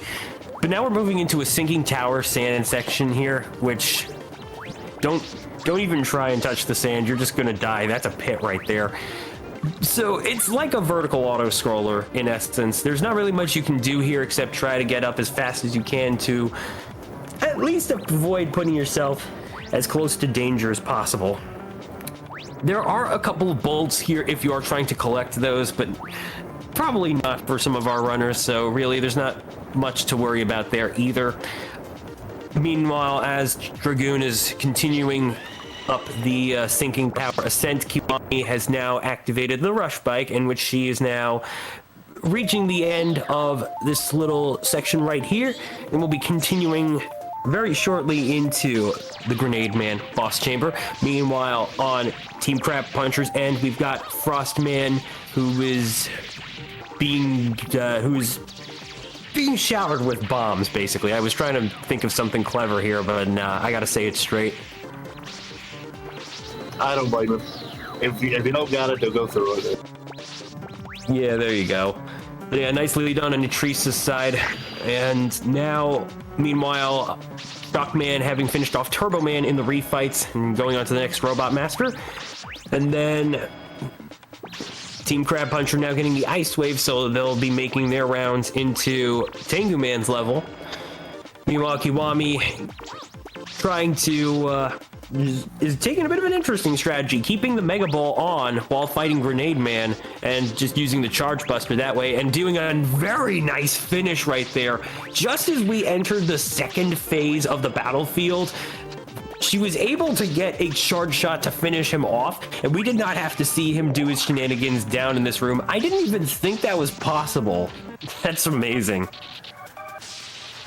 Yeah, really nice moment on Kiwami's end. Fantastic job. I do believe it's also possible to beat that fight, though, while the floor of the first floor is intact, but it's not easy to do, as one would probably imagine.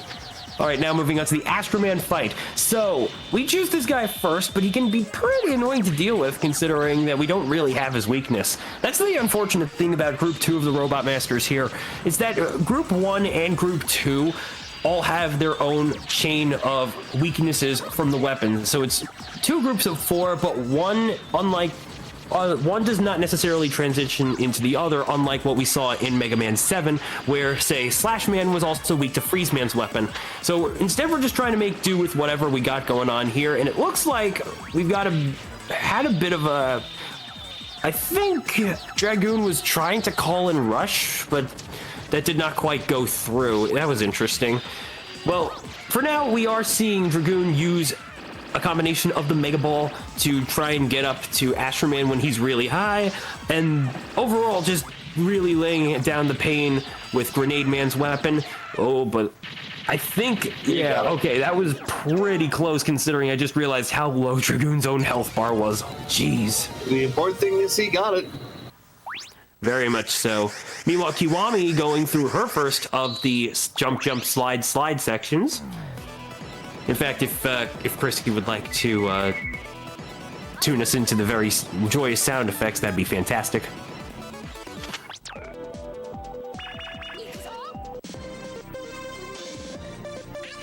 But we are moving on to Aquaman's stage on Team Meyer's side. Meanwhile, we're in Tengu's on Crab Punchers, and we are taking another shot at the capsule for Team Escargot. And Mega Man 8 gives us another interesting mechanic we don't see in other Mega Man games, where Mega actually swims. You know, we like to see this in other Mega Man games, but you know what? This is a very unique aspect for Mega Man 8. Rush Marine, who needs it? Just have Mega Man swim. As we are fighting the current to get through this Aquaman section. And yeah, it's kind of funny to see how this is practically the only game where Mega Man here actually swims, but it's not bad. If anything, I kind of like it this way. I mean, sure, it can be take a little getting used to per se, but once you got it down, you basically got the idea, and that's all there really is to it. But I will admit, water physics on its own, like how the games traditionally do it, I can understand why people might prefer that. I mean, jump high, go high, good stuff. What's not good though? I'm just asking for consistency. Yeah, consistency. I will agree on consistency there, but I'll tell you what's not consistent. This mini boss right here, which is now going all the way down over on Dragoon's side. This fella right here just tries to go up, down, hides in the waterfall, tries to come at you with all sorts of attacks to make your life absolutely miserable. The nice thing about the battlefield is that you do not run out of fighting space, though. The only time you really end up reaching the bottom is when the boss fight ends. So at the very least, the runners do have that going for them. But otherwise, trying to shower with the flash bomb is easily the best way to take care of it, as it's the best way to get all those hits on it and just try to whittle that HP down eventually to 0. Otherwise, here in section 2, we've got a bit of a descending fall, where we've also got these bomb platforms returning from Grenade Man's level, and that was pretty fast, nicely done on Dragoon's side.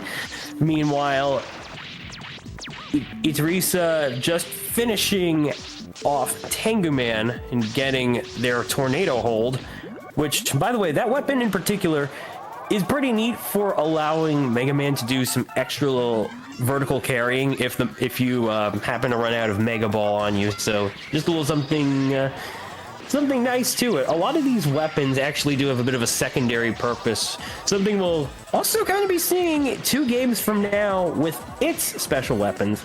But yeah, anything that you see in this game that might seem a bit confusing is probably just an easy solution away from using a weapon in a certain method that you probably didn't know was very much a thing. Otherwise, that was the Aquaman fight. Not really much to write home about, as using the Astro Crash, the obligatory screen-filling weapon, is enough to put this pump. I should have said clog this pump. Oh well. It's fine. It's fine. I have to deal with that later. Damn. Unfortunate. Unfortunate, but just to take note, we have Jacob Does a Thing now for Iskaru. They're in the Grenade Man stage, and we got a clown on Crab Puncher, and we got Frostman for Team Curlinger. As we enter Swordman stage for Team Wire. Meanwhile, Chalkman finally finishing up the Mega Man 7 section GG, and now Team Escar. There you go. Right. I've been saying it right this whole time, but yeah, now we have you lost the thing. So you lost it there for a bit. Yeah. But now we got Jacob Does a Thing entering his Mega Man 8 section, and with that, we got Grenade Man going on right here, right now. So let's see how he manages to handle all of this hectic platforming. Ooh, trying to have to wait things out a little bit. Yeah, those pit jumpers right there, not sure the official name of the enemy, but they can be a huge pain. But I'd say standing right next to a Sniper Joe is also very concerning. So yeah. Meanwhile, Kiwami having completed her Mega Ball jump right there, nicely done. And then over on Team Crab Puncher's end, we got Clown Man. But back to Team Wire, having entered Swordman's Temple. So this is I'd say this is probably one of the most intuitive stages of the entire game, where, as you can see, we got 4 different chambers, and each of them are all based around the first 4 weapons that you get from those Robot Masters. So you're basically encouraged to use each of them to the best of their ability in ways that you probably didn't think was possible. For instance, those little fire generator tiki machines can be temporarily frozen thanks to Ice Wave. We have this little flash bomb puzzle where lighting up the room will allow us to see what symbols we want to use to press whatever buttons in whichever order to then effectively activate the switch.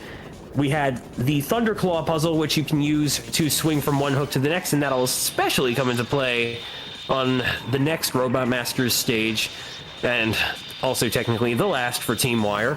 And then in the case of Tornado Hole, you just use that to push these little floating pieces up into whatever socket those things are.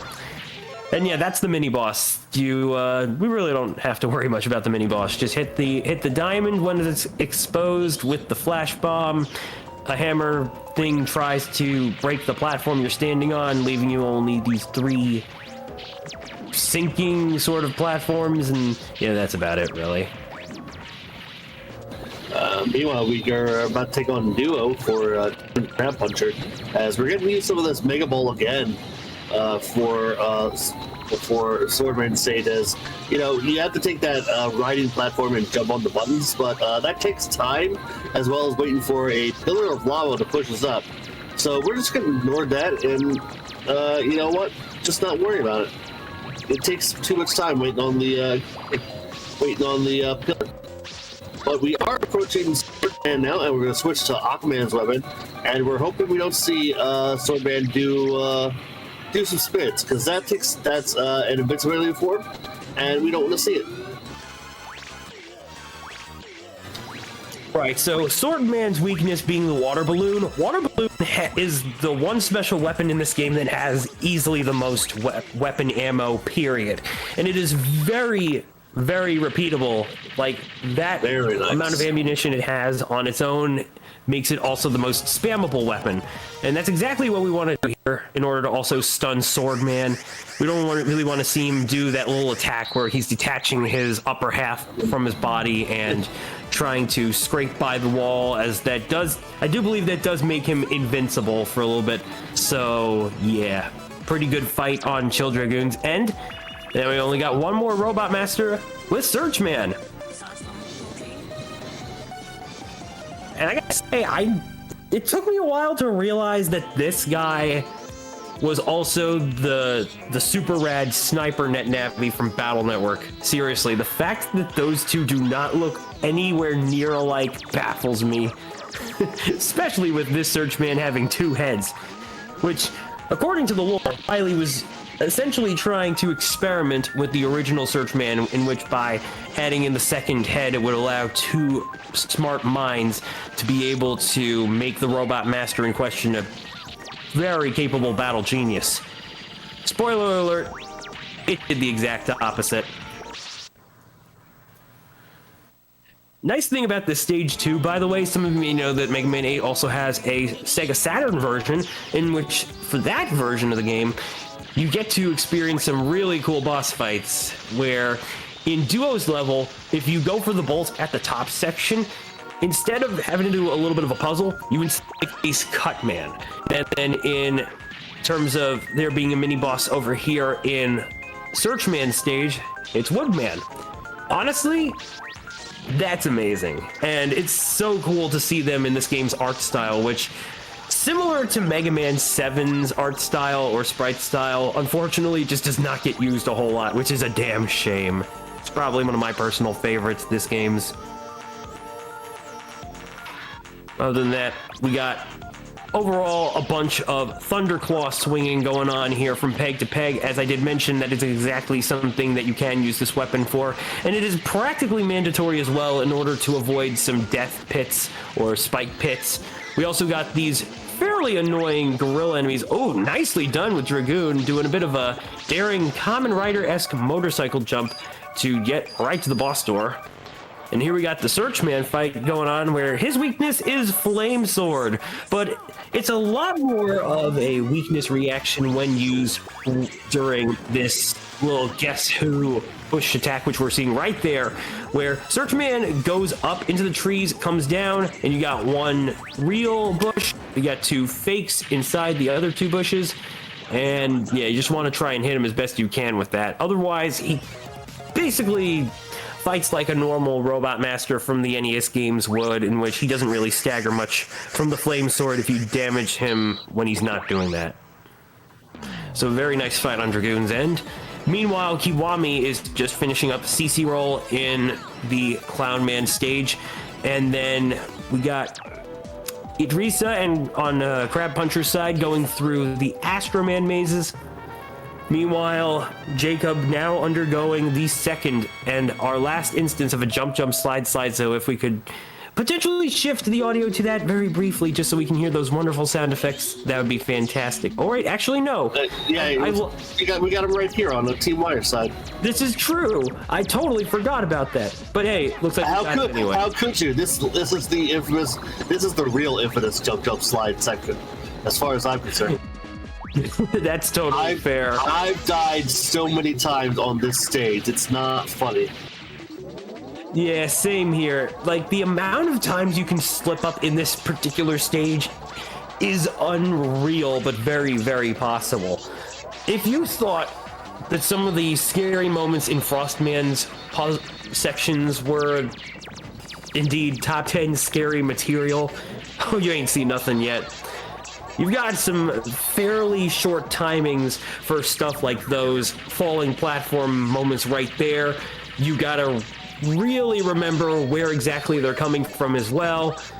And not really much else to explain. It's just a simple case of jump, slide, and don't die.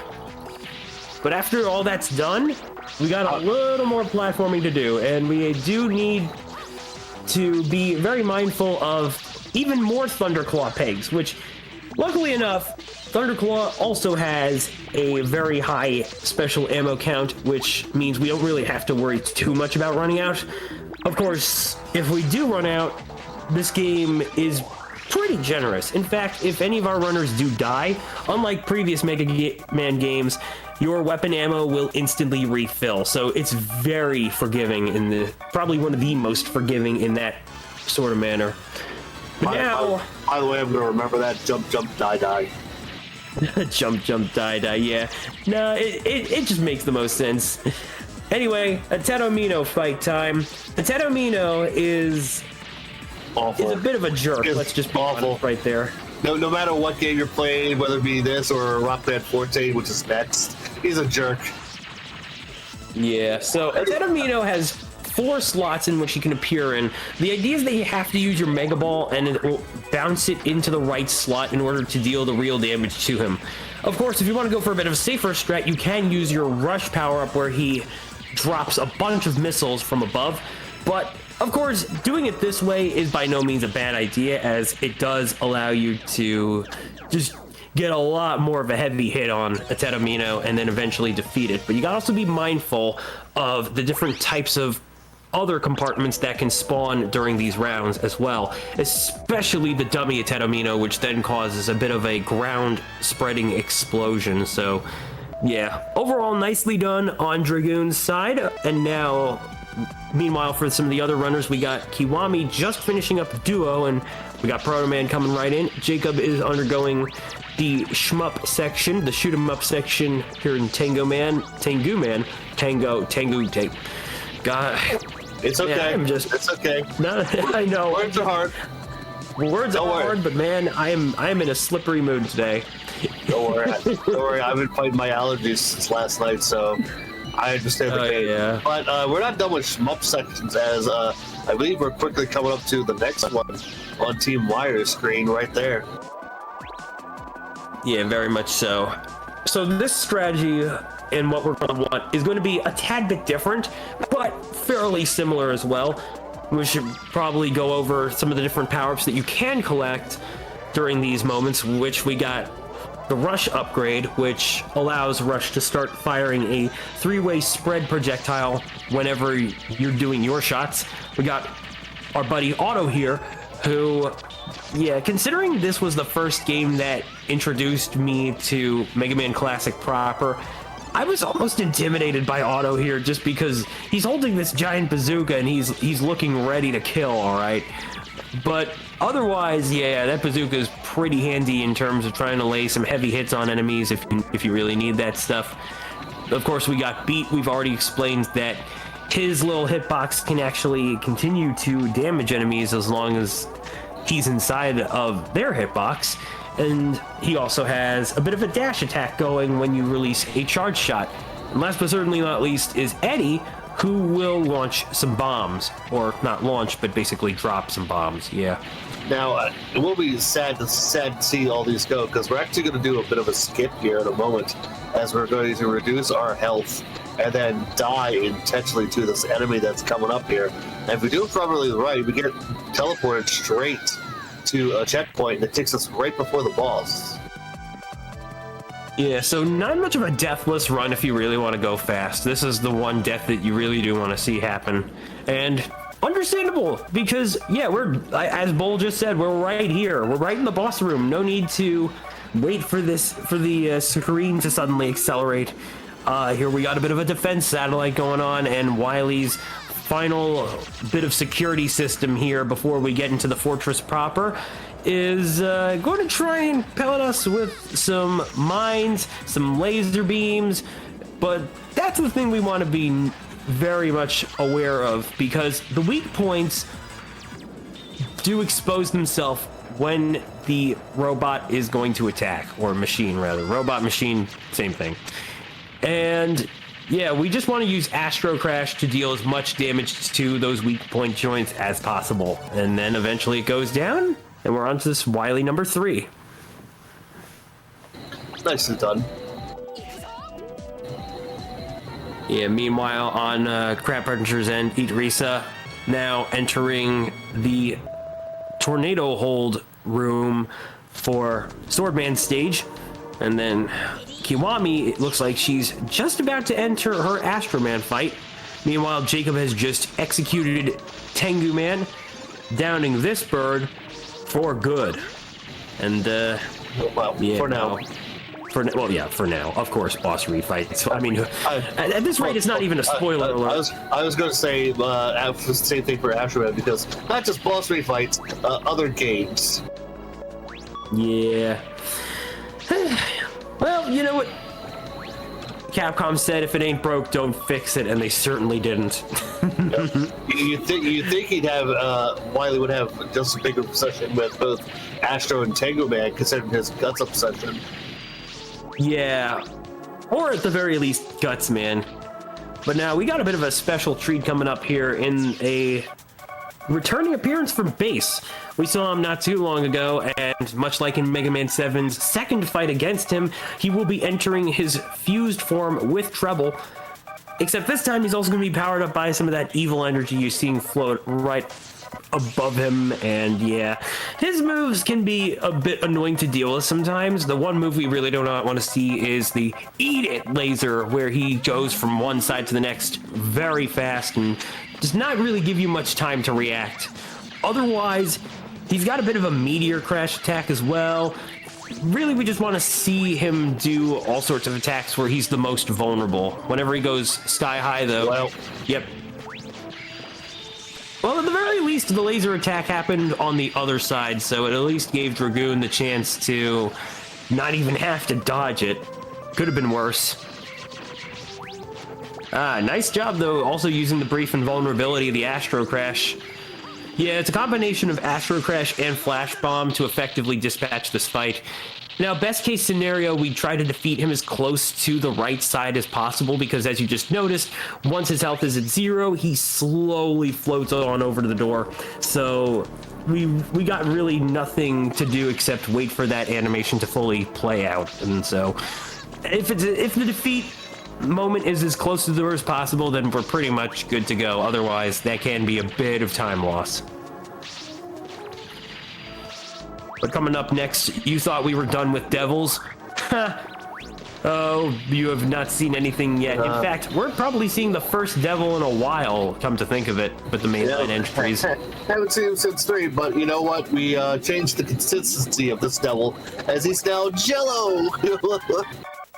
I love me some Jello, but at the same time, I think I prefer red. Green's my favorite color and all, but this guy just looks very dirty, and I do not know how to feel about it. Very unappetizing. Well, all we can say for sure is that the layer of Jello is going to protect the weak point of the eye, like so, and so the best way to expose it is using the Flash Bomb in order to deal continuous damage to that front layer, in which we will then try to use the weakness, the Thunder Claw, to just get that health as close to the bottom as fast as possible. Otherwise, the Green Devil here will use one of quite a few attacks, some of which can be pretty annoying, especially if you're at low health, but otherwise, just take care of that eye as best as you can, and the fight's over just like that. Nicely done, Dragoon. Bit of a joke, really. Yeah, a bit of a joke, but he also has his rude moments, we'll put it that way. He sure does. All right, well, Hey, Wily like 4 time. Time for refights again. And much like 7, it's pretty much refights and then machine right afterwards.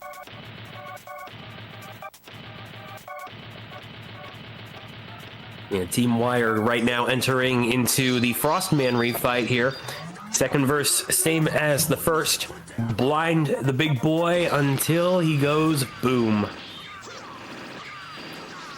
So while we're seeing that play out, let's at least take a moment to update on our other teams. With Jacob and Escaroo having just defeated Clownman and getting the Thunderclaw, which means now he will be moving on to duos mid-stage. Meanwhile, Kiwami, having just defeated Aquaman, will now be heading on over to Swordman stage. And then on Crab Puncher side is, once again, Searchman. And as we get welcomed to the jungle... Wait, no, we're inside the base. Never mind. I'll save that for when we actually get welcomed to the jungle. But for now, yeah, we got, once again, Tengu Man. And gotta be very mindful of the best opportunity to damage him with the Ice Wave, especially with the dash attack. Hopefully he does that as many times as possible. Otherwise, he's going to be wasting quite a bit of time. It is possible to try and drop an Ice Wave on him as he does the initial lunge at you. Of course, it won't stun him in place, but it does, like, a nice bit of extra damage to him that then allows for even more damage after that. So, you know, just a possible technique to consider. Now we're moving on to, I do believe, yep, this is Cloudman. He's back and freakier than ever. Nah, I'm just kidding. It's the same fight again. Who would have thought that they'd give this bozo an extra bag of tricks? Now, that'd be a real nightmare. But yeah, again, just really not much different going on here. But shout out to the infamous defeat line, as I'll recite right here. See you in my dreams. Preferably not. Yeah, no, absolutely not. All right, back to Grenade Man. So now that we have his weakness, Thunderclaw, it actually works a bit differently than what you would expect. Sure, it does enough damage to him when we hit him with it on its own, but also one thing we want to do with it is if he shoots a flash bomb at us, we can use the Thunderclaw to push it back right at Grenade Man, which is where even more damage comes into play. I also especially love that he just says, "Oh, yeah," in the English dub whenever you manage to pull that one off. Yeah. That's not good. That's not good. All right, back to Aquaman. Gotta flush him out with some more Astro Man. Meanwhile, Kiwami clearing up the temple, well, about to clear up the temple mini boss. Oh, and looks like we got more jump, slide. Restream, if we could please.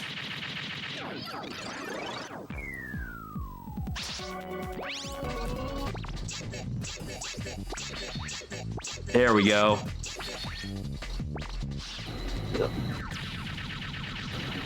For your viewing entertainment, the sounds of Dr. Wily's Fortress.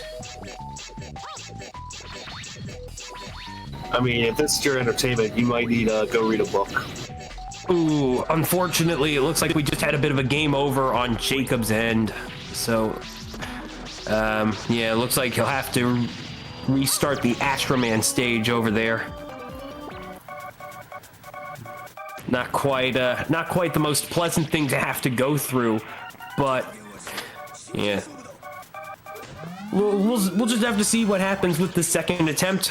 For now, we're jumping right back to Swordman. In fact, we got dual swordsmen happening as Kiwami is also having her first fight against the ancient Titan, which Dr. Wily just so happened to find in a temple and suddenly repurposed, and then here we are with Swordman. He's got a very, how do I put it, unique creative process, if I do say so myself. It's interesting because I hear Swordman, and sadly the only thing I keep going back to is Yu-Gi-Oh! With Flame Swordsman. Oh, and also get your Itaios in chat, please. Oh yeah, here we go. So now that we have Astroman's weakness,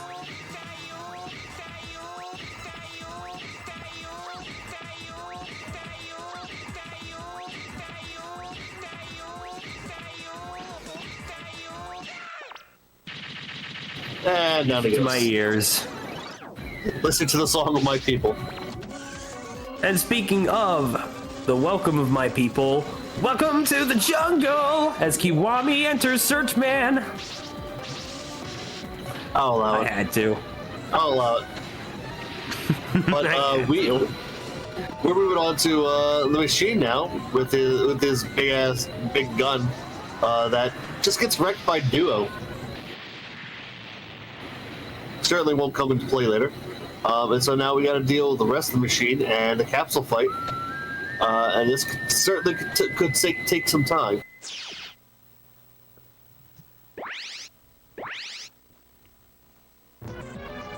Well, at least we won't have to worry about the giant cannon anymore. Not in this game. Seriously, just imagine what would happen. Just imagine how different this fight would have been if we had to contend with that. That would have been something else, I imagine. But yeah, no, Wily 1 is a pretty simple enough phase where we got to try and avoid the attacks as best as possible while also using the Flame Sword to deal continuous damage, especially with the mouth cannon attack, as hitting that will allow it to cancel out. And yeah, as we now move on to phase 2, here's my favorite intro theme to a boss. Talking about the laugh, right? I just love the tone it sets. Just so sci-fi freaky. I love it. I love it. Yeah, but the capsule pattern is actually very simple. He'll either do his circular shots, which are easily avoidable. He'll either fire shots into the air, which you can easily avoid, or he'll send out those quad shots, which you can have go in their own directions, which you can bait into and just avoid them. It's a very easy capsule fight, but we got to use Grenade Man's weapon. And you know, if you can only get him at a certain height, but fortunately, it's not too terrible. Right. And very soon we will be approaching time on Dragoon's end, so we are very close to the end of Mega Man 8 here. So in the meantime, we got right now Irse on Crab Puncher, having just pulled off the little death skip to now go straight to the boss room of Wily 2. Meanwhile, Jacob undergoing the Astroman fight, and actually looking at really low health, so let's hope he can pull this one off. Nicely done. That was very clutch. Missed a couple of shots with those grenades, but I think, yep, there we go, done. All right, GG. Nicely done on Chill Dragoon's side as we now pass it off to the wonderful Time Link with Rockman and Forte. And with as that intro's... Yeah, it's time for that game. Yep. It's also time for me to exit here, as this will be the last of my commentary, as I got to get ready for my own run in a bit here in a couple games. But I'm passing on. But I'm putting it off into good hands with Yanozuke. He's gonna help us out with commentary for Rockman, Forte, and 9. So take it away, my friend. Hello, Tempest. Hello, Siberian. Good luck on your upcoming race, and thank you for all the commentary. So this is Rockman Forte. Yeah, go ahead. No, you can go ahead. I was just saying good luck to the dude. That's all. Oh, okay.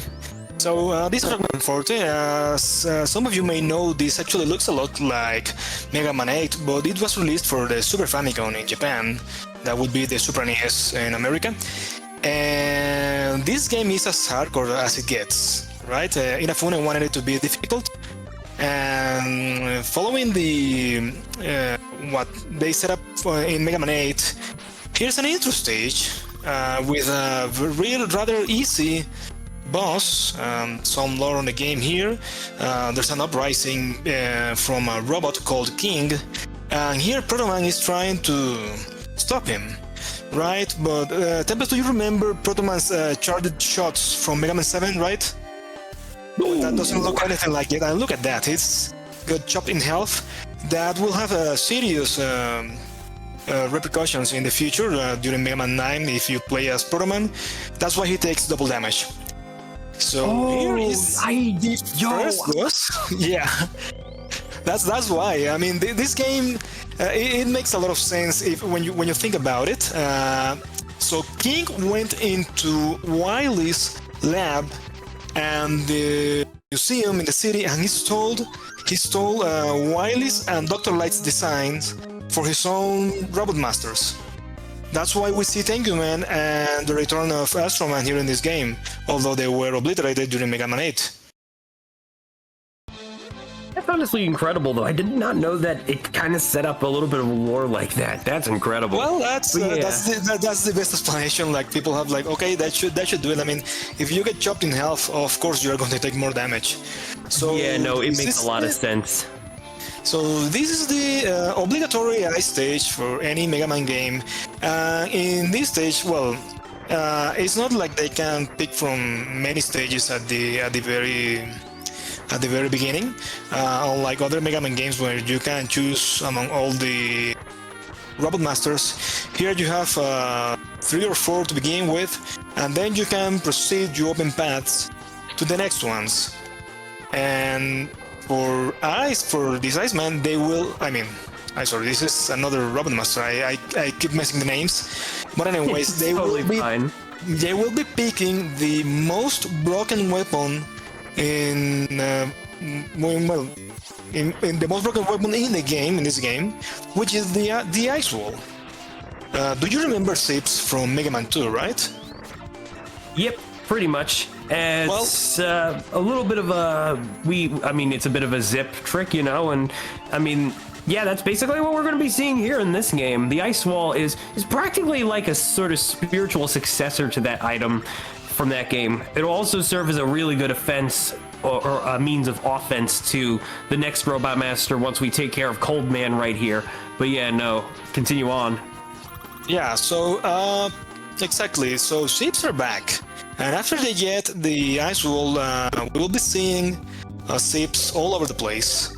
Well, the ice wall and another weapon they will be needing, which is the thunder. Those in combination, they will be doing a lot of ships, especially in the later stages. So Coleman, I got the name right. It's a rather straight fight, so you just have to make sure those little cloud guys don't get close to you, or Mega Man will be in serious trouble with the movement. Beyond that, so it's quick work of Coleman.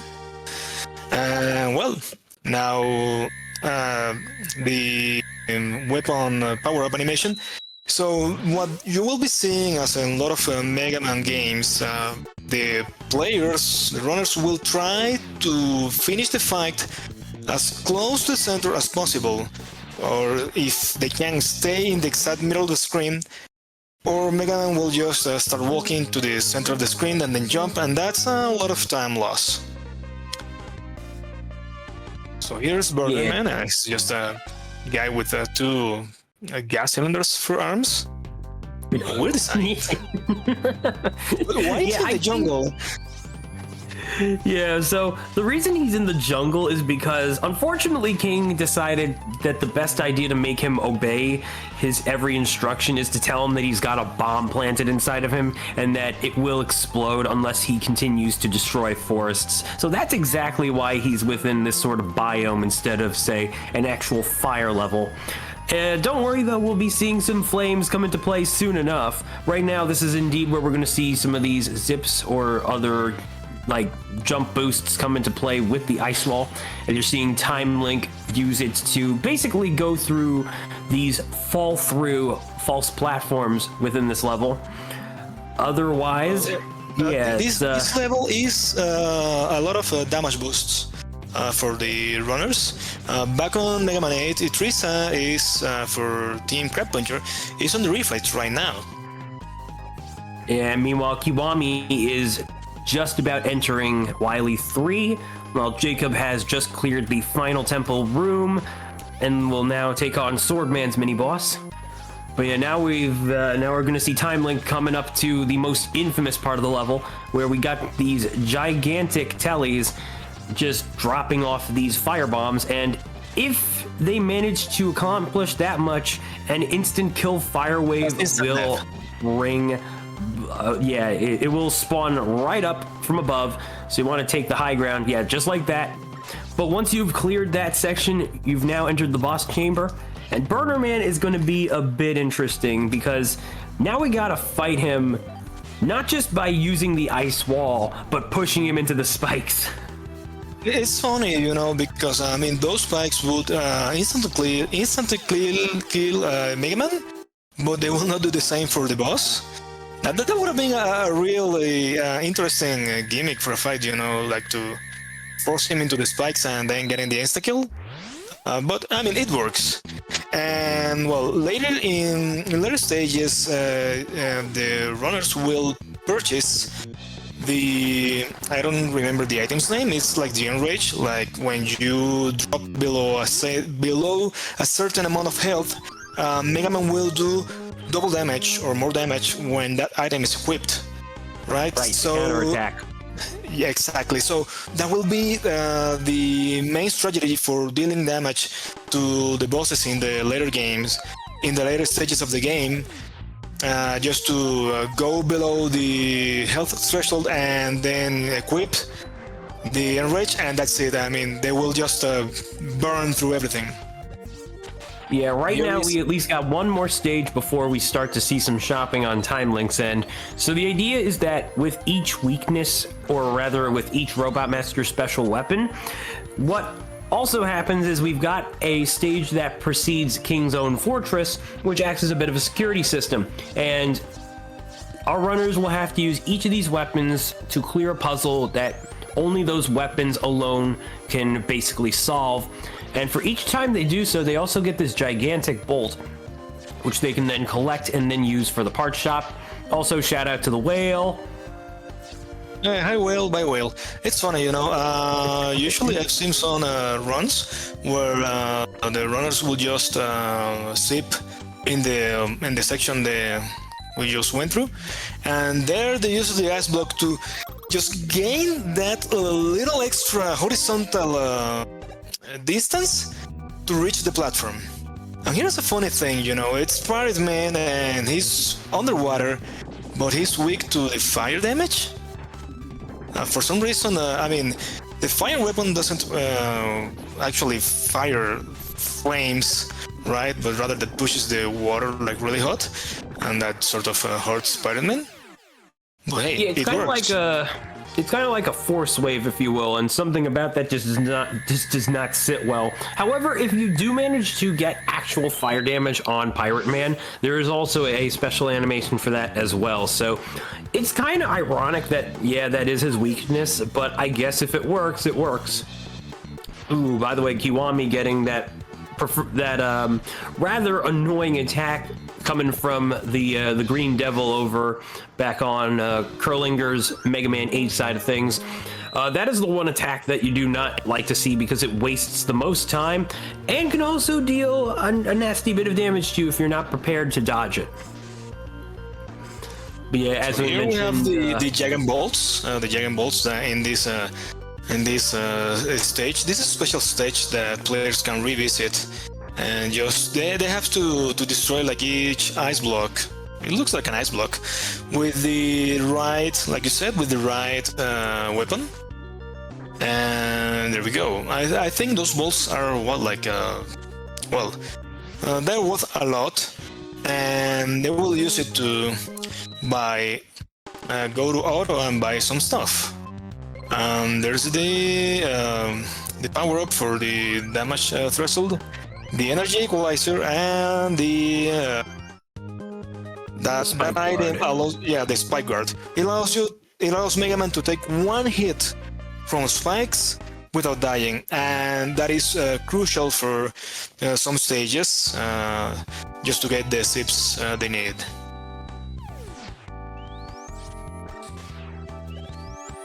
So here is Groundman stage, and it is on the wild machine right now, almost clearing Megaman 8 for Team Crab Puncher. Here, well, back on Rockman Forte, these annoying snakes falling from the sky. I mean, this is the whole, it has a whole Indiana Jones-esque theme, this stage. Well, you know, with all the points and stuff, and the snakes, why did it have to be snakes? No, unfortunately, that's just one of nature's more fearsome creatures trying to be used for the purpose of self-defense. But let's be honest, not all snakes are bad. Sometimes some snakes are the best of boys. You can't just oust snakes as threats 100% of the time. But yeah, real quick, we got Team Escaroo entering the Wily Fortress, and considering this is probably the last opportunity throughout the relay to do so, restream if we could. Jump, jump, jump.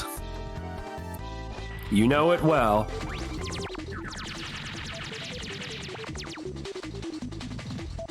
But yeah, while that fun stuff is going on, we do have a bit of similar temple shenanigans to Swordman going on in Groundman's level, where we have at least a couple of puzzles where the insta-death ceiling tries to come down until you destroy the red-faced Tiki, and thus saving your bacon. Otherwise, we got the final stretch going on right here, leading up to the boss chamber itself, which we're seeing wonderful use of the ice wave to then just basically get us across the danger zones. Yeah, those little Groundman's weakness is the remote mine. You don't want him to go. Well, there we go. He goes into the ceiling, and you don't want him to go there, or he will go full impact mine on us. Now there's no escape. Exactly. So now Time Link is on damage threshold, so he's doing a lot more damage with the remote mines. And that's the fight. So in a previous fight, in a previous part of the stage where he was fighting like a mini boss, that was actually a part where you can do a zip with the ice wall. And here is Groundman's sub-weapon, which is the spread drill. You can press the button several times to actually spread the drill or split the drill into smaller drills.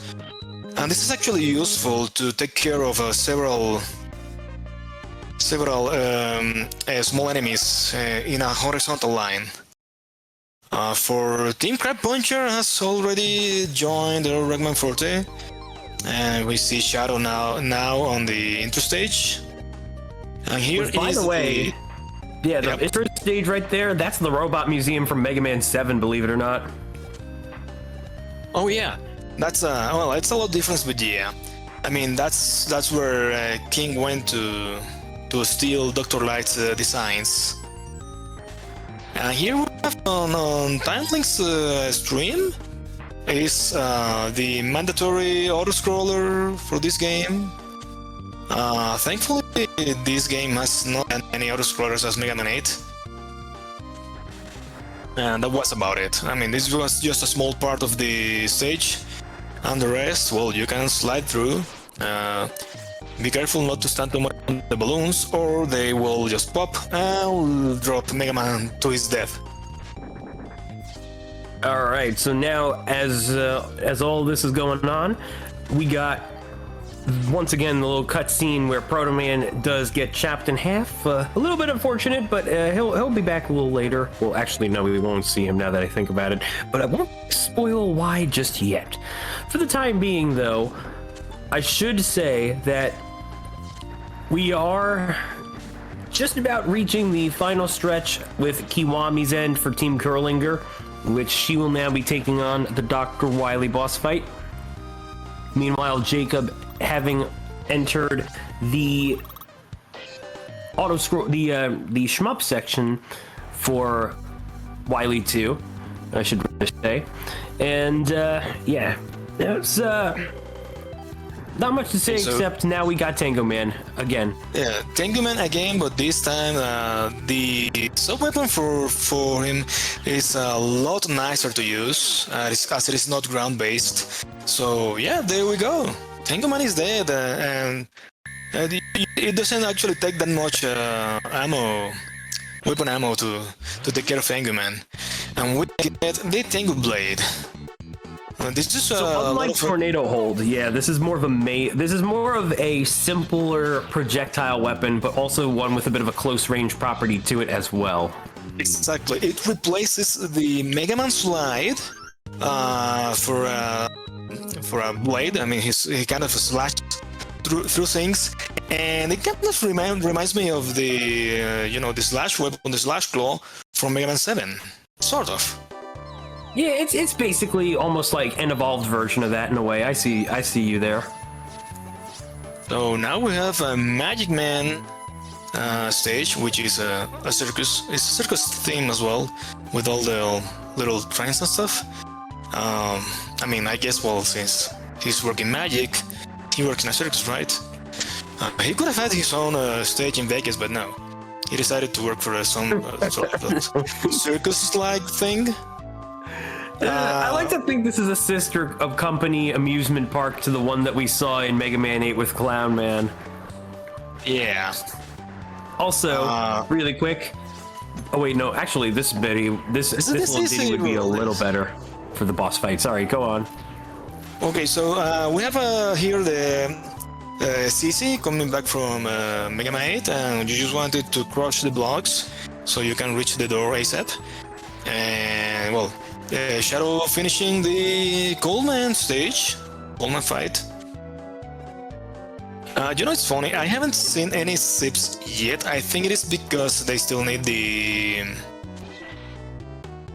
really need the Thunder weapon from Dynamo Man to actually sip, because sip consists of two things.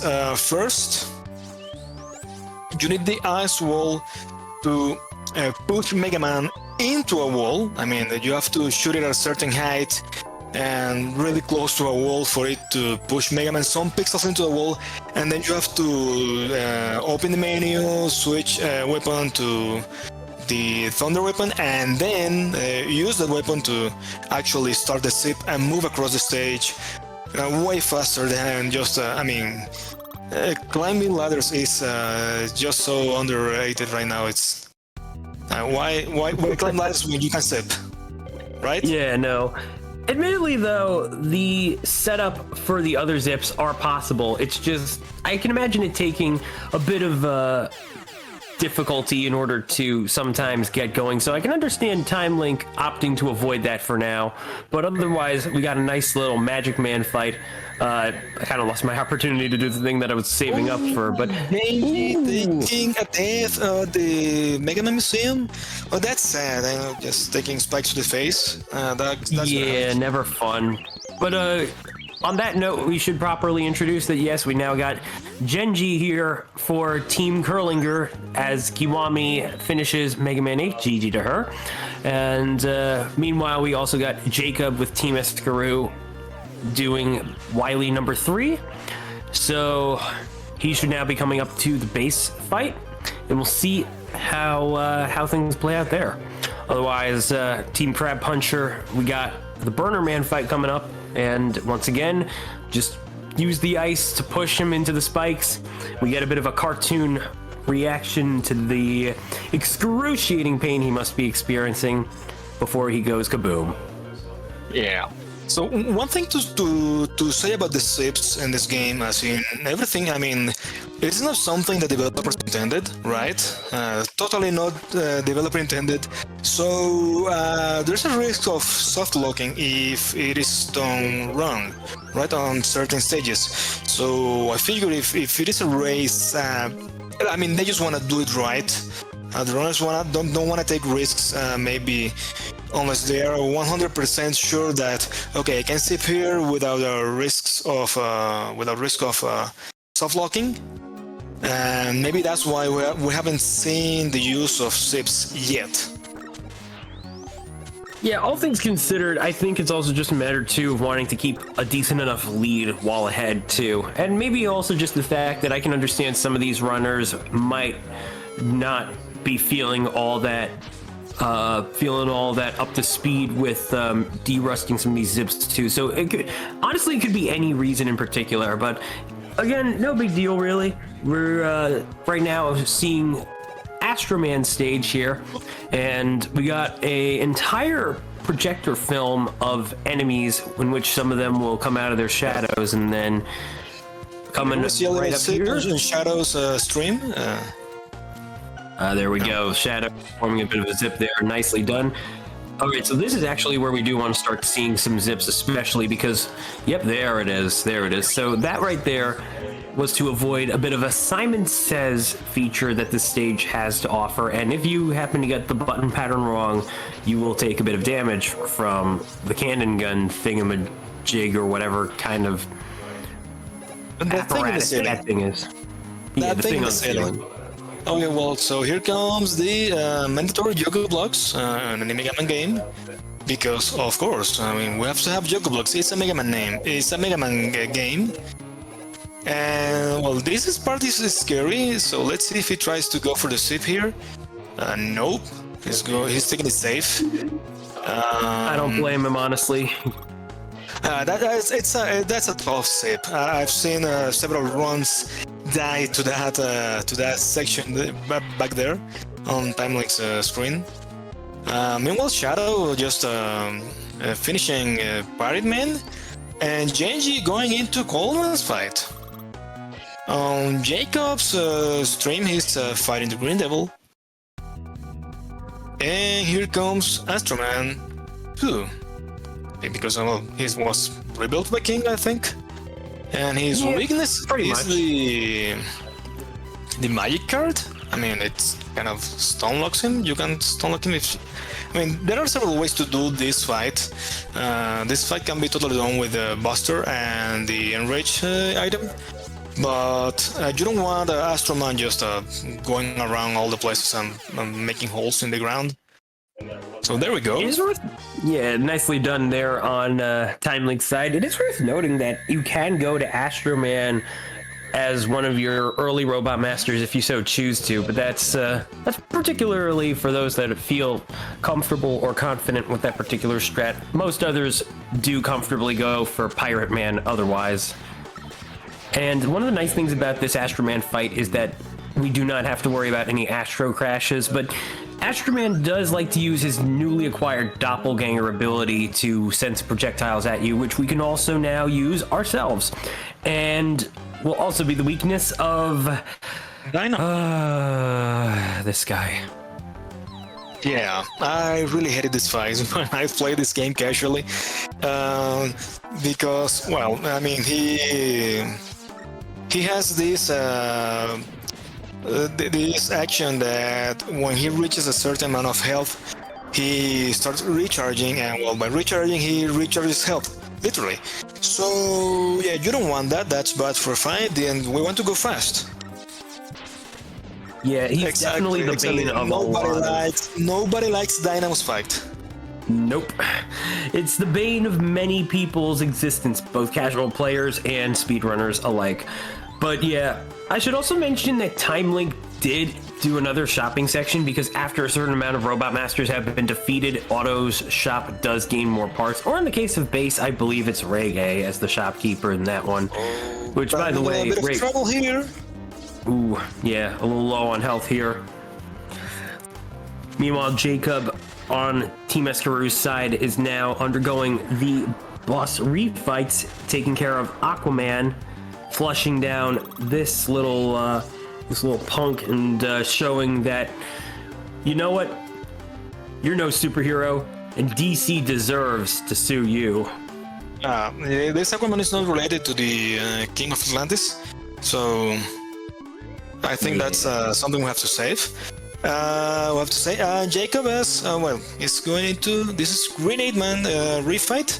Meanwhile, Shadow on the Ground Man fight.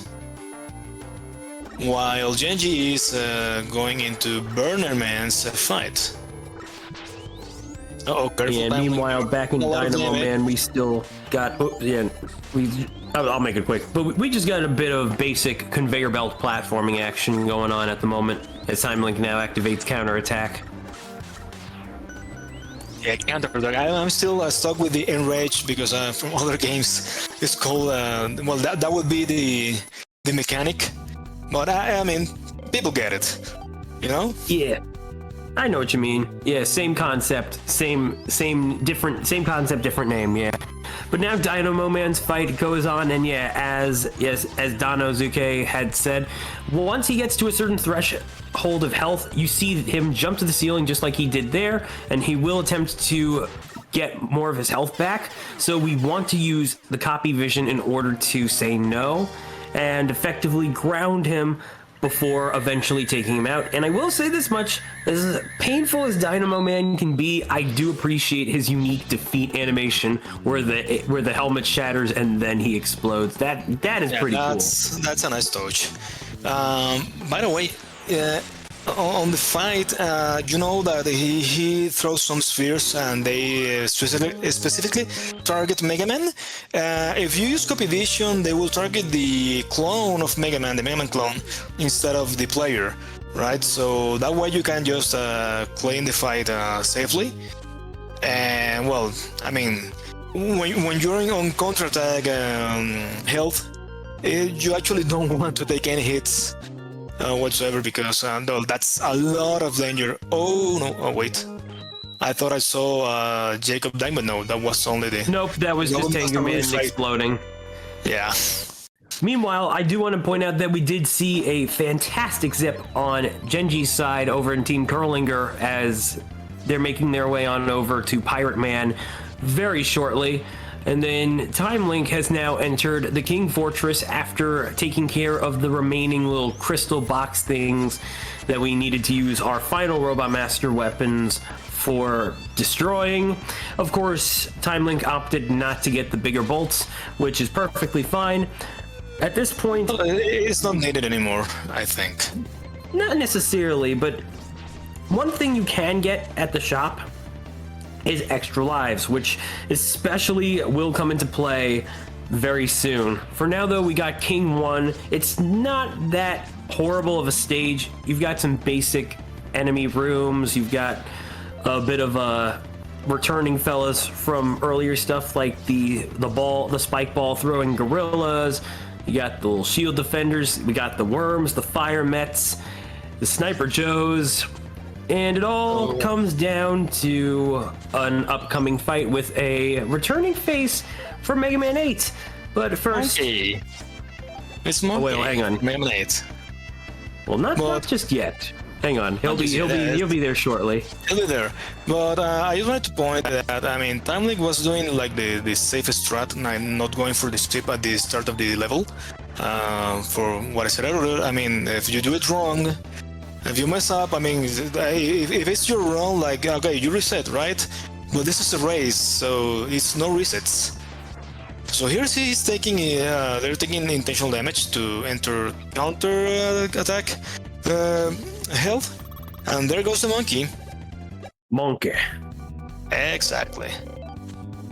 And now for the Tetamino Proto fight. So, unlike the previous Tetamino Proto is very much stationary and much easier to hit.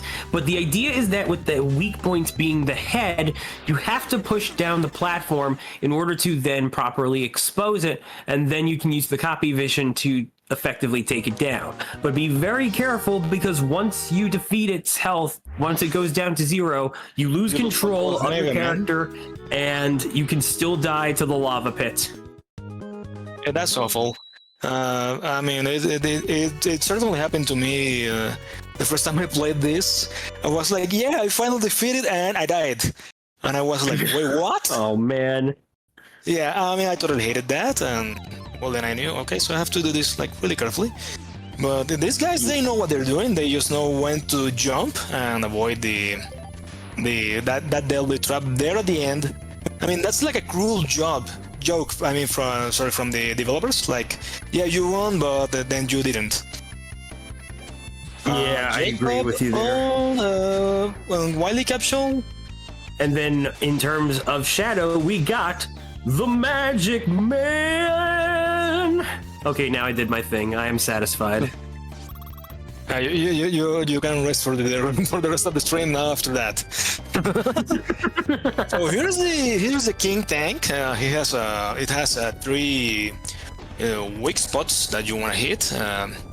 One is on the front. It's a machine gun. The one is on the top of its head, sort of thing that opens up and shoots mines. And the one it's on the rear of the tank, there where those little minions are just jumping from. You want to take care of that with remote mines or with the thunder weapon. Ooh, an unfortunate death on Jacob's end. He's going to have to do the entire Wily machine all over from phase 1, but it's not over yet, so he's still got some life power on him, but it looks like this is going to be very concerning because this is actually his last life, so he's going to have to play this really carefully if he wants to avoid a game over. We'll see how it all goes, but for now, taking care of Wily phase 1. Meanwhile, King Tank Time Link has effectively taken out, and now we move on to section number 2. Is King, I think it's airship?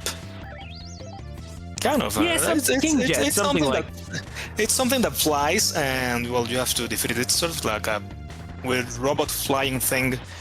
Well, Megaman has to destroy it anyways. Ain't that the truth? Here taking some damage to enter the counter attack threshold. I think that's a little too much damage.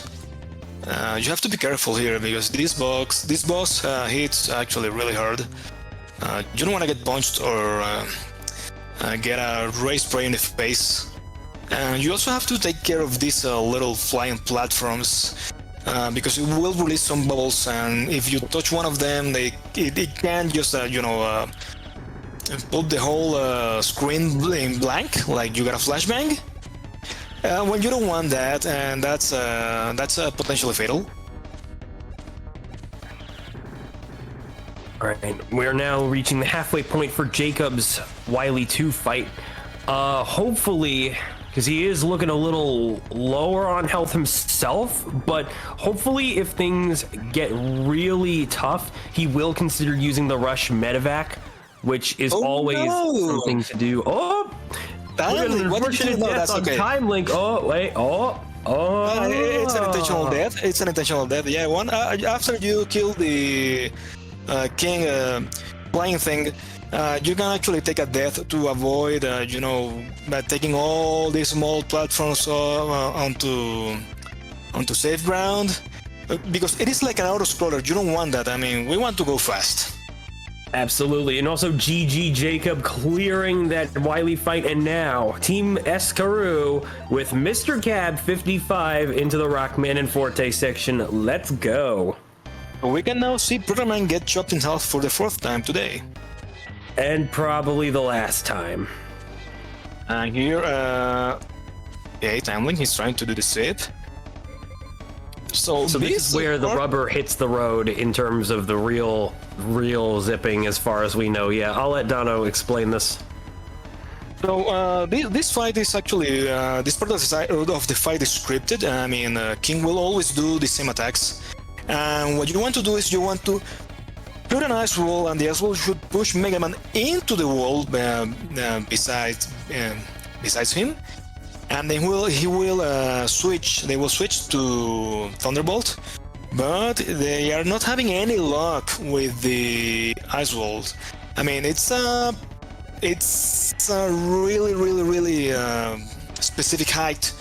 You have to shoot it. No luck for the zip. Ooh, unfortunate. That's unfortunate. So it looks like Time Link is going to have to do things normally now. Yep. So now here comes Rotoman, which. Okay, Protoman. Okay, so you get destroyed again.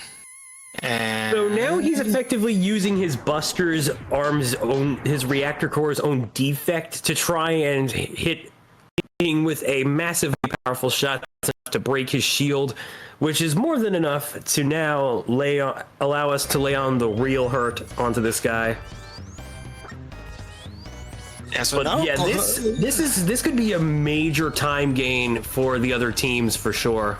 Exactly. I mean, if anyone else who reaches a king, this stage of king fight, they manage to do the sip, they will just gain a lot of time, because well, this is just a huge time loss. I mean, they are really ahead. Team Wire is really ahead right now, but still, this is slow. And there we go. That was King phase 2, I think. Yeah, basically. For some reason he teleports Protoman out, like, you know, he's wondering, why are you fighting for the humans? Because well, humans created us, and then, oh no, Wily has been the bad guy all along, and he brainwashes. What the hell did he do to King? So he gave King a paint job and a brainwashing. Yeah, it's like a nice combo that this Wily has. I don't know why. I mean, yeah, there wasn't like for the painting, but anyway. So hey, look, it's the tank and the flying thing from before, and it's King Messenger, I think. But I mean, that's a fair comparison, actually. But this one actually uses its punches to punch Megaman. So this phase of King, its weakness is the fire, but well, fire has almost no range, so you'll have to get really close to King. And with that much health Megaman has, it's really dangerous. So they want to getting a few shots and then finish with either a Thunderbolt, or they will try their luck and just use the Flame Burner to quickly finish King. And now we're on to Wily stages. I mean, the Wily stage and the refights. So similar to Mega Man X1, the boss refights are going to play out also similar to the first Mega Man game, where all things are not particularly something you can choose to do, but rather you have a specific order as to who goes first, who goes next, and so on and so forth. And wouldn't you know it, we got Cold Man to kick things off. So his weakness, believe it or not, is the lightning bolt. And actually, that was also King's weakness as well, as we kind of saw Time Link use before he finished off the first proper fight against the guy. But yeah, other than that, we got a little electrifying reaction. Here's something funny. You know that Time Link used some of the sub-weapons during the King stages? Well, they do not get a refill during the Wily stage. I mean, so you have to... Shadow got the sip, nice. That's a lot of time save on this part of the stage. And going back to Time Link's screen, so, I mean, you have to be careful with how much of ammo you spend if you wanna save something for the later parts of the stage. Because the sub-weapons do not get refills in between the final stages. And here's Astroman with the magic card. There goes Astroman. Oh no, careful, that ice wall looks kind of it looks like it could crack anytime. There we go. In the meantime, we have Genji on Astroman stage and Mr. Cap on Burnerman stage, while Shadow is entering the monkey fight again. Monkey. So yeah, a Tetamino Prono, Call it monkey. Let's call it monkey. That's okay. I call him monkey. I don't bother with Monkey Tetamino. Yeah, there you go. Technically, that's a Monk King, which, if you're familiar with the monking enemies from the previous games, that too is a special kind of Monk King that assists a Tetamino Prono. So there you go. That's a nice little fun factoid right there. So here's the Pirate Man refight. No spinning for Pirate Man. It's funny, you know, when he gets in the bubble and he starts rolling in the bubble, and you use the Burner Man weapon to pop the bubble, he starts spinning around like uncontrollably. And that's actually a funny part of the fight when you get that.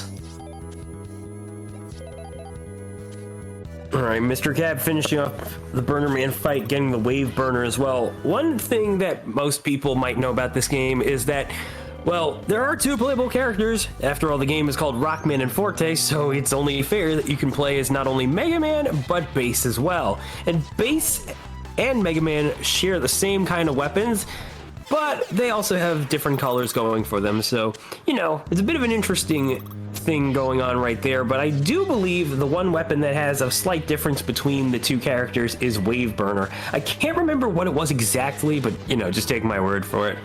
The color of the Wave Burner for Bass is actually green, not red. Right. Why green? I don't know. Maybe he's using some chemicals to make it look green. Could be but plasma. anyway, I mean, plasma is kind of cool, and so is green.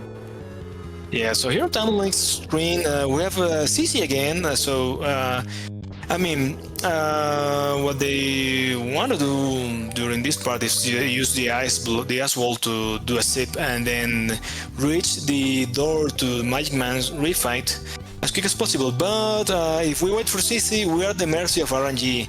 And well, CC does what it likes to do, and it just jumps what it wants to jump. So there we go. Hello, Magic Man. Goodbye, Magic Man. The Magic Man! Had to do it one more time, okay? And now that you have a chance. Well, you still have 3 more chances to do that. That's okay. Nah, Actually, one 6 and more done. chances to do that. One and done. On Shadow's screen, we have the flying machine fight. While... Oh no, okay. Oh no, Timeline, you allowed Grammon to go on the ceiling. That's not good. That's a lot Or that was of time. not necessarily allowed. I think it was more Ground Man simply doing it himself, which, let's be fair, Boss AI do be like that. Shadow moving on to King, onto the King fight. Let's see if he gets the sip. There we go. That's part 1, and good sip. Let's see. And I think there he goes. Yeah, a good sip from Shadow. And on to the first King fight. Let's see. No sipping yet. There's a specific spot where you see, like, okay, he got the sip. And meanwhile, Timelink is doing the... Oh, there we go. We have a sip. Yes, so there we go. Nicely done. Yeah, it's sip all a matter from Shadow. of knowing your positioning and making sure whether or not you can pull it off, because if you get it wrong, it can either lead to some detrimental consequences, or simply you just did absolutely nothing. So here's the Wily Machine fight. There's a quick kill for this machine if you do it right. Like, I mean, there is this item that they bought previously that allows you to recharge, refill some of your sub-weapon ammo when you take damage. So what they want to do is they want to leave Wily, I mean, if you wanted the quick kill, you want to leave Wily at 1 health, then push the machine to the right side of the screen, and allow it to shoot a single missile, so you can switch back to the remote mine, hit the missile before you let loose 1 single shot to finish the Wally machine. Then you switch to remote mine and then you shoot a mine onto the right wall. And when it is right where the capsule spawns, so when it is charging energy, the remote mine will explode and it will be timed instantly.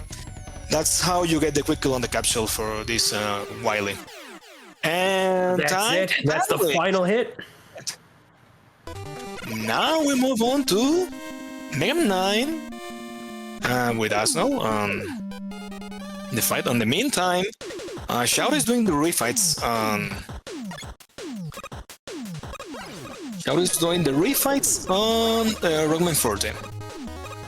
Yeah, meanwhile, for Team Wire, we now got Ahmad taking charge with Megaman 9. So major GG's to Time Link on a pretty dang solid Rockman and Forte performance right there. Otherwise, we are effectively waiting for the next commentator switch, as I am going to be taking another bit of a break with this game. I am going to wait a little bit, though, so that we can at least make sure that my stand-in is ready for action.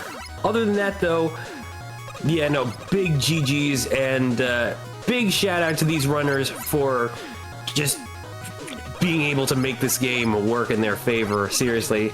By the way, for those that did not know what the purpose of the spike guard was, we kind of just saw it right there in Creado with Shadow, who used it to do a one-time insta-kill nullification and use the iframes to cross through that entire spike platform. So yeah, though, very helpful item, absolutely cool thing to have, and you know, if you end up using it, buying. Yeah, absolutely worth buying. If you do end up using it a little early, though, no big deal. Alright, folks, as Ahmad is now entering the Concrete Man fight, we've basically got a bit of a reactionary tale going on here. Just a few concrete blocks being spewed out. He also likes to do a bit of a heavy slam as he tries to catch you off guard. But we gotta buster him down. And something to note in Mega Man 9, you do not have your charge shot or slide, so you gotta make do with that. Alright, with that little tidbit out of the way, it's time for me to pass it on over to our Mega Man 8 runner from Team Eskaroo, Jacob. The stage is yours, man. Hi, sorry, I'm a little bit late. I didn't realize quite how far we were into Rockman Forte after bashing my skull into a wall for that entire run, but I'm here. Great work on Mega Man 8, by the way. So, hey, we're back on the commentating Mega Man 9, and well, there's a little bit of Rockman 40 as well. And now we move on to Megaman. So, for those of you watching, the first stage is Concrete Man for two reasons. First, it allows the concrete weapon allows to create some temporary platforms to reach some horizontal lengths. And as well as it does a lot of damage. There we go, first use of the concrete weapon to get on that sir. And here we have a Shadow on the CC fight. Oh no. I think he needs some rifles. He's not going for the zip. Meanwhile on Team Corringer screen, Genji is entering the monkey fight, while Mr. Cap 55 is clearing the... I think this is the Tengu Man stage. Yes, this is the Tengu Man stage. Oh, he tried to zip twice and he couldn't get it, so well, that's sad.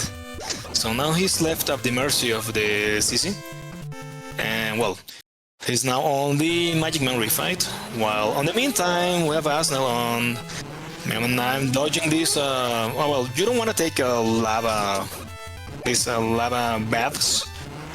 They prove to be deadly. Oh no! Exactly what I said. Yeah, you don't want to bathe in lava, and that's dangerous. I have no idea about anything of Rockman Forte. I've played the game literally twice. Oh, also, I mean, if you're watching, for example, Shadow's screen, you don't want Groundman to go into the ceiling, because that's bad, that's just loses a lot of time. Here in this section, he just fires one spread drill, and he actually spreads the drill. He's going to take intentional damage here to move past Tengu Man here, and use Tengu Man's weakness to make quick work of it, while also taking damage to enter the counter-attack state, which is when you go below a certain health and you have an item that you acquired previously at the shop. You can actually deal double damage. So there's the wild machine fight. So what Shouty is doing, he just wasted, he completely wasted the ammo on the remote mine, and he's going to equip the ammo rifle. He will take intentional damage to fill one mine hit quietly and then put one mine on the right wall. When the capsule spawns, the remote mine will explode, and that's game. That's time.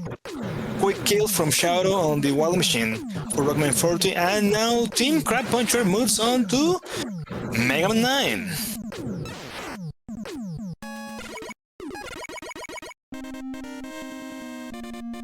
So, let's see. On Team Curlinger, they are already on the tank fight, while Mr. Cap is on the Magic Man stage.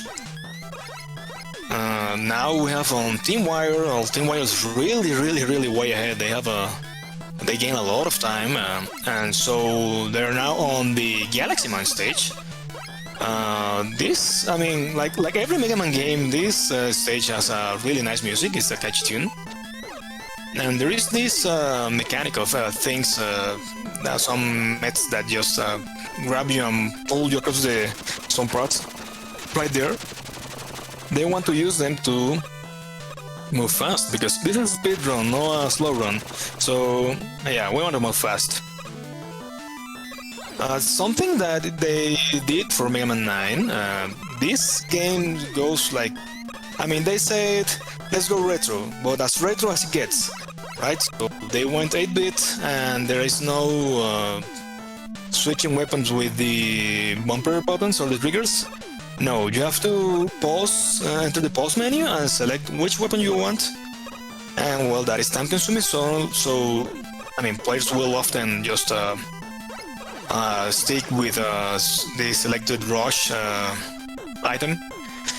So they don't have to pause the screen again, because, well, that is slow. Genji taking the intentional death on the King flying machine onto the pink fight.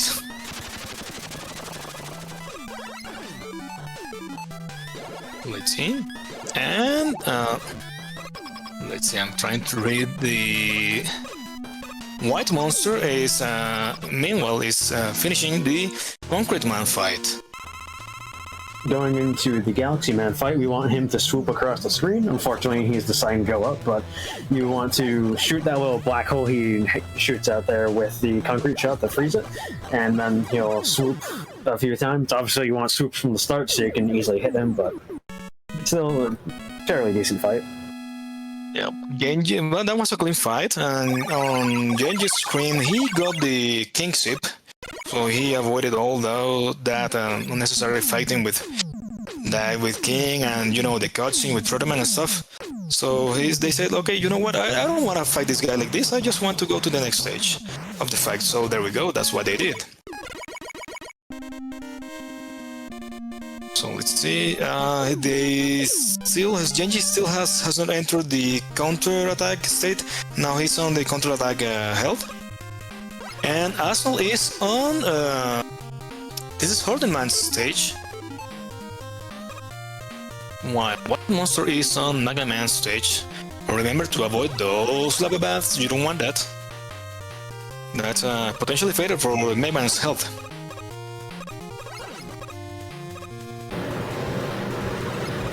Coming into Hordenman? Yep. So you have these little green cannon guys to shoot out those balls that break the floor below. And also coming up here to the worst mini boss in the entirety of the game, which is this flower guy. He can spawn in on any of those platforms. You want him to spawn the left or right so you can take him down. I think it's like just a few concrete shots and he falls, but you want him to be on the top two platforms, left or right, for the best spawn, but still decent. Oh no! Careful, Asnol, that's dangerous. There we go. And, well, Genji is entering now the refights on Rockman 40, and Mr. Gab is entering the Astroman fight. So Astroman, he can sort of beast unlocked with the magic card. And here are the use of ice wall to just get across these spikes. Oh no! Oh, that was close. I mean, had Genji not had the spike guard, he would be dead right now. Meanwhile, Hornet fight goes smoothly for Arsenal. It was quick. And White Monster taking care of Megaman with buster shots. Clean fights for both. And let's see, Genji subs into fight to do the Astroman fight, refight with the buster rather than the weakness. Well, because that also does a lot of damage. There we go.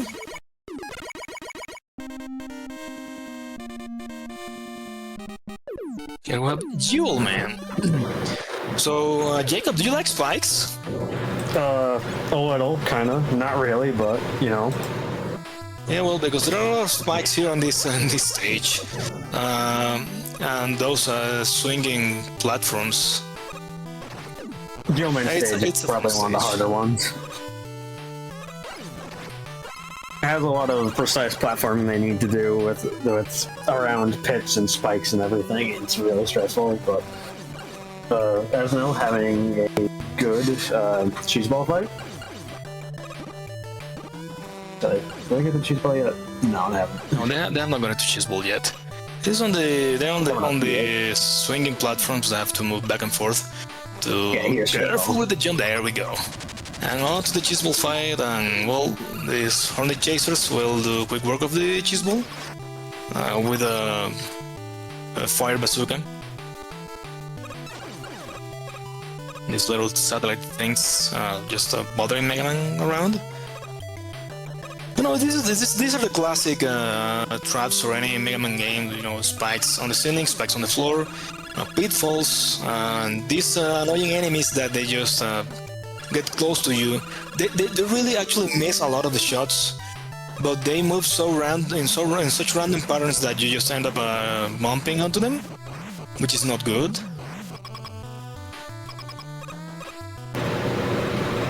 Into the Jewel Man fight itself now, it's a rather simple fight. He jumps when you jump, so you want to place a black hole bomb, sort of like near the middle of the screen and kind of just like force him to continue to jump into it. On Genji's screen, we got Genji getting the sip on the CC before the Magic Man refight. Good sip, it was well executed. So he didn't have to wait all the time for CC to break all the blocks on the ground. And so he can just move on to the Magic Man refight. And meanwhile, Mr. Cab is fighting Dynamo Man. Oh no! Dynamo Man is recharging a lot. You don't want that to happen. And well, there he goes again. This is why everybody hates this fight. And well, that's it for Dynamo Man. And Genji onto the Ground Man refight. Like I said before, you don't want Ground Man to go on the ceiling. As for Mega Man 9 Team Warriors, Arsenal is now on Splash Woman stage with these little octopus things that just ink Mega Man and give him a black suit. But other than that, that does nothing.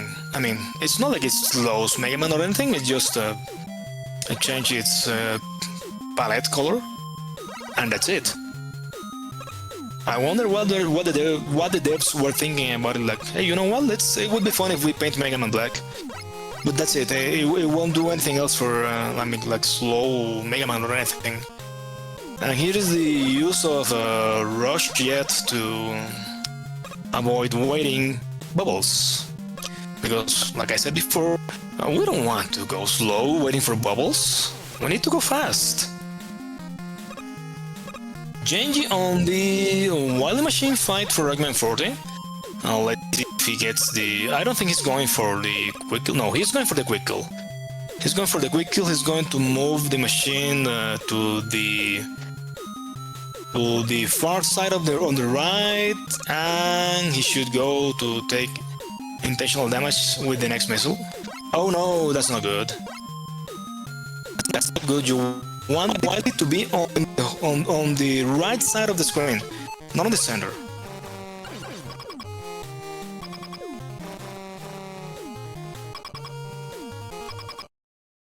And well, as going into Splash Woman fight.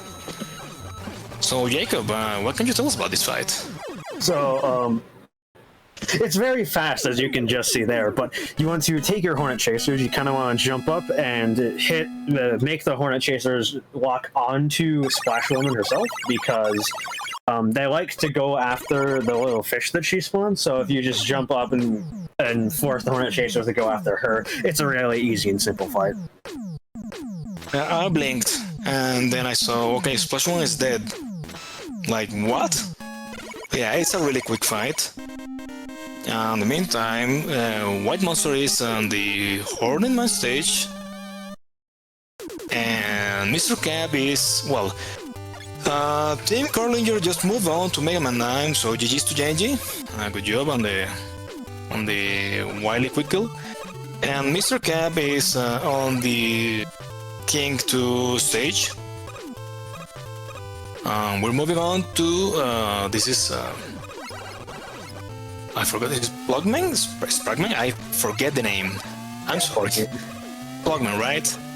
Yeah. Right, so yeah, mandatory Yoko blocks, because of course. This stage, it's more of Yoku Blockman than Plugman, but you know. Oh yeah, this is a Yoko block stage. It hardly has to do anything with Plugman and, you know, the gimmick of electricity and stuff.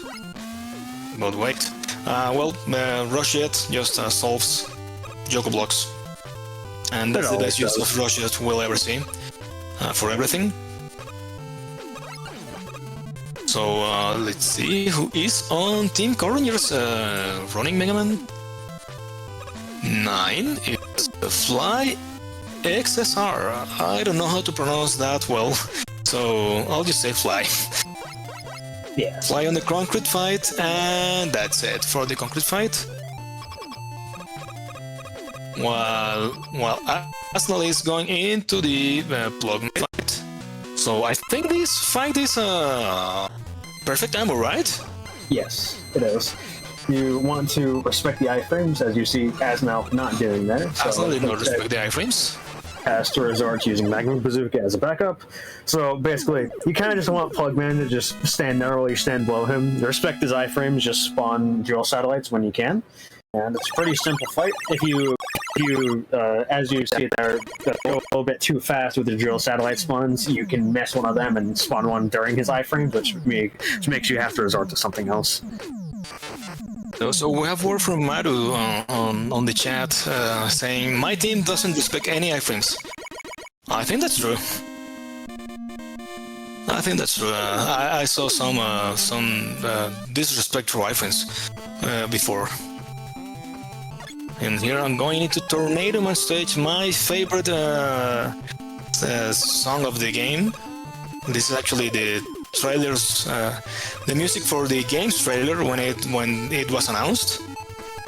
And well, you know, it's a nice tune actually. It's really catchy and it's really I don't know, powerful, I would say. Yeah.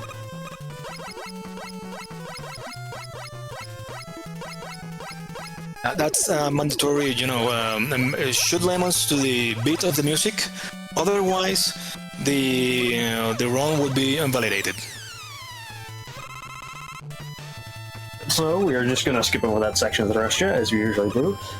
This stage is all about the elements. So you have the ice here. Soon you're going to get wind and rain and going back and forth. So it going with you and then going against you. But for now, it's just a little bit of ice physics as you go through this, and we'll get to our first rain section up here.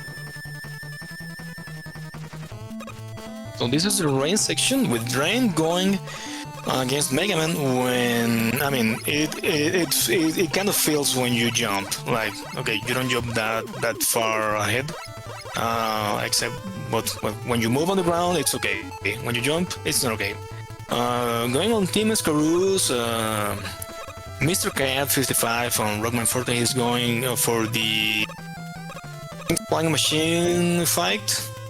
He's on the counter-attack health right now, so this should be a quick fight.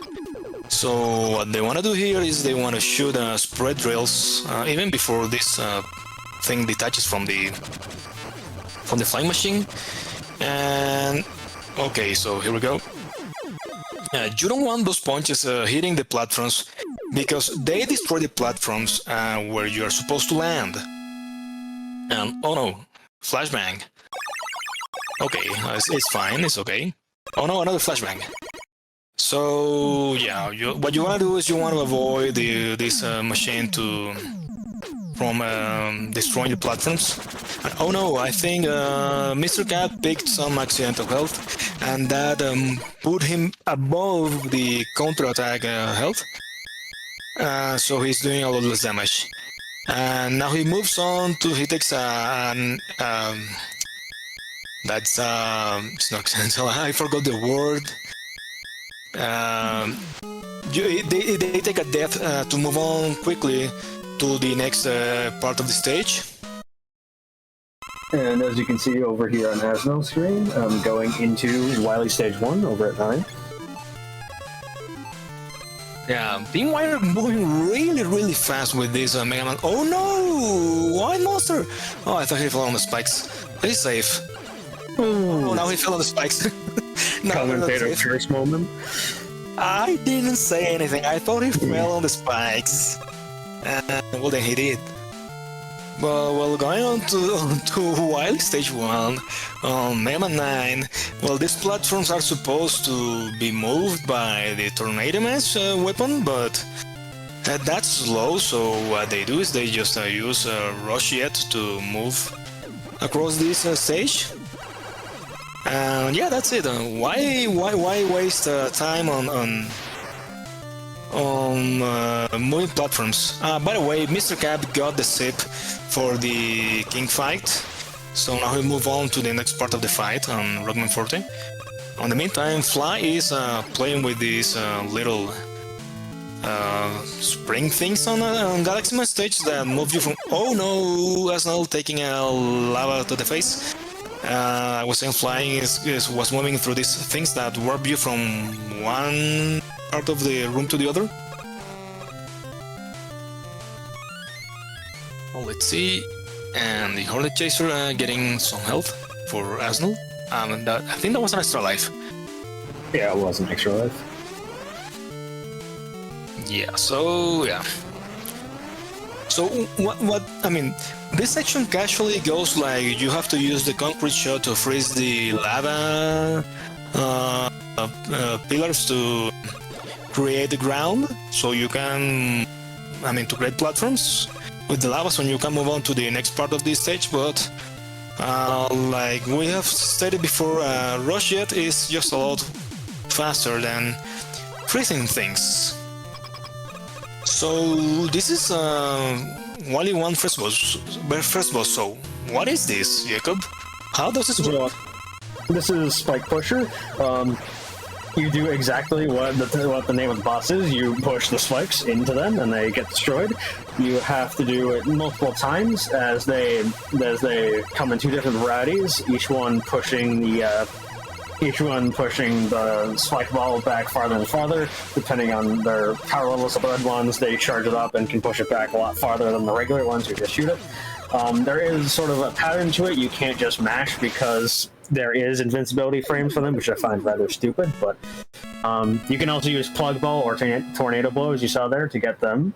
If one of the spike pusher guys pushes the ball back all the way and it comes back, they'll instead start shooting a homing attack that goes after Mega instead of pushing the ball back. So you kind of want to balance it out. But going into Wily 2 now.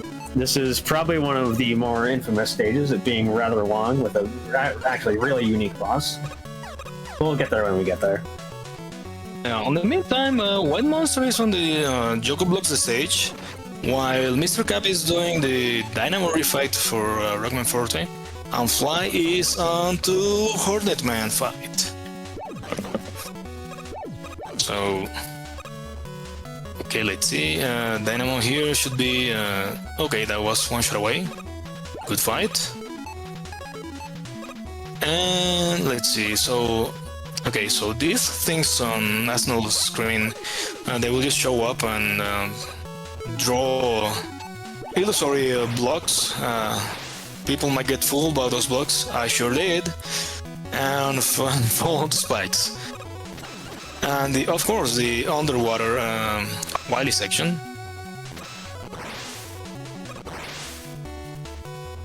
Slide moving on to Jewel Man stage. While Arsenal is clearing this part of the Wily stage with the laser trident. Laser trident being one of my favorite weapons from this game, I gotta admit. It's actually nice. I mean, it pierces through things, has a nice damage, and it also has a low ammo consumption. So yeah, what more can we ask for?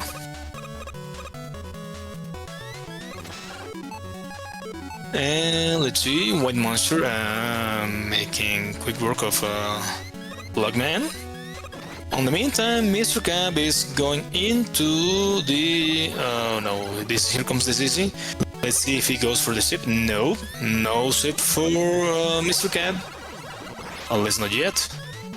Let's see if he goes for it. No, he's not going for the sip. So they're playing it safe.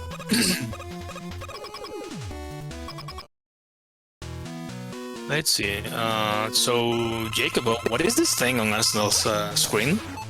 This is the giant shark buddy. He has 3 different health bars. You have the tail, the belly, and then the mouth. So this back panel is the part that gets damaged and is only open as it's shooting missiles. So you want to take down one of the missiles so it opens up again and start shooting them up. So then you also have this belly section here, which you have these 2 shark dispensers where you kind of have to jump, do light hops and shoot back and forth, and you'll wiggle to take them down. There is spikes on the belly, but they are not instant kill, thankfully. They only do a little bit of damage. Then the mouth here, the shark just kind of flies up and down, and it shoots these lasers out of its mouth. That do hurt a little bit, but if you just continue to shoot the mouth, it will fall eventually. It's rather simple, but a very unique boss that I really like. It's actually a nice boss design. And the funny thing, it's a shark that goes down with a trident, right? Well, a robotic shark that goes with a laser trident. So let's see, we have a fly that just got the Jewel satellite. And White Monster is fighting the wind on this Tornado Man stage. And oh no, Mr. Gabriel just missed the spread drill. If you shoot a drill when you enter that room on Mr. Cap's screen and just spread it on the exact position, you can just take care of all the enemies that are ahead of Megaman on that exact screen. I mean, it's not even anything difficult to do. You just have to. I think there's something with the timing of when you just spread the drills. Well, no, I'm sorry. It has its catch, right? I'm sorry for what I say. It's not that it's not difficult. It has its catch. So I would surely just try to do it and fail miserably. You saw Mr. Cab wasting. I mean, he on purpose he wasted the remote mine ammo to be left with no ammo, and this is because they will surely try to get the Wily capsule quick kill. And now they're taking intentional damage to enter. No, they don't want to enter counter mode.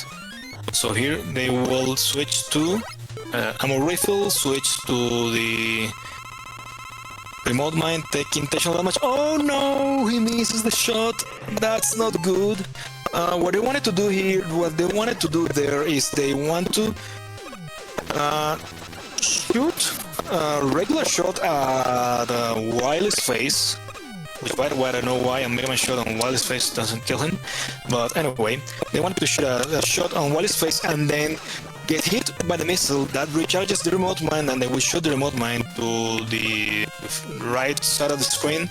And when the capsule spawns, that will instantly kill it, and that would be the quick kill. That would have been time for Team Escaroos on Rockman 40. But sadly, well, these things happen. In the meantime, Arsenal, what is this?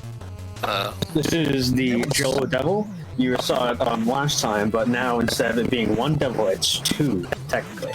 So it follows the same, basically, dissection pattern where it splits itself into multiple pieces, but the eye is actually part of these pieces. So it can only be damaged once it flies out, so after, I think, 4 or 5 passes, the eye comes out, and what you want to do is you want to shoot out a black hole bomb and then open your menu, because when you open your menu, every weapon on screen that you shot just vanishes, allowing you to shoot out another one. So if you can get it in both passes, if you can get it down in one pass, that is the easy devil, which Asmel got there. But yeah, and now we're off the refights and Wyland. So yeah, normally what you wanted to do here is just block these lasers with the concrete shots. So yeah, doing that all these laser sections, that would be really slow and ammo consuming. So I mean, they can manage to take a few hits from these laser walls. There's a energy rifle here anyways. So here are the refights. And first we have Galaxy Man. So with concrete shots, let's see if he comes down. There we go. Nope, up again. And Mr. Gap, Rockman 40, GG's Mr. Cap, 55 from Team Scaroo, moves on to Megaman 9 with Slot Ninja.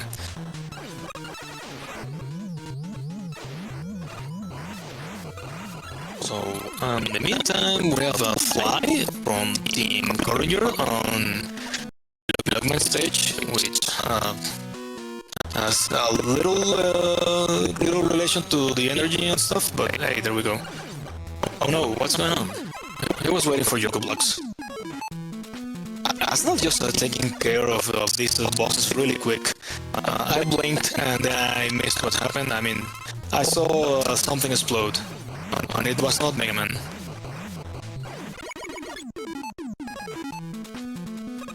On to Logman. Yes. Remember, Arsenal, to respect the iframes. It's perfect ammo. There we go.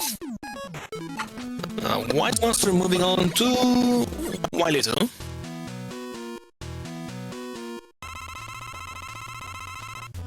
And let's see, Slurpy Ninja just finished the concrete man fight, while Arsenal is fighting Megaman with the Bloodman's weapon, which for some reason just goes up and down, or down, and it sticks to the walls.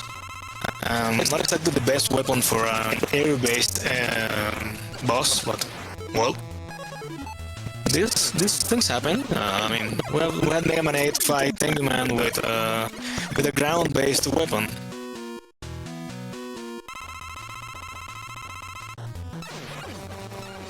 Here again are these projector things, creating false floors, especially when there are spikes. So I mean, if anybody was playing and that wasn't paying attention, they could just order their deaths. Here now, oh, nice spawn, yeah. In refights, we want to end with concrete, because his weakness is laser trident, and laser trident is actually something that you want to use for the first phase of the flying machine, because the egg that he shoots back, you kind of have to like bounce them back, and laser trident has a bigger hitbox, so it has piercing, so you can get the eggs back and blow them out rather fast. Jolly eggs. I mean, I saw that game somewhere before, but I can't remember. Well, I know I've seen it before. Anyway, it's time for this casino. Yes. No, it's not casino. I think Well, does it just go down with the Hornet Chaser? No.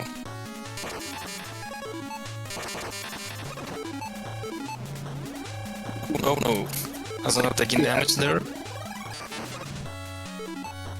Wily being very mean. So this is the definitive Wily casino.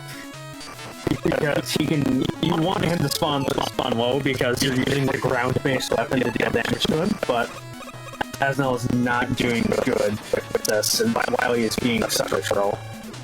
You know, it's kind of a troll from the devs, you know, of course. I mean, it spawns GG for Asnell, the time on Mega 9.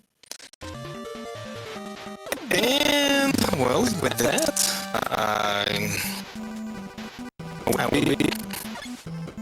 I think we're having trouble issues with the voice, I think. So with that, we will be moving on to Megaman 10. So from here on, take it. I think it's Tempest and El Grid. We'll be doing the commentary for Megaman 10 and onwards. So thank you, Jacob, for commentating Megaman 9 with me. GG's to all runners. GG's. Thank you very much, down okay. And hello everybody, I'm back for the final time as I will be one of two to round things out. Now I do apologize if my voice is sounding very gargled. It seems as though there's something unusual currently going on with the commentator audio, so hopefully that can be fixed as we go along. But yeah, it's time for Megaman 10. And you know what that means. Yeah. As we are going on to our first stage.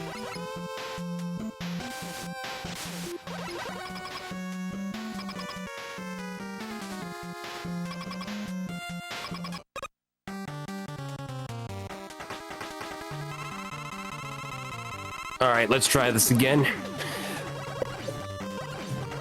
All right, folks.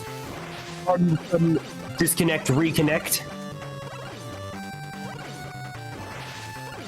There we go.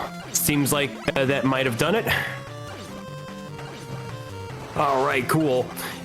And with that audio issue out of the way, let's go ahead and quickly catch up on where we left off with that Pump Man fight. Nicely done.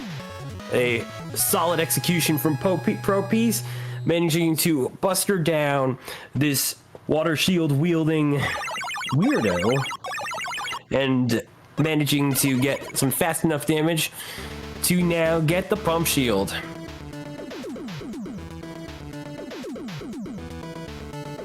But yeah, glad to see we're looking pretty much in the clear with the audio at this point. Any thoughts on our current standings, Jacob? Bit disappointed, but you know, not much we can do about that except for just play the games. I'm excited to see how Slurpee's 9 run turns out, but you know. Indeed. Yeah, just a quick moment, folks, because I think it's well worth mentioning that following Mega Man 10 will be the big finale of Mega Man 11, and for those that don't know, we will have to make a bit of an adjustment because that particular game is 16 by 9. I almost said 11 for some reason. 11 by 9. Oh gosh. I mean, it is Mega Man 11. I can see why you'd make that mistake, but this is true. No, but basically, you will be seeing a bit of a layout swap or some sort of adjustments being made to accommodate for that. But please bear with us once that time comes. In the meantime, we have now entered the Solar Man stage, and there goes Suzak and Phoenix going on in Pro Piece's screen. Down they go. Nicely done. Now, of course, you want to try and be very mindful of any oncoming hazards, especially those dancing fire dudes that we haven't quite seen since Mega Man 1 when you think about it, huh? yeah. What were they called? I don't know. I could look at my manual, but I really don't feel like it right now, so. But, yeah, this is Solar Man stage, second stage in the run. Weapon we will get later would prove very useful in this stage, but unfortunately the Mega Man route does not accord for that, but the Proto Man route does. I know all about that. But So we're coming up toward the end of the Solar Man stage here. We'll be coming to the fight soon, but I suppose we should talk about Water Shield that we got from Pumpman. Care to explain it? Absolutely. So the pump shield here, or water shield rather, from Pumpman works basically where you spawn a bunch of water blobs, each capable of dealing a bit of damage to whatever they hit. But of course, you can also then cause the shield to spread out for a more widespread attack if you so choose to. But basically, we're going to use the multi-hit property to douse Solar Man just like that. Nicely done. Wonderful, wonderful execution right there. As we are on refights for Team Crab Puncher. I can't see that name. Sorry. Slurpee going into their fourth stage, I believe, fourth or third, and Fly and the mini boss, one of the few mini bosses in Pilot 2. Absolutely. And now on to the next stage with Chillman. Wait, didn't we already see this dude previously? Nah, it must be my imagination. I don't know. Who would make an ice themed robot master anyway? That's such a stupid idea. Like, just use fire against them, let it just melt, you know? Seems like rocket science to me, indeed. That can't be possible. But yeah, with all that said, Chillman is basically a bit more like your traditional ice level, ice physics all around, as we've seen with the previous games. You know, not too much that's different to be witnessed here. And so we do some of those timer platforms going on, not unlike that of Blizzard Man from Megaman 6. But now with the Solar Blaze weapon that we've acquired from Solar Man, this is where we really get to see a little bit more of a running theme with the Mega Man 10 weapons, that being that they practically have not just a main purpose, but also a secondary purpose on top of that. So in the case of the pump shield, not only is it a shield weapon, but it also has the multi-hit property and the spread attack.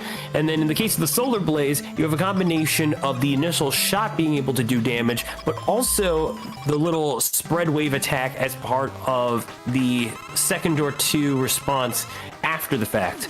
And so we're going to basically try to see a little something of that damage use being done here on Chillman to try and maximize the output. But we also got to avoid being frozen in place to assure that we don't necessarily get held up for even the slightest bit amount of time loss. Meanwhile, Slurpee Ninja, hang on.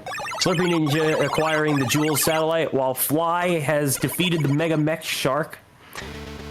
And now we got White Monster taking care of the Magnum Man refight. And then meanwhile, Pro Piece will acquire the Chill Spike, which we will be using to carry on over to our next stage, which will be the ever so fast Nitro Man. Now, I'm sure you all might be missing that rush spike action that we had going on from Mega Man 8 previously, but I got you the next best thing once we get to this boss chamber. For now, how about a highway stage? It's been a while since we've seen something like that in a Mega Man game, at least at the time of this one's release, and well, it certainly helps that this game was the second of two developed by Inti Creates within the classic series, and they seem to like their highway stages, so I can understand why we ended up getting one here for Nitro Man. But yeah, I can't imagine what use the weapon we just got, the road spike looking weapon. I can't imagine what that could be used for in the stage and the boss. No, I can't imagine at all. Yeah, it is a little unfortunate to see how the buses do have that pained reaction before exploding like that, or technically quote-unquote robotic transport, as the official enemy name supposedly goes.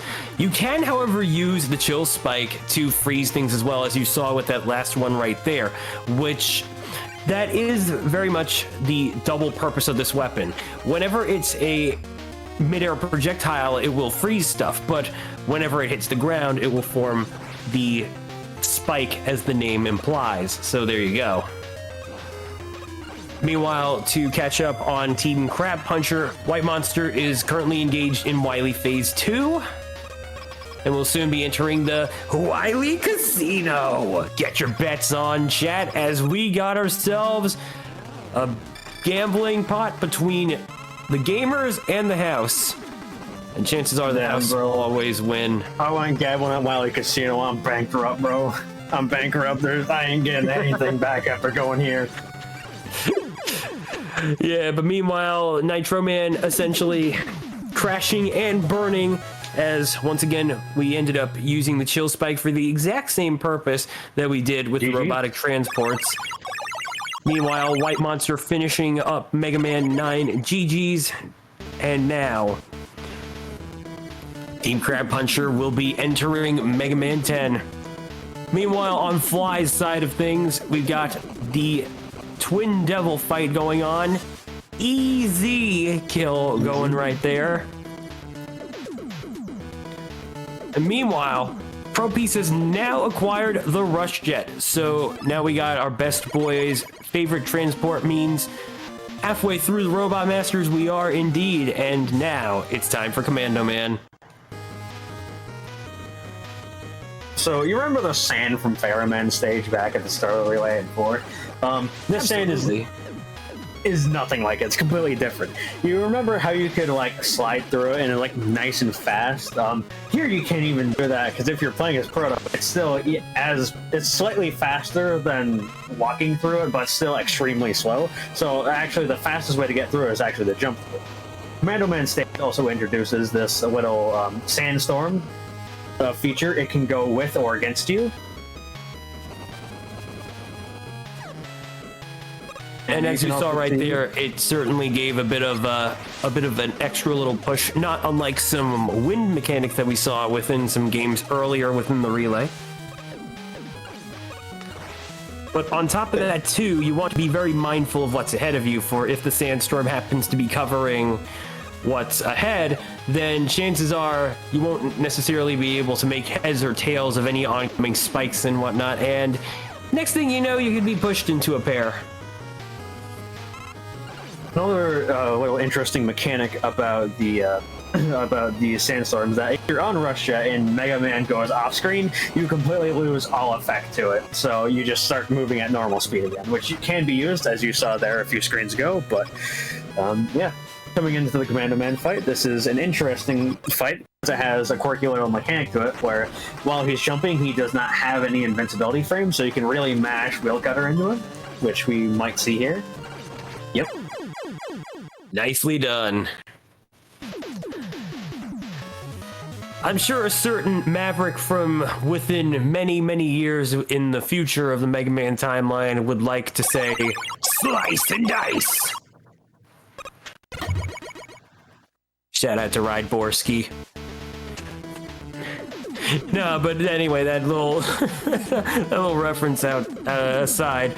But now we've acquired the Commando Bomb, and once again continuing into our theme of two-stage weapons, this one easily has the most interesting thing going in terms of damage, where the bomb itself is capable of dealing some damage, yes, but it really all comes down to the shockwave. So runners are going to want to make use of that to the best of their ability to really maximize the output. Ooh, it seems that we might have a bit of a technical difficulty, however, going on over in Crab Puncher's side with Mystium. As the feed does not seem to be active at the moment. Staring at Pumpman for the last 5 minutes. I just realized this too. That's unfortunate. While we were busy paying attention staring at Pumpman stage left, we missed the Tri-Castle and Blademan stage. We're gonna have to see how this all plays out in due time. For now, yes, we are now looking at Fly with that Wily fight. Yes, indeed. Okay, phase 2 done. Let's open up the casino. Players, all bets are in.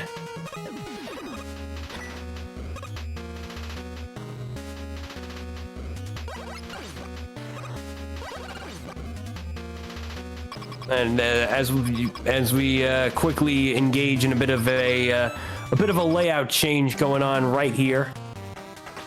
Whoop. Actually, okay, no, GG's. no, never mind. All right, GG fly. Moving on from Mega Man 9, Curlinger now going on to Mega Man 10. Meanwhile, nice Blade Man fight happening over on Pro Piece's end. So, Now, Mega Man 10 is an interesting game. What are you gonna say? no, I was just Wait gonna a minute, say. this isn't Mega Man 10? What? Wait a second. Hold on, this doesn't feel right. Hello?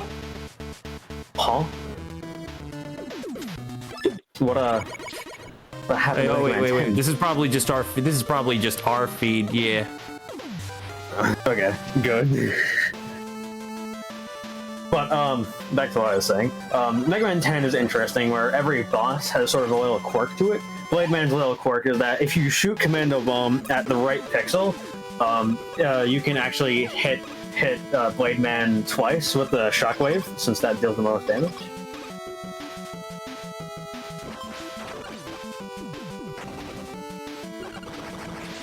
Okay.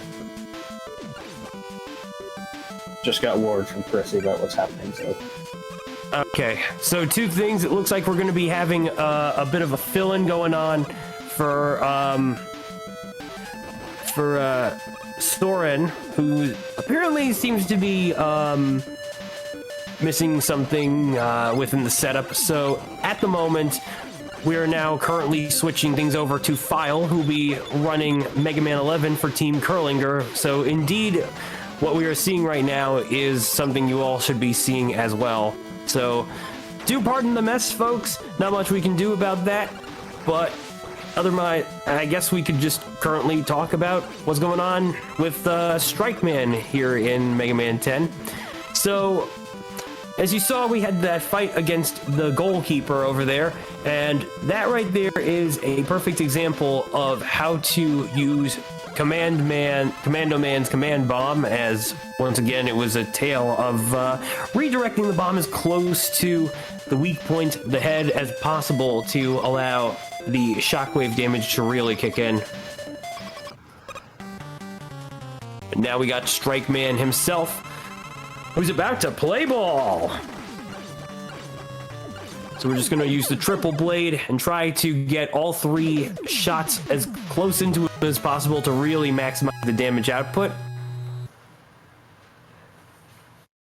Nicely done.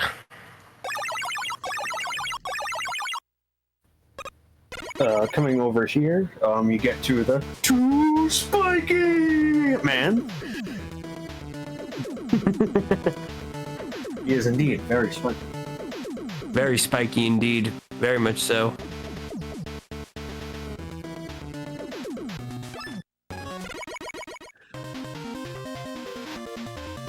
And now, one more Robot Master for Team Wire before moving on to the Wily Tower, and that, of course, is going to be Sheep Man. In this digital cyberspace, the gimmick is simple. We have colored platforms that will start to disappear once Mega Man jumps on them. Sometimes this will also include some colored spikes, which will still deal instant kill damage, so you want to avoid activating that as soon as possible. Or rather, no, sorry. You want to avoid that happening if at all possible. Want to see some sleepy sheeps in the chat? Absolutely, it is indeed sleepy sheep time, folks, so you know what that means.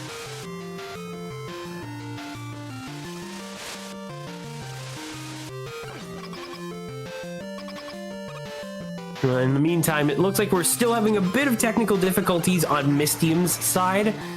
So, unfortunately, no possible idea on what could be going on over there.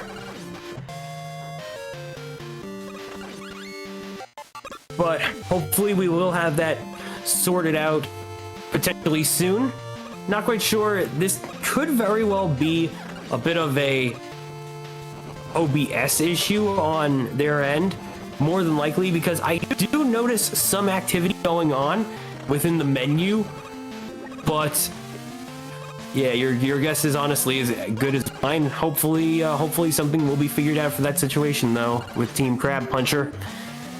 Meanwhile, looks like we are getting closer and closer to the Sheepman fight.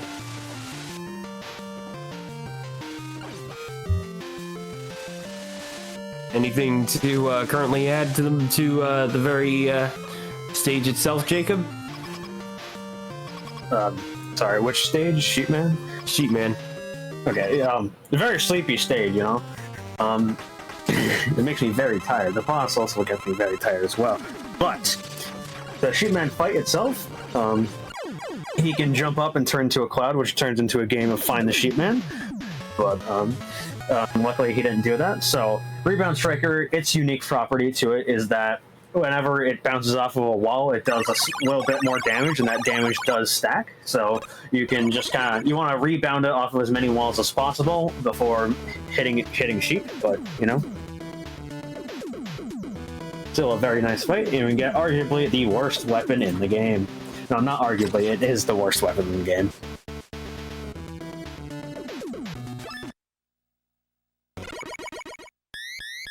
All right, looks like it's now time to enter the Wily Castle. Team Wire getting a pretty good jump right into the action. And let me tell you all, we are in for what is probably my personal favorite first Wily stage within the franchise. We'll start things off with a bit of a foreboding tone as Megaman takes charge in the rain and tries to infiltrate the building, with some rather fitting music to fit the situation. And then here we are with Weapon Archive 1. So how this entire level is going to work out is we have a series of 3 different stations, each containing a program with some Robot Master data. In this particular case, we had Mega Man 1 to 3. And each of the Robot Masters' powers are going to reflect with that particular drone. However, the thing is, our Mega Man 10 weapons can also affect them as well. So each Robot Master has a weakness fairly similar to what their original weakness might have been. And it's a matter of putting that to use and knowing when to use it, as of course the screen on top will tell you what Robot Master is being utilized. So that's basically your cue right there.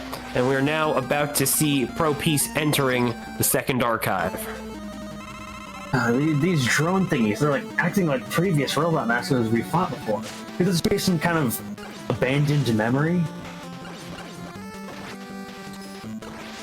Trying to ask the philosophical questions, I see.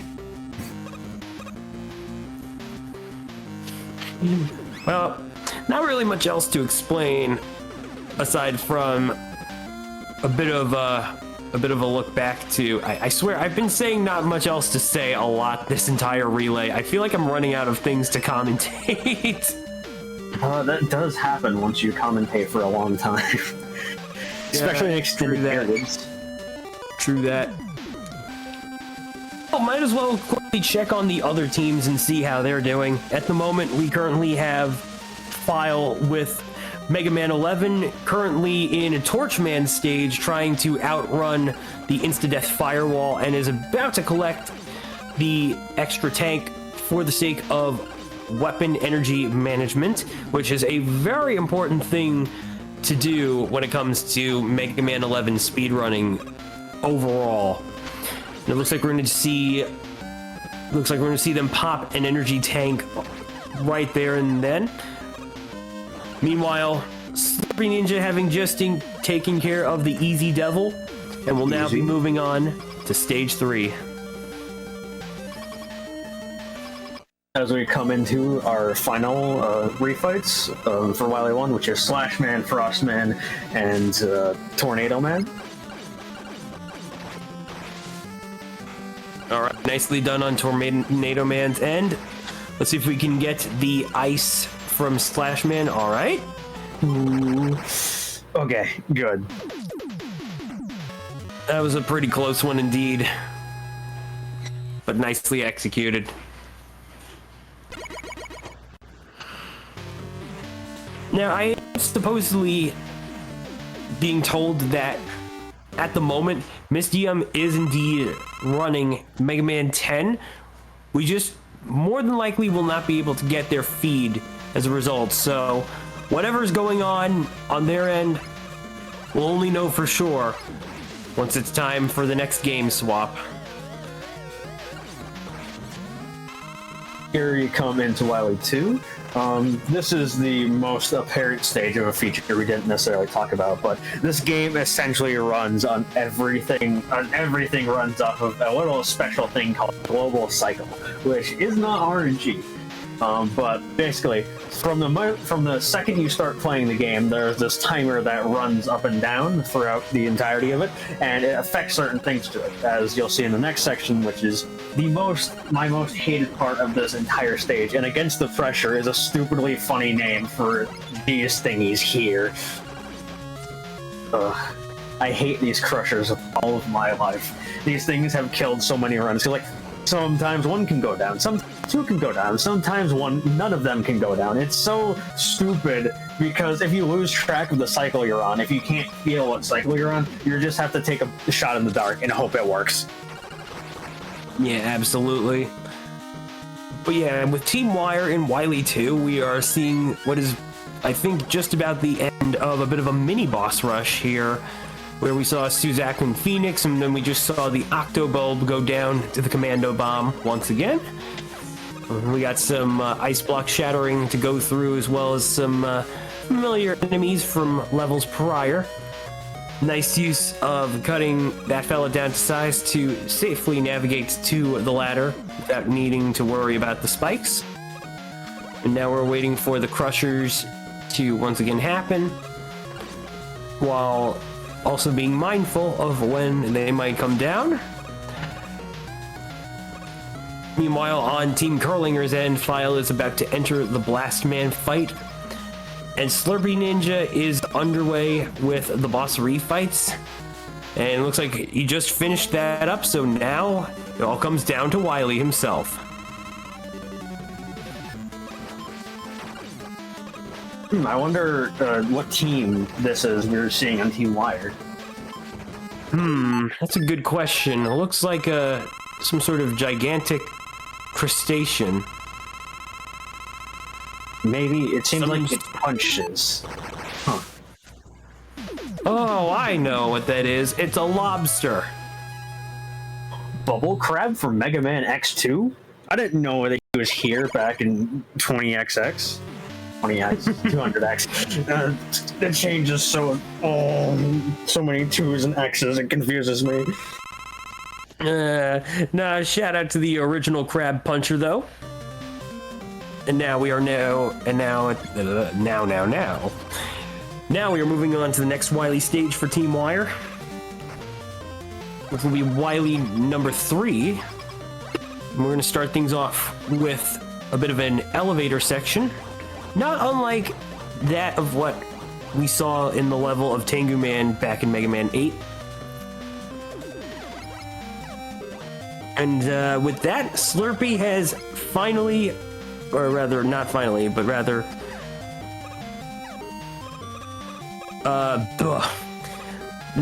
basically GG to Slurpee, who has just conquered the Wily Casino, and with that, Mega Man 9 has officially come to a close. We are now underway on Team Eskaroo, and on the helm of Mega Man 10 is Siberian Bull 9. That's the POW guy. I remember, he talked earlier.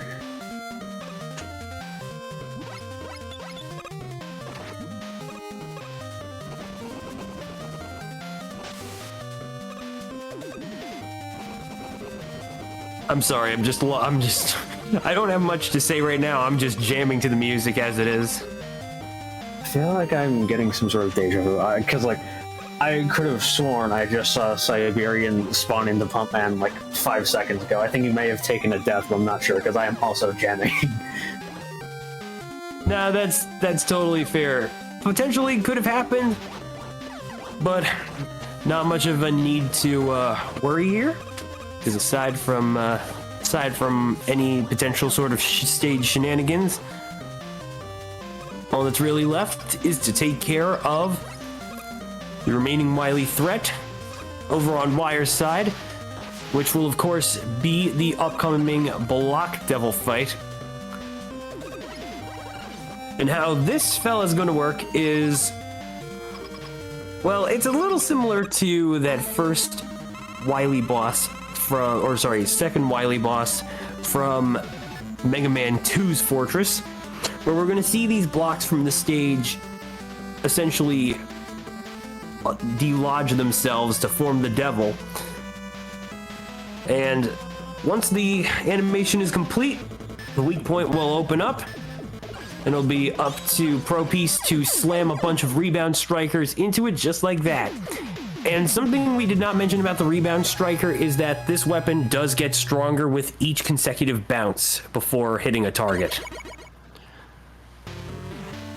which can be very useful to keep in mind for trying to dispatch an enemy ASAP. Mega Man 10 is just such a unique game. I mean, the bosses are unique, the weapons are gimmicky and fun, the music is absolutely banging. You have Robo Enzo, which is always a nice thing. It's just funny how stupid it is.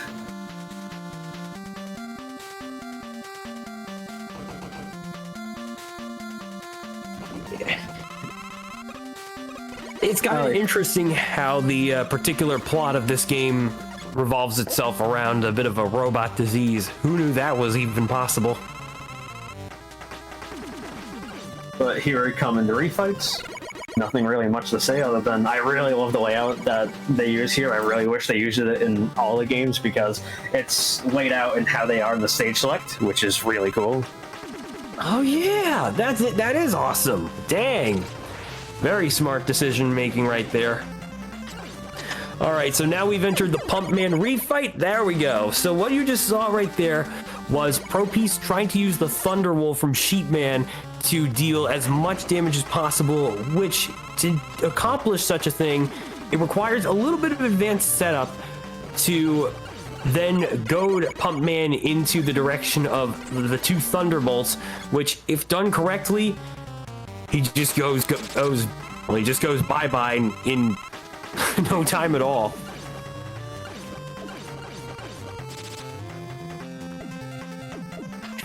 All right, now for some more Sleepy Sheep.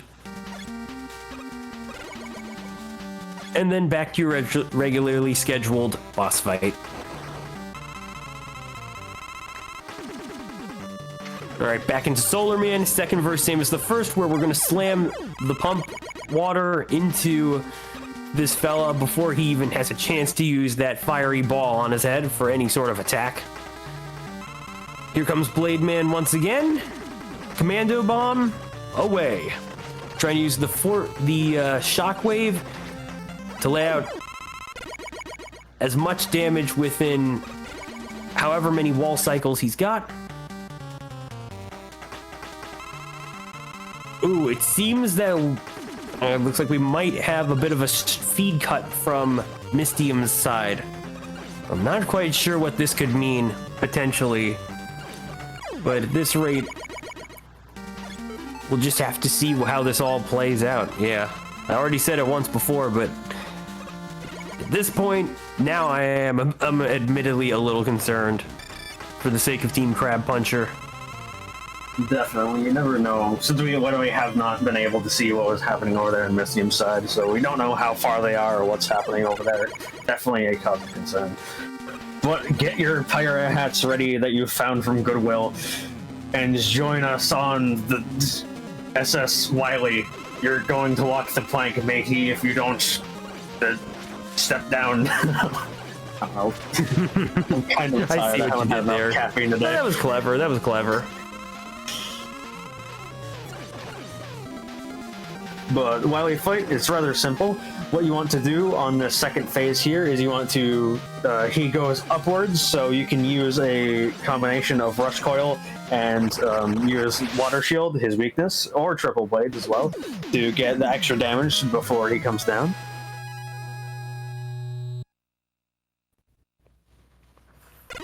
And now, I don't know how Dr. Wily went from this, but he went from pirates to space.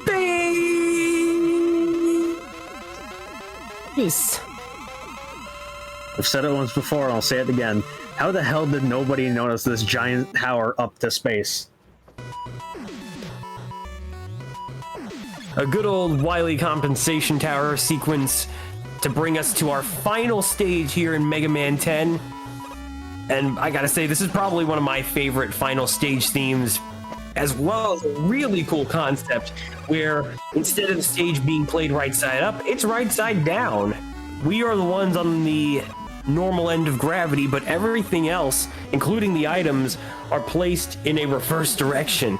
Even these ladders, which we obviously do not have to climb at all in order to get from point A to point B, and that is indeed what these runners are doing. Meanwhile, we got these returning mole enemies from Mega Man 2. Mega Man 10 definitely has a lot of old faces from the original NES games making a bit of a comeback. But other than that, it's time for the final capsule fight. Well, not final capsule fight, but our little closer for Mega Man 10. We've got a double capsule here going on, and the idea is that one Wily is real, the other is fake. He wants to hit the real Wily with the chill spike as many times as you possibly can. Be mindful of the electric attacks going on here. And one more hit should do it for Pro Piece. And 2 hits, and there we go. GG. And just like that, we are now moving on from Team Wire, going to Mega Man 11 with their final runner, and that, of course, being Tarisu Man. So, nicely done, everybody.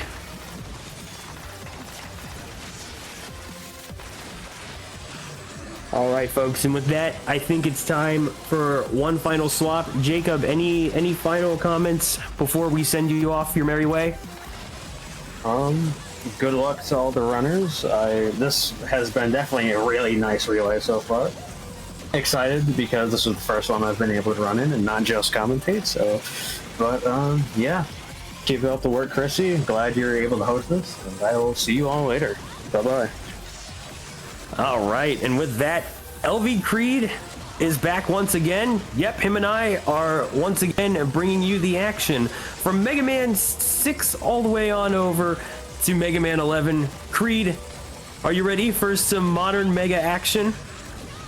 Yes, I am. I'm full of chicken tenders and potato wedges. I'm full on action and hype for this final conclusion of this Mega Man Classic Relay. And we're already getting right busy to it. But before we continue on describing what we see on Impact Man stage, let's recap a current state of affairs. Right now, you see him file already deep into Mega Man 11. Sorentian, who was supposed to be running Mega Man 10, is currently missing in action.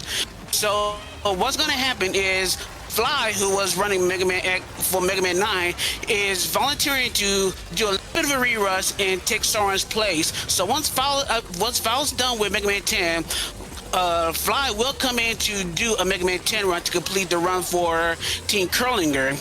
As mentioned before, we're not sure what the issue is with Mystium's internet right now. We have been confirming that he's still been running through the games, so as soon as we get word from Mystium, whether completion or not, we will eventually have Koga RTA finish up. Hopefully we'll know Mystium's current situation as soon as possible. Of course, we're seeing Siberian Bull 9 going through Mega Man 10 as proper, going through the going through Nitro Man stage, about to go through the Nitro Man fight. And right now, we're going to put most of the Mega Man 11 commentary focus on Teresa Man, who went through Impact Man stage with not too much issue. One of the most dangerous stages very early on, but for a very, very big prize once you defeat our guy Impact Man, or Power Man if you're using the Japanese version, in which we're going to be seeing a lot of Power Gear Buster shots, which is one of half of the main gimmicks within the double gear system for Mega Man 11. Use proper shots, use both busters, the second buster ignoring iframes and doing extra damage, and a good proper fight will ignore the Power Gear phase for Impact Man, as Teresa Man has well demonstrated, and that's Pac-Man done. And that is the current state of affairs for the current relay at this point. Any questions, there will be a quiz immediately after. Nice. Going in a little bit of a tech support situation, eh? Nah, but for real, let's go on to Tundra Man. One of my personal favorite robot masters from our Mega Man 11 group, specifically for being created by none other than Dr. Cossack. One of my personal favorite call back and references and all that good jazz. Something honestly very amazing to see represented in the official lore and information of the Robot Master itself. But more importantly, once again, we got an ice stage going on with some slipping and sliding ice physics. And of course, with the pile driver acquired from Impact Man, this is where the rubber already hits the road, because we now have our main speed tech. But one of the big things about Mega Man 11 speedrunning, for those that don't know, is weapon energy management. This is going to be crucial because the pile driver itself is what allows us to cross major distances on its own. And so with that in mind, we want to conserve general weapon ammo for the sake of simply crossing things as we see fit. Whether this involves the use of the Power Gear pile driver or even the normal one, making sure that we have adequate ammo for this is indeed something we gotta really have. And I cannot stress that enough.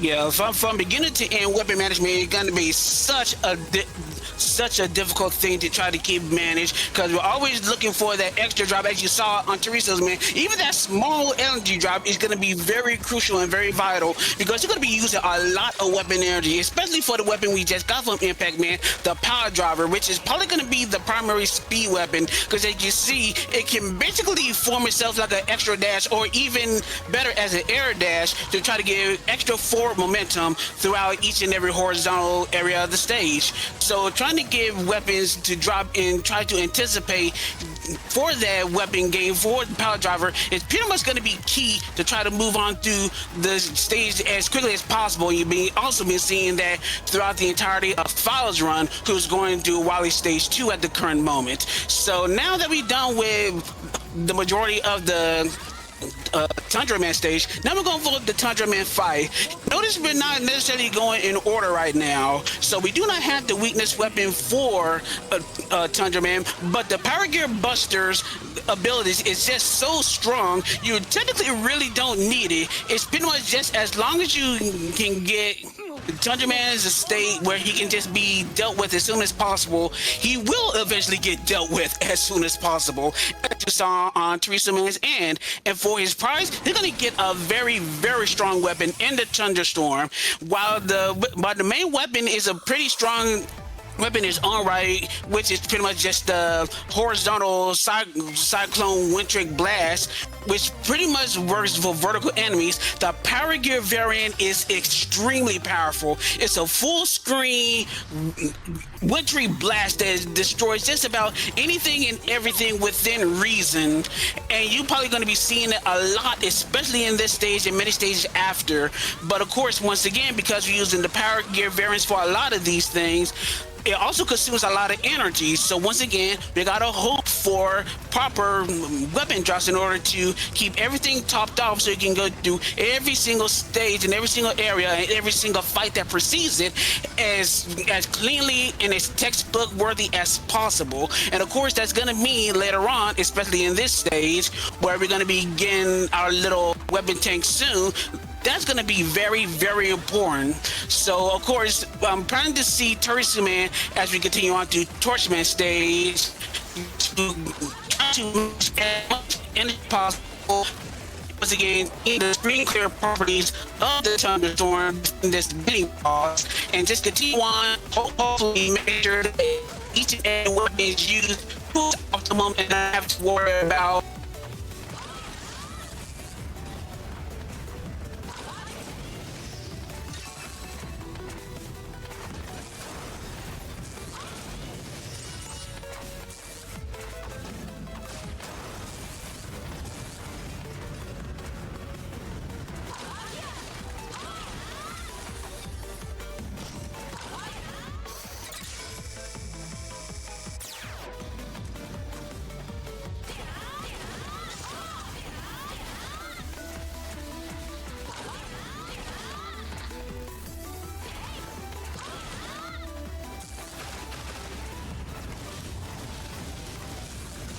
And now we'll be moving on over to the right, it looks like, where we got Bounce Man coming into play.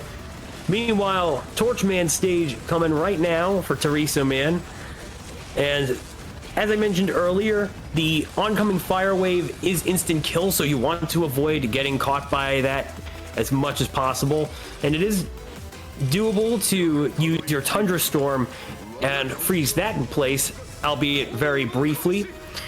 Otherwise, here we come into the Torchman fight, where using the Tundra Storm, especially between the normal and power gear variants, will allow us to quickly dispatch this fella, extinguishing our fire robot master and giving us his pretty nifty weapon for the upcoming robot master, which will be Blast Man. Yeah, the Blazing Torch is a decent weapon in its own right. The initial blast is just kind of like upward and downward angle and arced fire blast. Of course, the power gear variant is going to be pretty much a very strong triple shot that almost annihilates just about anything and everything along the way, and is very good for Blast Man stage, as mentioned before, because it will pretty much just destroy all these explosive boxes that, as you can see, normally you would need a tripwire to destroy them, but of course, since they are flammable, you can just use the Blazing Torches, just ignore that whole gimmick and just destroy it immediately and make way for a platform to continue on after. So for Blast Man stage, aside from that, once again, using weapons in conjunction is extremely important. One of the main things that Mega Man 11 allows you to do is actually use weapons pretty much in conjunction on the fly. But for right now, we're going to be seeing the Power Gear Thunderstorm just decimate this roller coaster mini boss, and we're just moving along once again with we're using all our weapons as necessary. As you can see, once again, using the Blazing Torch to take care of the explosive boxes to make a shortcut. Using our main speedrun weapon, the power driver, to navigate through horizontal distances for a quick period of time. Seeing the thunderstorm decimate the Joe mech and the Joe inside. Once again, it says the conglomeration of weapons throughout the entire game is so important. We really almost can't stress to continuously repeat it throughout the entire run, because it's seriously that important. And of course, we need to work on that weapon management. So pretty soon, we're gonna be needing some weapon tanks. So there will be a shop trip very, very soon in which our runners are gonna get just enough weapon tanks so they can try to navigate through the rest of the stage, not only for movement but for attacking as efficiently as possible. But for right now, here's Blast Man. We do have the weakness, but once again, the Power Gear Buster is so efficient for the most part in destroying these Robot Masters that you probably would see that used along with or even instead of the weakness weapons. But it looked like Teresa Man had a little bit of an issue with the Power Gear Buster kill and resorted to finish Blast Man off with the Blazing Torch, which is the actual weakness. And there you go, we got Blast Man taken care of, and now he's moving on to the next stage. So something to keep in mind is that, like with Mega Man 10 prior, once 4 Robot Masters have been taken care of, Best Boy Rush once again gets his jet ability, and with that we can now do some flying, which is also a very key point of the gameplay itself. Mega Man 11 takes in a lot of traditional stuff, but also brings in a bit of a new twist to the control scheme as well, where now Mega Man has instant access to Rush Coil and Rush Jet whenever he is in his base state. As such, Rush Coil and Rush Jet both have their respective button inputs, so being able to know when to use them can also be very, very helpful. Something nice you can also do with this is you can call forth Rush, but you can also have him retreat. So that can be pretty handy, especially for when you're trying to use Rush Jet as a bit of a foothold, which we will be seeing in the next stage following our small fella Blockman over here and his Egyptian pyramid paradise? What the heck even is this place? I would say it's more Aztec than anything, but finishing off Mega Man 11, not without a little bit of trouble. The gear capsule going to his fully powered double gear phase, Fall getting a little bit of trouble with those last hits, but was still able to finish off the Wily capsule, and now we got Fly pulling in double duty as Sorrentian is missing to finish off Mega Man 10-14 Curlinger. So with Fly luck, it seems like it was a little bit of a quick last second D-Rush, but hopefully Fly will continue and finish things off 14 Curlinger in well due time. Meanwhile, in Blockman stage, just a lot of weapon combination usage. You saw with the mini boss, you can actually literally spam multiple weapons at once at will. Another one of those major additions that Mega Man 11 has allowed for. There's no weapon canceling because you can just cancel a weapon and still have it on screen and use another weapon to just continue to pile on the damage. You're gonna be seeing that throughout the game for multiple mini bosses in multiple areas of the stage. Speaking of weaponry, as you can see, and to kind of like piggyback on a lot of the quality of life additions that Mega Man 11 has, it also brings in the weapon wheel on your left analog stick, or your right analog stick for your R3 as it so happens. So you can use it to pretty much navigate all the weapons, and they are set up directly as they are on the weapons on the boss select screen, so you can always select your weapons in that kind of way, as well as your traditional pause menu and shoulder button swapping.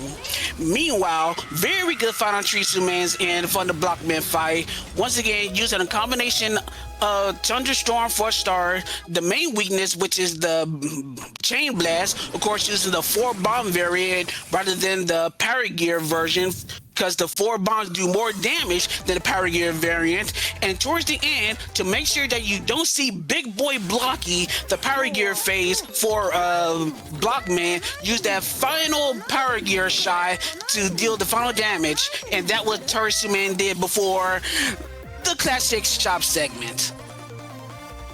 All right. Now we're moving on to Bounce Man. Or apparently, as he's known in the Japanese script, Rubber Man. Well, that's a first. I never knew this. What? There is a bit of a reason for it, but for all intents and purposes, it's going to be censored for the duration of this broadcast. So thank you very much. Move on, Tempest. Yeah, I had a feeling there was some not safe for work reasoning behind this. Yeah, let's just move on. Anyway, yeah, so Bounce Man's domain is literally a fun house, and so we've got all these bouncy balls, and the floor itself is pretty springy. So instead of having to worry about all that, we do especially want our Rush Jet for this point in the game, because in order to avoid obstacles like those hand platforms, which will try to launch you after they've finished counting down, Rush Jet will allow us to instead cut out a lot of the vertical platforming and just make things a little more seamless as it possibly can. But now we're also entering into our mini boss fight, Pump Master K and Frog Balloon. Shout out to the frog friend indeed, for we here at the Mega Man Classic community stand our frog friends. And with that, we're now moving into the second portion of the stage, which, by the way, in case you didn't catch where Pump Master K was, don't worry, there will be a second chance, as we do actually have 2 of these fights. And, well, all in due time, of course. Meanwhile, it looks like Team Crab Puncher has now officially moved on to Mega Man 11, so GG to Mystium. And a quick correction, we've received word that it is not Fly who is currently running Mega Man 10 for Team Curlinger, but rather Scarf Why Not. So good luck to them, as they're currently within a Solar Man stage and about to proceed to the boss itself, which, by the way, big shout out to that boss corridor having practically the same background as that of the boss fight room in Fireman from Mega Man 1. Like, that is always a fantastic reference in my book. All right, just to repeat what has been relayed to us once again is Scarf Why Not doing Mega Man 10 in lieu of Sorrentian's absence. So Scarf will be finishing off things for Team Curlinger. Meanwhile, keeping up with Teresa Man, trying to do speed gear strats to try to get as much high possible, using the propulsion from the power gear buster to get that rush jet boost, going to the bounce man fight, which is, once again to repeat, one of the most dangerous stages to try and navigate. A lot of bouncing, a lot of proper rush uses, just a very crazy stage to try and navigate. Teresa Man just getting through it the best he can. I'm trying to do the bounce man fight. Of course, he's weak to the power driver, trying to use it in combination with the buster, do a little bit of a back and forth, kind of having a little bit of issue trying to get some solid connections with either weapon. But for right now, he still is able to finish off Bounce Man and going to the next stage. Meanwhile, Coco, who's running for Mega Man 11 for Team Crab Puncher, has successfully dispatched Impact Man and should be going on to Tundra Man in short order in a moment. Alright, meanwhile, we also want to quickly check up on Team Eskaroo, where Siberian Bull is currently within navigating a couple of crushers and just trying to avoid the pain of any instant death shenanigans, as he's now entering the mini boss corridor to Octobulb here in Wily 2, trying to once again make use of the Commando Bomb's shockwave to do the most damage as he possibly can. And there you go, nicely done. Next up, though, we got Fuse Man's level, and in here, it's a tale of lasers and electric beams and shocking things, oh my. For you see, these beams will come down one by one until eventually the cycle is complete, and then another one will eventually take its place. The overall idea is to use the level's own solids for cover, its own platforms, its own overall structure in order to avoid taking damage, but we don't necessarily have to pay too much mind to that. Just whatever gets us faster is good enough for us. Also a nice use of Bounce Man's weapon to take care of the mini boss there. Creed, mind telling us a little bit about what exactly we got from the Bounce Master himself? The weaponized dog squeak toy, that is the bounce ball. The bounce ball is pretty much a rapid fire weapon. You can shoot out multiple balls at once to pretty much kind of give a spamming effect.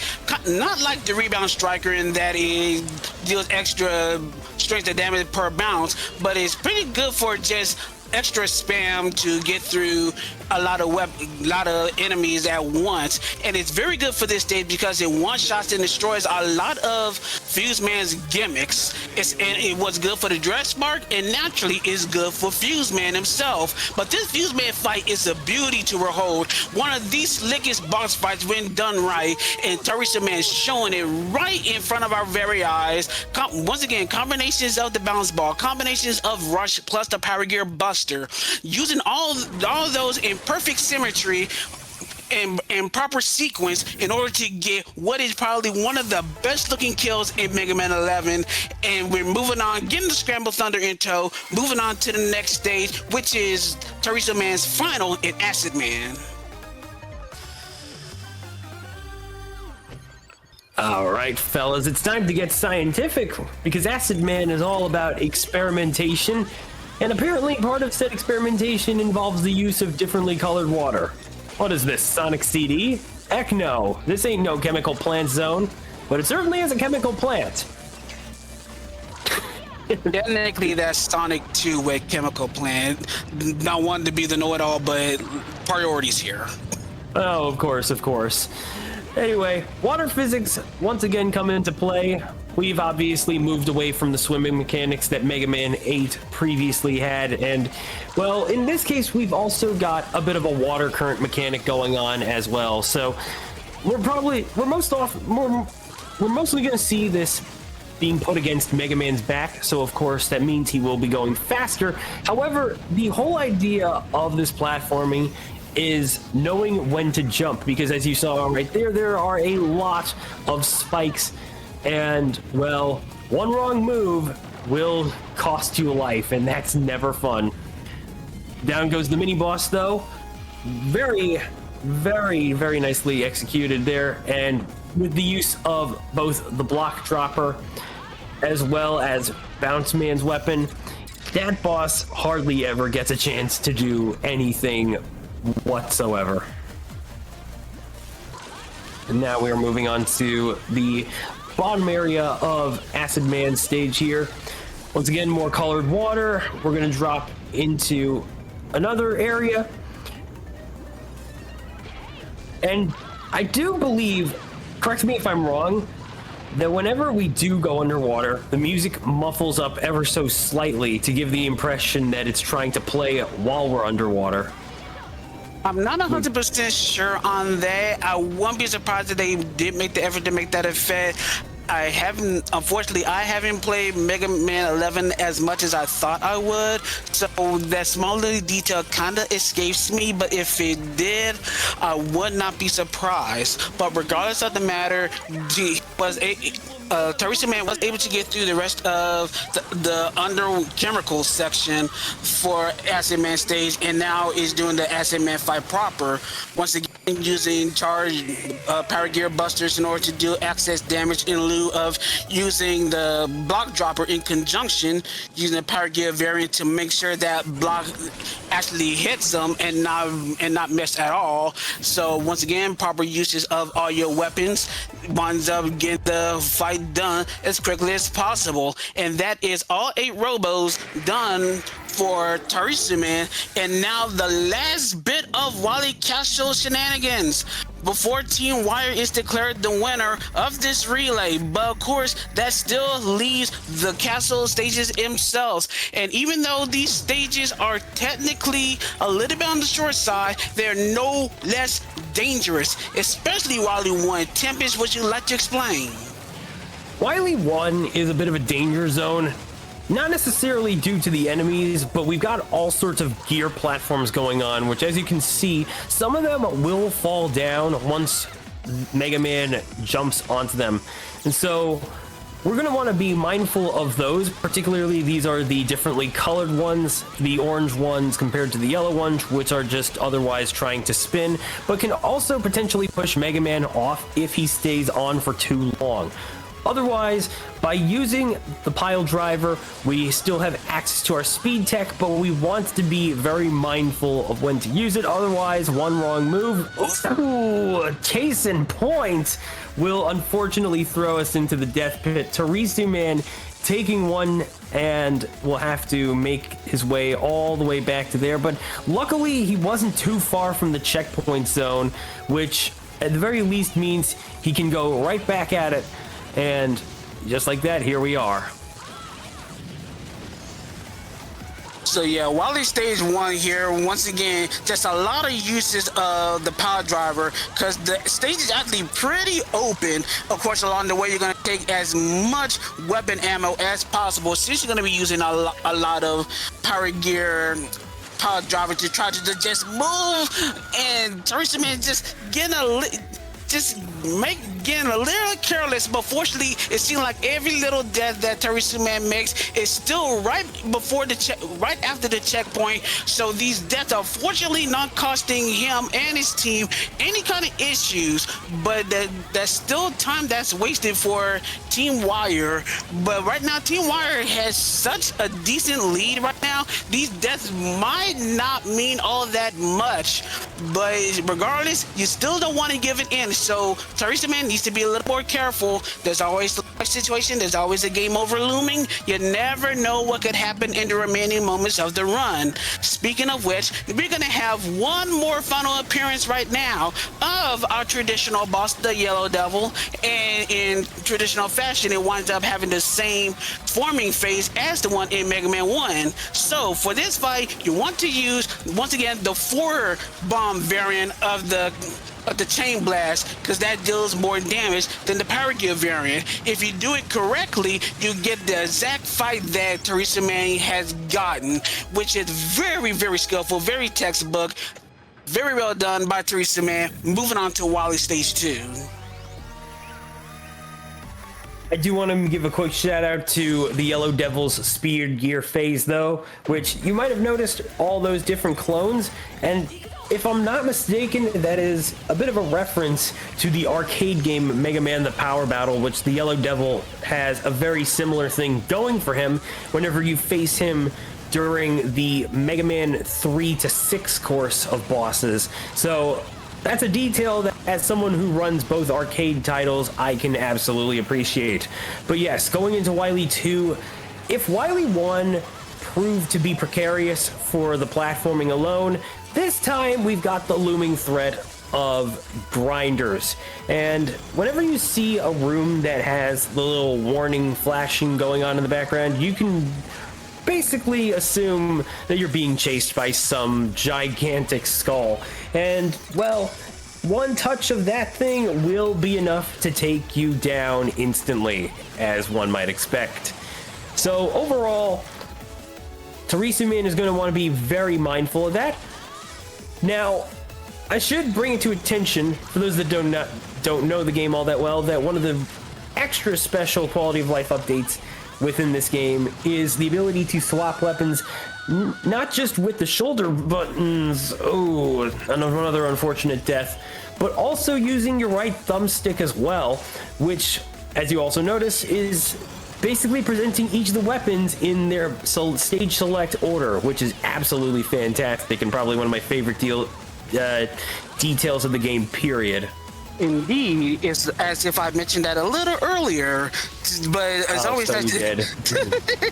sorry, but yeah, it's not that little reminder. It's not to have that little reminder, because yeah, one of the things here we always had this little saying that there are so many buttons in this game, and you're basically doing finger gymnastics, because you can pretty much just use any and all buttons for whichever thing you want, from the weapon selecting, the sliding, to auto fire. For each of the power gears each of their double gear system has a separate button. The rust items have their own buttons. So there is a lot to consider, not only in terms of just trying to run the game itself, but actually to control the game, period. So trying to work up a specific control scheme for you is pretty much essential for trying to work and navigate this game, especially in a speedrun sense. But now that we moved on ahead, now we get Malvern, which is the second boss of the Wily stages, and there's a bit of a combination strat for this. Right now you're seeing a combination of bounce ball to actually open up Malvern, and using whatever you need to actually deal direct damage. Either it's like the power driver in any state, or the buster, mostly it's power gear variant, if you're unable to get any other shots quickly in that regard. Regardless of the method, just making sure that you can get the opening as quickly and retaliate just as fast when it's open is very vital to try to get a quick kill on Marvern. Teresa Man was able to do that successfully, and now we're moving on to Wily Stage 3, which, once again, traditions never fade. No matter how old or young, we got ourselves a boss rush incoming. Absolutely. And one nice detail, though, of this particular boss rush is that, unlike previous games, every fight we undergo will feature the Wily Fortress boss theme, which is actually a really cool detail, and one that I can't say I've ever really seen a Mega Man game do before. So at least kudos on that one, because I would say otherwise, what you see is what you get on the map, no extra stages, which is almost a crime. I feel like it would have been especially cool if we had a little extra Wily Fortress, but alas, with what we got, they did make an interesting change in detail, one that I can absolutely agree on. But yeah, Teresa Man managing to clear out Impact Man, back to Bounce Man, and you know what he says? It's bounce time! Yeah, but it won't be bouncing around too long. Bounce Man being dispatched a little bit more cleanly than the first encounter. Teresa Man able to hit every point with the Buster and the power gear power drivers to ever dispatch Bounce Man in short order. But of course, mostly for the refights, for the most part, most of the bosses stayed the same. A few of the bosses, since we not have the we have every single weakness, there are some changes here and there, especially like for Tundra Man, which we'll see a little later on. But for right now, let's focus on this fight, because hopefully we won't see the appearance of Big Boy Blocky, the second phase and the power gear phase of the Blockman. So once again, setting up with the bounce ball, setting up with the chain blast, of course the 4-bomb variant, and we do not have a Big Boy Blocky sighting. No power gear phase. Very well done the fight for Teresa Man, and now we go to Fuse Man. Quick little change of roles here for Team Escaru one last time as Bull completes Mega Man 10, and now taking on over will be G Ninja for Mega Man 11. So all of our teams are currently within the final positioning, and now it's only a matter of seeing how strong a conclusion they all make here in the Mega Man Community Relay. Once again, we see Tundra Man being refought. We did not have the Scramble Thunder, which is Fuse Man's weapon, and the weakness for Tundra Man is being used to very good effect on the Tundra Man refight, doing that and making sure that Tundra Man is currently and permanently put on ice for the remainder of the game. But of course, now we get to Torch Man for some well-placed sequences of normal and power gear thunderstorms in order to dispatch it, and we're going to be starting with the thunderstorm for this variation of the Blastman fight. Once again, we're going to start with the power gear variant, and we're going to do hopefully do some good buster shots. There we go. A little bit of a speed gear to make sure that he's down on time for the tar shot, and making sure that Blastman goes down in short order. And that's all the refights, and only one stage left between Team Wire and victory for this 13th version of the classic Mega Man Relay. Shout outs and let's get hyped for Team Wire as they're about to approach the finish line. But that still doesn't mean it's over yet. We still got to take care of this final stage. Tempest, if you don't mind, please. Oh, absolutely. So first and foremost, it's time for my favorite part of the run validation. That's right, I forgot Teresa Man doesn't quite do this. Well, I suppose we'll at least see it a little bit later on here. But right now, we're just going through a bit of a simple elevator section right over here, where basically Teresa Man is just trying to get through it as fast as possible, and then it's a straight drop down over to the Wily capsule fight. And so we got a couple of phases going on. First and foremost, the Wily machine, who's going to basically try to use all sorts of little projectiles and whatnot while trying to hover with those measly little projectiles. Those missiles we can actually stand on and try to hit him effectively, but we also can just get up close and personal using the acid shield, just as Tarisu Man did over there. And now for the Wily capsule.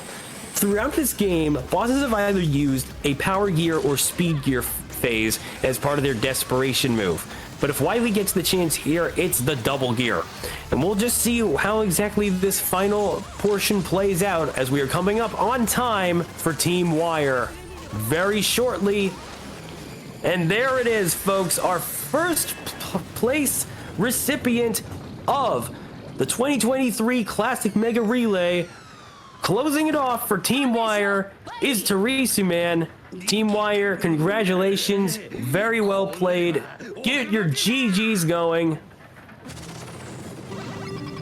Clocking in at under 7 hours and 30 minutes with an official 7 hours, 29 minutes, 53 seconds.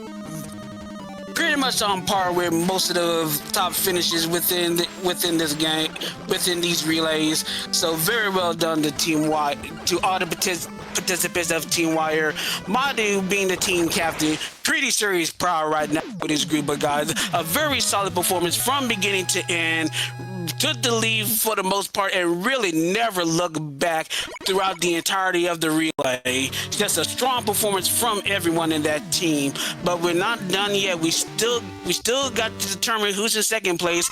And right now, thanks to the situations that kind of prevailed upon us between runners, we gotta know who's gonna be in second. Right now, it looks like Team Curlinger, because Team Curlinger, who's finishing off with Mega Man 10, thanks to some of the situations with their runners, they're already in the second Wally stage, going through the ringer in Wally 2. Meanwhile, Coco is trying to desperately catch up as much time as possible to try to take that second place crown, going in what should be the final Robot Master in Acid Man stage, hoping to get to the Wally stages as soon as possible. So there is still a lot that can happen in between now and whoever takes second place. A lot of mistakes can happen. A lot of time saves. It's just an exciting time as we're heading towards the finale of this relay. Absolutely. So right now, as we got ourselves a bit of the mini boss refight once again. We got the Octobulb fight going as quickly as possible with the Commando Bomb. Looks like we got a bit of a tank pickup as well. Nicely played. And is it just me, or does the cannon actually have friendly fire properties? I thought I saw the cannon potentially destroy a Met, but I think that might have just been a well-timed Buster shot or something taking care of it instead. I didn't quite see it. I was looking at something to make sure things on the back end, but who knows? Hey, that would actually be kind of funny to think of if Inti Creates indeed put that design there. But hey, no big deal really. Now we're entering the second boss of, or no, sorry. Well, I know what I meant to say. We're entering the Block Devil fight. Or, no, wait, no, this is not the Block Devil. No, this is the Crab Puncher. What? Now I'm getting the bosses mixed up. Simmer down, Tempest, simmer down. Yeah. I hear ya. But yeah, once again, we got the Crab Puncher. Hopefully, he wind up taking up the M-Tank right now. Go ahead and just top off, getting prepared for what's coming up later. But right now, it's deciding to use a combination of commando bombs, trying to hit both eyes at once. Probably didn't have enough, probably had a few misses and did one eyes, but tries to recover, trying to use the buster to finish things off. Crab Puncher down, and gonna be going to Wily Stage 3, which is part auto-scroller, part underwater area, and all business, as Team Curlinger is about to try to finish things off. Meanwhile, on the end of Team Crab Puncher, which is the correct name of the boss that Team Curlinger took on, it looks like we're now jumping into the Yellow Devil fight. So as mentioned previously, it's going to be a bunch of oh, we got a bit of a bouncy ball exhibition there going on. But yes, once the yellow devil has finished spawning in, we're going to use some well-placed chain blasts to get his health down and then force him into the speed gear phase, and then do another setup to, ooh, it looks like the bombs actually might have hit the wrong clone. That's a little unfortunate there, but we're gonna see hopefully a bit of cleanup from Coco. Nicely done. Yeah, that can happen. About to say, Scarf was having a little bit of trouble, little bit of a stumble with the rush jet, getting knocked off a little bit, but was able to recover quite nicely before the iframes got disappeared and could have died on the spikes, but is still able to get by the rest of the underwater sections. Wish you would definitely use the rush jet to ignore the little seesaw levers in order to try to progress forward. And now moving on to the second elevator portion of the stage, we're gonna see if we don't know how well practiced Scarf is for Mega Man 10, so we're not sure if we're gonna go for some of these coil jet strats or even just the simple coil strats and try to wheel cutter onto the elevator exit. He got the rush coil set up, so it looked like he's going for the rush coil into the wheel cutter and does it successfully, so it should be not too far away from the Block Devil fight. Meanwhile, Coco, with these things being very close, so every bit of movement matters in this particular race between Curlinger and Crab Puncher. Right now, Coco is probably about, if not deep, at least halfway beyond Wily Stage 2. And you also got to consider that Mega Man 11 has a shorter number of Wily stages compared to that of Mega Man 10. One extra Wily stage compared to the 4 that is in Mega Man 11. And these stages for Wily on Mega Man 11 are relatively short compared to the Robot Master stages. So this is going to be very important for Team Crab Puncher to execute for the remainder of the game to see if they can keep Curlinger at bay or even take over, considering where they're placed in conjunction with each other. Meanwhile, we got Scarf dispatching the Block Devil with well executed and well placed rebound structure shots, and is going to Wily Stage 4 where the refights are about to take place. And this time, we should have a proper read on the situation with what will be coming thereafter, which, I won't be spoiling just yet, but let's just say, you all know what time is coming up next. For now, we got Marvern with Team Crab Puncher. Once again, it's going to be a combination of using the bounce ball, and then we got the Tundra Storm coming into play while Marvern then goes into the power gear phase, but doesn't even get to use a laser thanks to a well-timed pile driver. Very, very well executed on Coco's end. Absolutely phenomenal. And now Coco will be entering the third Wily stage to the Gear Fortress, which will feature the Mega Man 11 refights once again. So things are looking pretty close enough, but it's all going to come down to how fast the respective refights go, and on top of that, whether or not Team Curlinger happens to slip up during the final phases. Anything can and will happen in these very tight moments. It doesn't matter the fact that we've got two different games. Oh no. I'd say they're pretty neck and neck, if anything. It's all gonna depend definitely on Coco's means to take care of this stage. There's probably more potential means of time swings in the 11 boss rush as opposed to Mega Man 10, especially with the extra animations and the potential of missing the getting gear phases for the Robot Masters in 11. So I'm gonna probably have to say that Scarf and Team Curlinger has a little bit more of an advantage compared to that of Team Crab Puncher, but we don't know quite yet. It's all definitely going to be based on execution and the difference between these two. So we're going to see a very exciting finish potentially, but let's just see how it goes.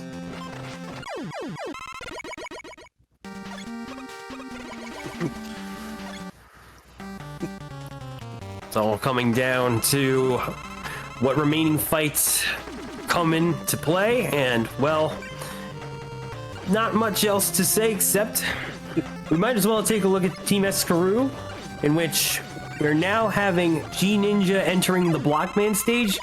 So we'll just have to see if they can avoid Big Boy Blocky, and hopefully it'll be a clean I swear, I'm gonna make sure to get myself as much water as possible after this. A bit of a clean sweep on Blockman's end, which Team Crab Puncher managed to go through the refight without any trouble on their end, so nicely executed. And now, ye mateys, for it be time for Captain Whitey. Yeah, missile in tow, trying to make Megaman walk the plank and keel haul him. But right now we got, okay, one out of solar blades.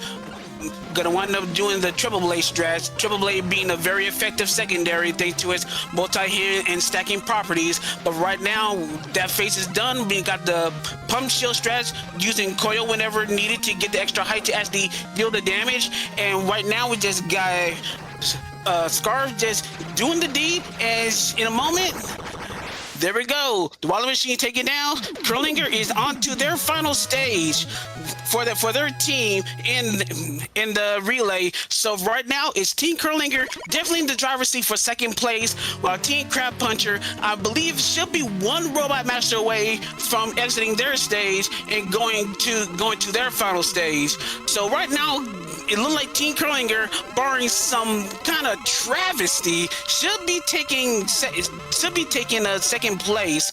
Meanwhile, shout outs to Dr. Wally's 4-hour medical problem in tower form as we go into space.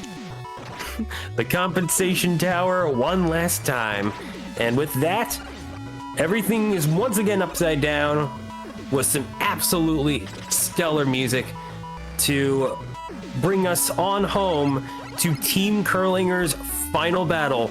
Once again, it's all going to come down to being able to hit the correct Dr. Wily capsule with the chill spike, and hopefully without much error too, because don't forget, both Wilys will be attacking with their spark attacks, their little electrical ball shots in varying different patterns, and potential homing arrays. But of course, right now on Team Crab Puncher's side, we got a bit of run validation by emptying all those bouncy balls up the elevator shaft, and it looks like we now have Coco making his way on over to Wily Phase 1. Let's see how this all plays out, because it's time for the Wily space fight, folks. And of course, I wasn't expecting it. Scarf I don't think he was attempting to do the manipulation to ensure that Wally was able to stay in the right position in time. So now things are going to be very interesting from here on out. It's going to be between if Coco can get in the right position to get these acid barrier shots to defeat Wally as quickly as possible. But I think at this point, Scarf still might have just enough of a lead to take care of Wally. One more hit, and there it is. GG's to Scarf for finishing Mega Man 10. GG's to Team Curlinger for taking second place. And a few seconds later, Team Crab Puncher takes the third place, just a few seconds short. According to timers that we see on screen, literally 8 seconds. So that was so much closer than I suspected. What? It was very, very tight.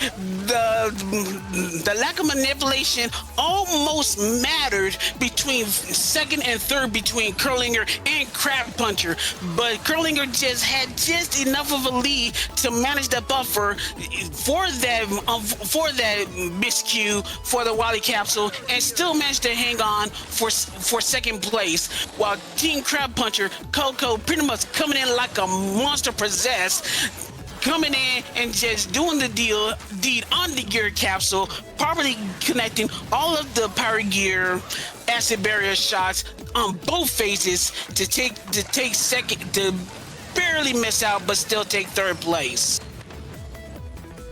Absolutely stunning of a conclusion in this close race for second place. But now, of course, wait a second, coming down. I know, but we also got to announce this because it's now coming in. It's officially, not only was Coco just going beast mode trying to take second place from Team Curlinger, which is a very good effort, it's confirmed to be a PB for Coco. It's a relay PB for Coco RTA, for Mega Man 11's, GG's, a little icing on the cake. Absolutely. What the heck? We actually got a PB during this relay. Nice. You'll love to see it. Awesome work, Coco.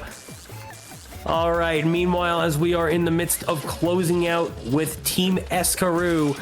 So right now, it'll be some time before we get to the Wily stages. So we might as well enjoy a well-timed placement of our frog friends as Pump Master K makes a very brief appearance before being dispatched by some blocks. And now we just got to see how the rest of Bounce Man's stage goes. And so now, here comes some Rush Jet action, a little bit of sliding, which, by the way, there is a hotkey button that you can set for that too. So if you're not a fan of the traditional hold down and press jump to do so, and you think that's more your speed, no pun intended, well, there you go. I gotta say, Mega Man 11 though is a fantastic game in itself, in its own right, and the fact that this is one of the most dedicated runs of the entire classic franchise in terms of what runners have to do, especially in terms of the no out of bounds category, which is what everybody has been doing. As no, we do have an out of bounds category. Yeah, no, it just comes to show just how much has gone into the evolution of this game. And who knows, if there's ever a possibility of a Mega Man 12 coming out, I can only hope that it'll be just as much of a poetry in motion as we got here. And also, big shout out to my favorite death throw from Bounce Man, which we just saw. Ooh! But yeah, just want to, as Team Escaroo, who had a bit of a rough going, but they still keep fighting. You do not quit in these things. When worst comes to worst, you still power through and you keep going. In the face of all the worst things that could happen, you still power through. That's what Team Escaroo is showing right now. But what I really want to say is, I want to thank everyone who has come for this classic Mega Man relay. Once again, for those that are just coming in to we're basically approaching the conclusion of this relay. We have Team Wire pretty much just dominating the relay, captained by Madu 1311, and just pretty much just put a clinic on this relay pretty much from beginning to end, and has taken first place with basically a sub 7 hour and 30 relay race time. What just happened a few moments ago was pretty much a nail-biter of a conclusion between Team Curlinger and Team Crab Puncher, and with Team Curlinger just barely edged out Team Crab Puncher, who definitely was trying to, with setbacks aside, with game switching and some little technical issues on both sides, both Scarf Wynai, who finished the relay off with Team Curlinger with Mega Man 10, and Coco RTA finishing things off with Team Crab Puncher, pretty much dueling it out at the very end. As you can see, literally just about an 8-second difference between second and third place, with a wild and climactic finish. With a 7 hour 42 minutes 47 seconds on Team Curlinger end, edging out Team Crab Puncher with a 7 hour 42 minute and 55 second race time on their ends. Team Curlinger being captained by, I believe, Dark Terex, and the team captain for Team Crab Puncher being Prissy. So well done to the team, their teams, team captains, and the runners for their runs. And once again, we see G Ninja concluding Mega Man 11 finishing off once again, showing that Team Escarou spirit. RO being the captain of that team. Hopefully, we're gonna get a very strong finish as G Ninja does continue to fight the good fight against Acid Man, doing some properly well-timed. Well, as well-timed as you can allow, as Acid Man allows, with the Power Gear block dropper. And there you go, Acid Man done. Unless there's a slight route difference, this should be the final Robot Master for G Ninja, and we should be going to the Wily stages for Mega Man 11 shortly.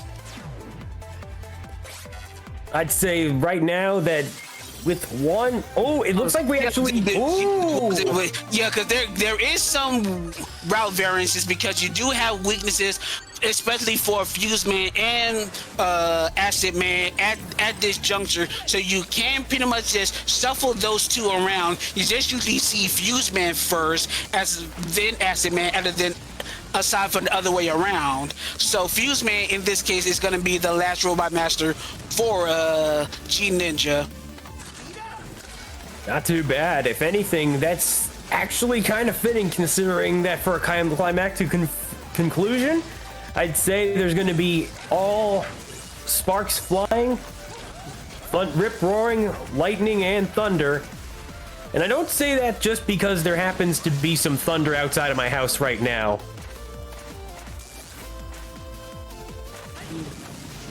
Yeah, once again, since we still have Mega Man 11 going here on screen, Fuse Man stage, a lot of interesting obstacles basically to try to impede Mega Man's path, trying to utilize the terrain to try to navigate and reduce damage as much as possible.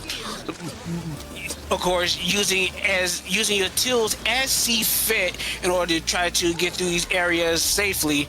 Of course, since the bounce ball is pretty much the recommended weapon for this stage, it is used to destroy some of the obstacles in one shot that other weapons wouldn't destroy normally. And of course, it's also the weakness for the Dread Spark, which is the mini boss for this stage. So once again, it's just proper uses of weapons when they need see fit. Of course, having to use Power Driver, which is the primary speedrun weapon whenever the situation applies, before we eventually go to the Fuse Man fight, which should be happening very shortly on G Ninja's side. I definitely gotta say though, I was not in relation to the last thing I just said beforehand. I was not expecting it to be thunderstorming outside today, so you know what? We'll work with it. But in case you guys happen to stop hearing from me from a commentary, I think at least we'll all know why. Prepare to die. I know people don't. I don't know, people probably don't like that particular phrasing from Fuse Man, but to me, it's delivered so well. It's a silly pun, but it's delivered so well. Also, shout outs to Fuse Man's speed gear. Probably one of the most shocking, well, I could say pun intended, but let's just leave it as is. But still it was one of the most jaw-dropping desperation moves that I witnessed when I was doing this game casually. Is very, very fast, hits hard, but fortunately, as far as attacking goes, he's still vulnerable while in that phase. So G Ninja was able to take out Fuse Man, and now we are officially going to the Wily stages proper. I will say this much. Absolutely a big shout out to Fuse Man's English voice actor Todd Habercorn, who has been working in the industry for quite a while and has voiced several number of notable characters, both in games and anime, which, funnily enough, he would also, not too long after his gig here in Mega Man 11, eventually go on to provide the acting to Azure Striker Gunvolt 3's K-Man for that game's English dub, so I'd say he fits the mega bill quite well for all sorts of characters, and Fuse Man and K-Man from those respective games especially included. Remember to support all things Mega Man, even those that are heavily inspired by it. It's the reason why games like this exist. Heck yeah.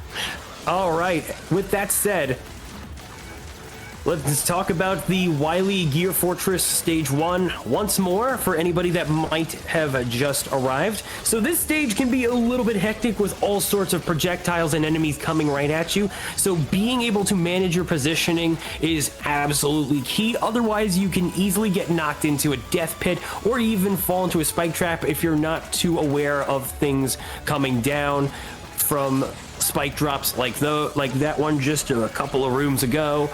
And overall, you'll want to especially keep the weapon energy management going strong. By the way, one little detail that I always appreciate about this Gear Fortress is that you can replay any of the stages at any point in time, even after you've beaten them.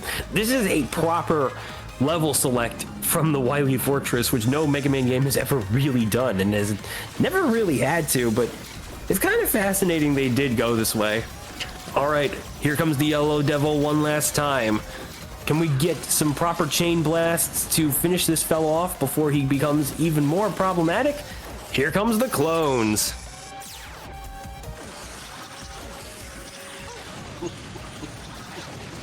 Look like he opted to take the power gear bombs route, so it's going to be a little slower than the efficient route of using the 4 bomb variants as much as possible, but it's the consistent way to make sure that the Yellow Devil eventually go bye-bye. So continuing on, excuse me. But yeah, once again, going to Wily Stage 2, and if Wily Stage 1 was a test course on how to use the power gear power driver, it's pretty much going to be a test of how to use everything else in conjunction, because while we're going to be seeing a lot of power drivers when need be, you're also going to see a lot of variance in terms of weapon usage throughout the entire game.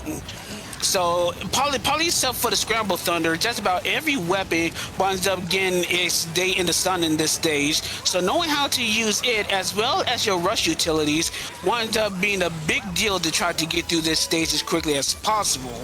So as you can see, just like here, using the chain blast to one-shot that particular column is specifically weak to that. To explosions. They're supposed to be like little minions from Blastman stage. Yeah, you can shoot onto it, and those explosions usually destroy the columns in one shot. That's what the chain blast was for, to actually skip all that and continue to keep going, as you can see on this screen here, as you're doing the same thing again. So once again, it's just a lot of utilization, not only with your standard speedrun weaponry, i.e. the power driver, but also knowing how to use each and every other weapon, regardless of which method you're using, the normal variant or the power gear variant, to just get through each and every single area as quickly as possible. So once again, we see G Ninja just use all of his arsenal.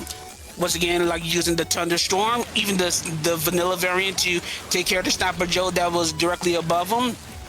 Using the power gear block dropper to dispense of these big boy enemies that are along the way.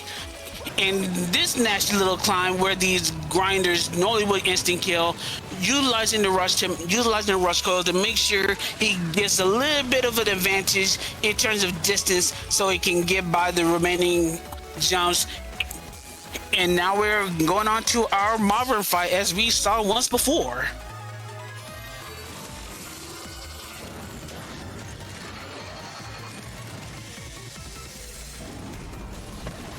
All right, here we go. So we're gonna start off with some bounce ball action going into the field. Oh my God, I keep forgetting that they sometimes make those squeaky sound effects. Looks like we're gonna see some. It's the weaponized Dark Chew toy. Absolutely.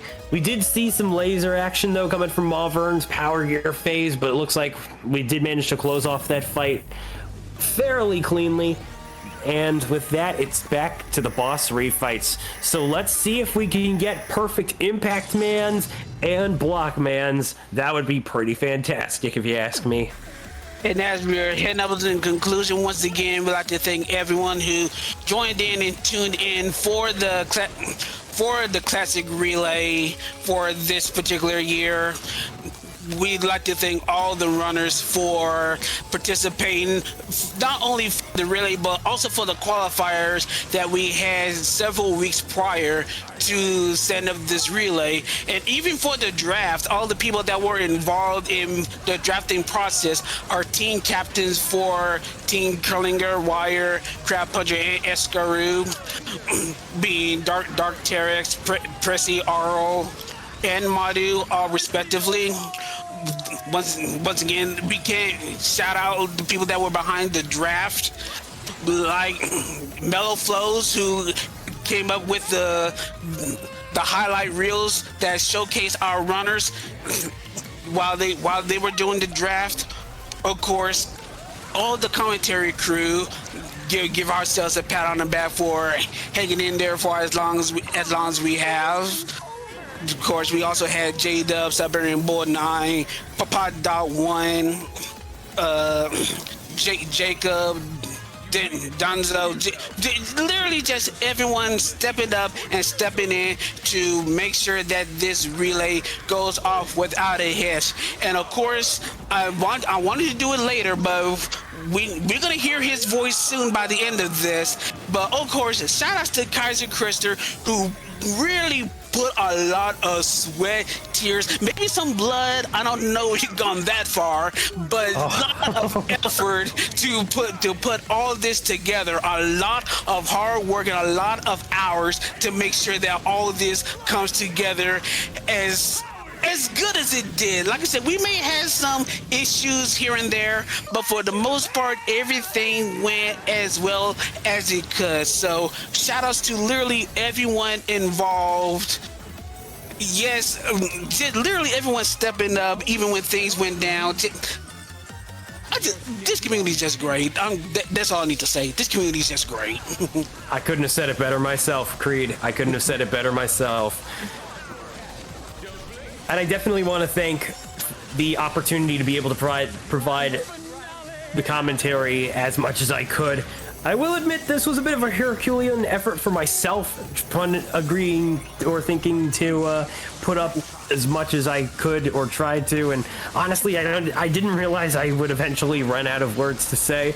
But you know what? This is just too much fun to say no to. This is our annual event for a very good reason. This is a group effort, and it all just comes to show. And I have you all to thank for making this possible, because I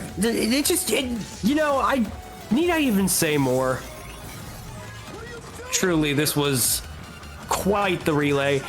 And well, depending on what happens here, we might actually have to say more, because remember, we still got to run to finish, and there could be a big boy blocky sighting in the potential future. Oh no!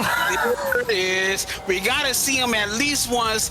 Big boy Blocky making an appearance in some kind of form, the power gear form of Blockman, where the health does refill back to its maximum, but the iframes are much less strict.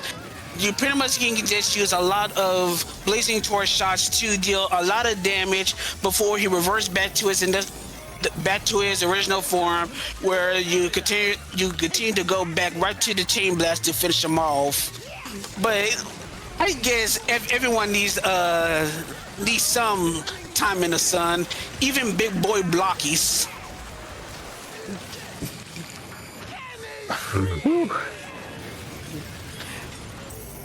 I gotta say, I was not expecting that to happen, but the fact that G Ninja was able to pick up the pieces and finish off Blockman right after the golden collapsed was absolutely phenomenal. So good recovery on that front, because Blockman throwing a swarm of blocks at you is easily one of the worst feelings to have to go through, especially if he somehow manages to do his desperation move again, which can happen, folks. Trust me on that one. For now, it looks like we got one last case of some upcoming run validation. There we go. Yep, G Ninja taking us home. The final Wally stage in the final Mega Man game of this relay. Mega Man 11 about to draw this relay to a close. All that's left is just some quick platforming, trying to get by these moving platforms as quickly as possible before our two-phase Wally fight with the Wally drone and the gear capsule, both in short order. Once again, the main deal with the Wally machine is the fact that you're going to be using a combination of weapons to try to take care of it as quickly as possible. The main weakness is the acid barrier, but of course you also have weapons that deal immense amount of damage, like the Power Gear Chain Blast, to use as a backup whenever you see fit. Fight getting a little bit away from G Ninja for a little bit, but still able to recover. Keep it on pressing the attack, and now we're on to our final fight of the relay, the final fight of Mega Man 11, the gear capsule. G Ninja, take us home. All right, folks. It's as we've said before, all it comes down to is using that acid shield, and we'll see whether or not Wily attempts to use a double gear phase. But we've avoided it. That's time. And with that, all teams have finished.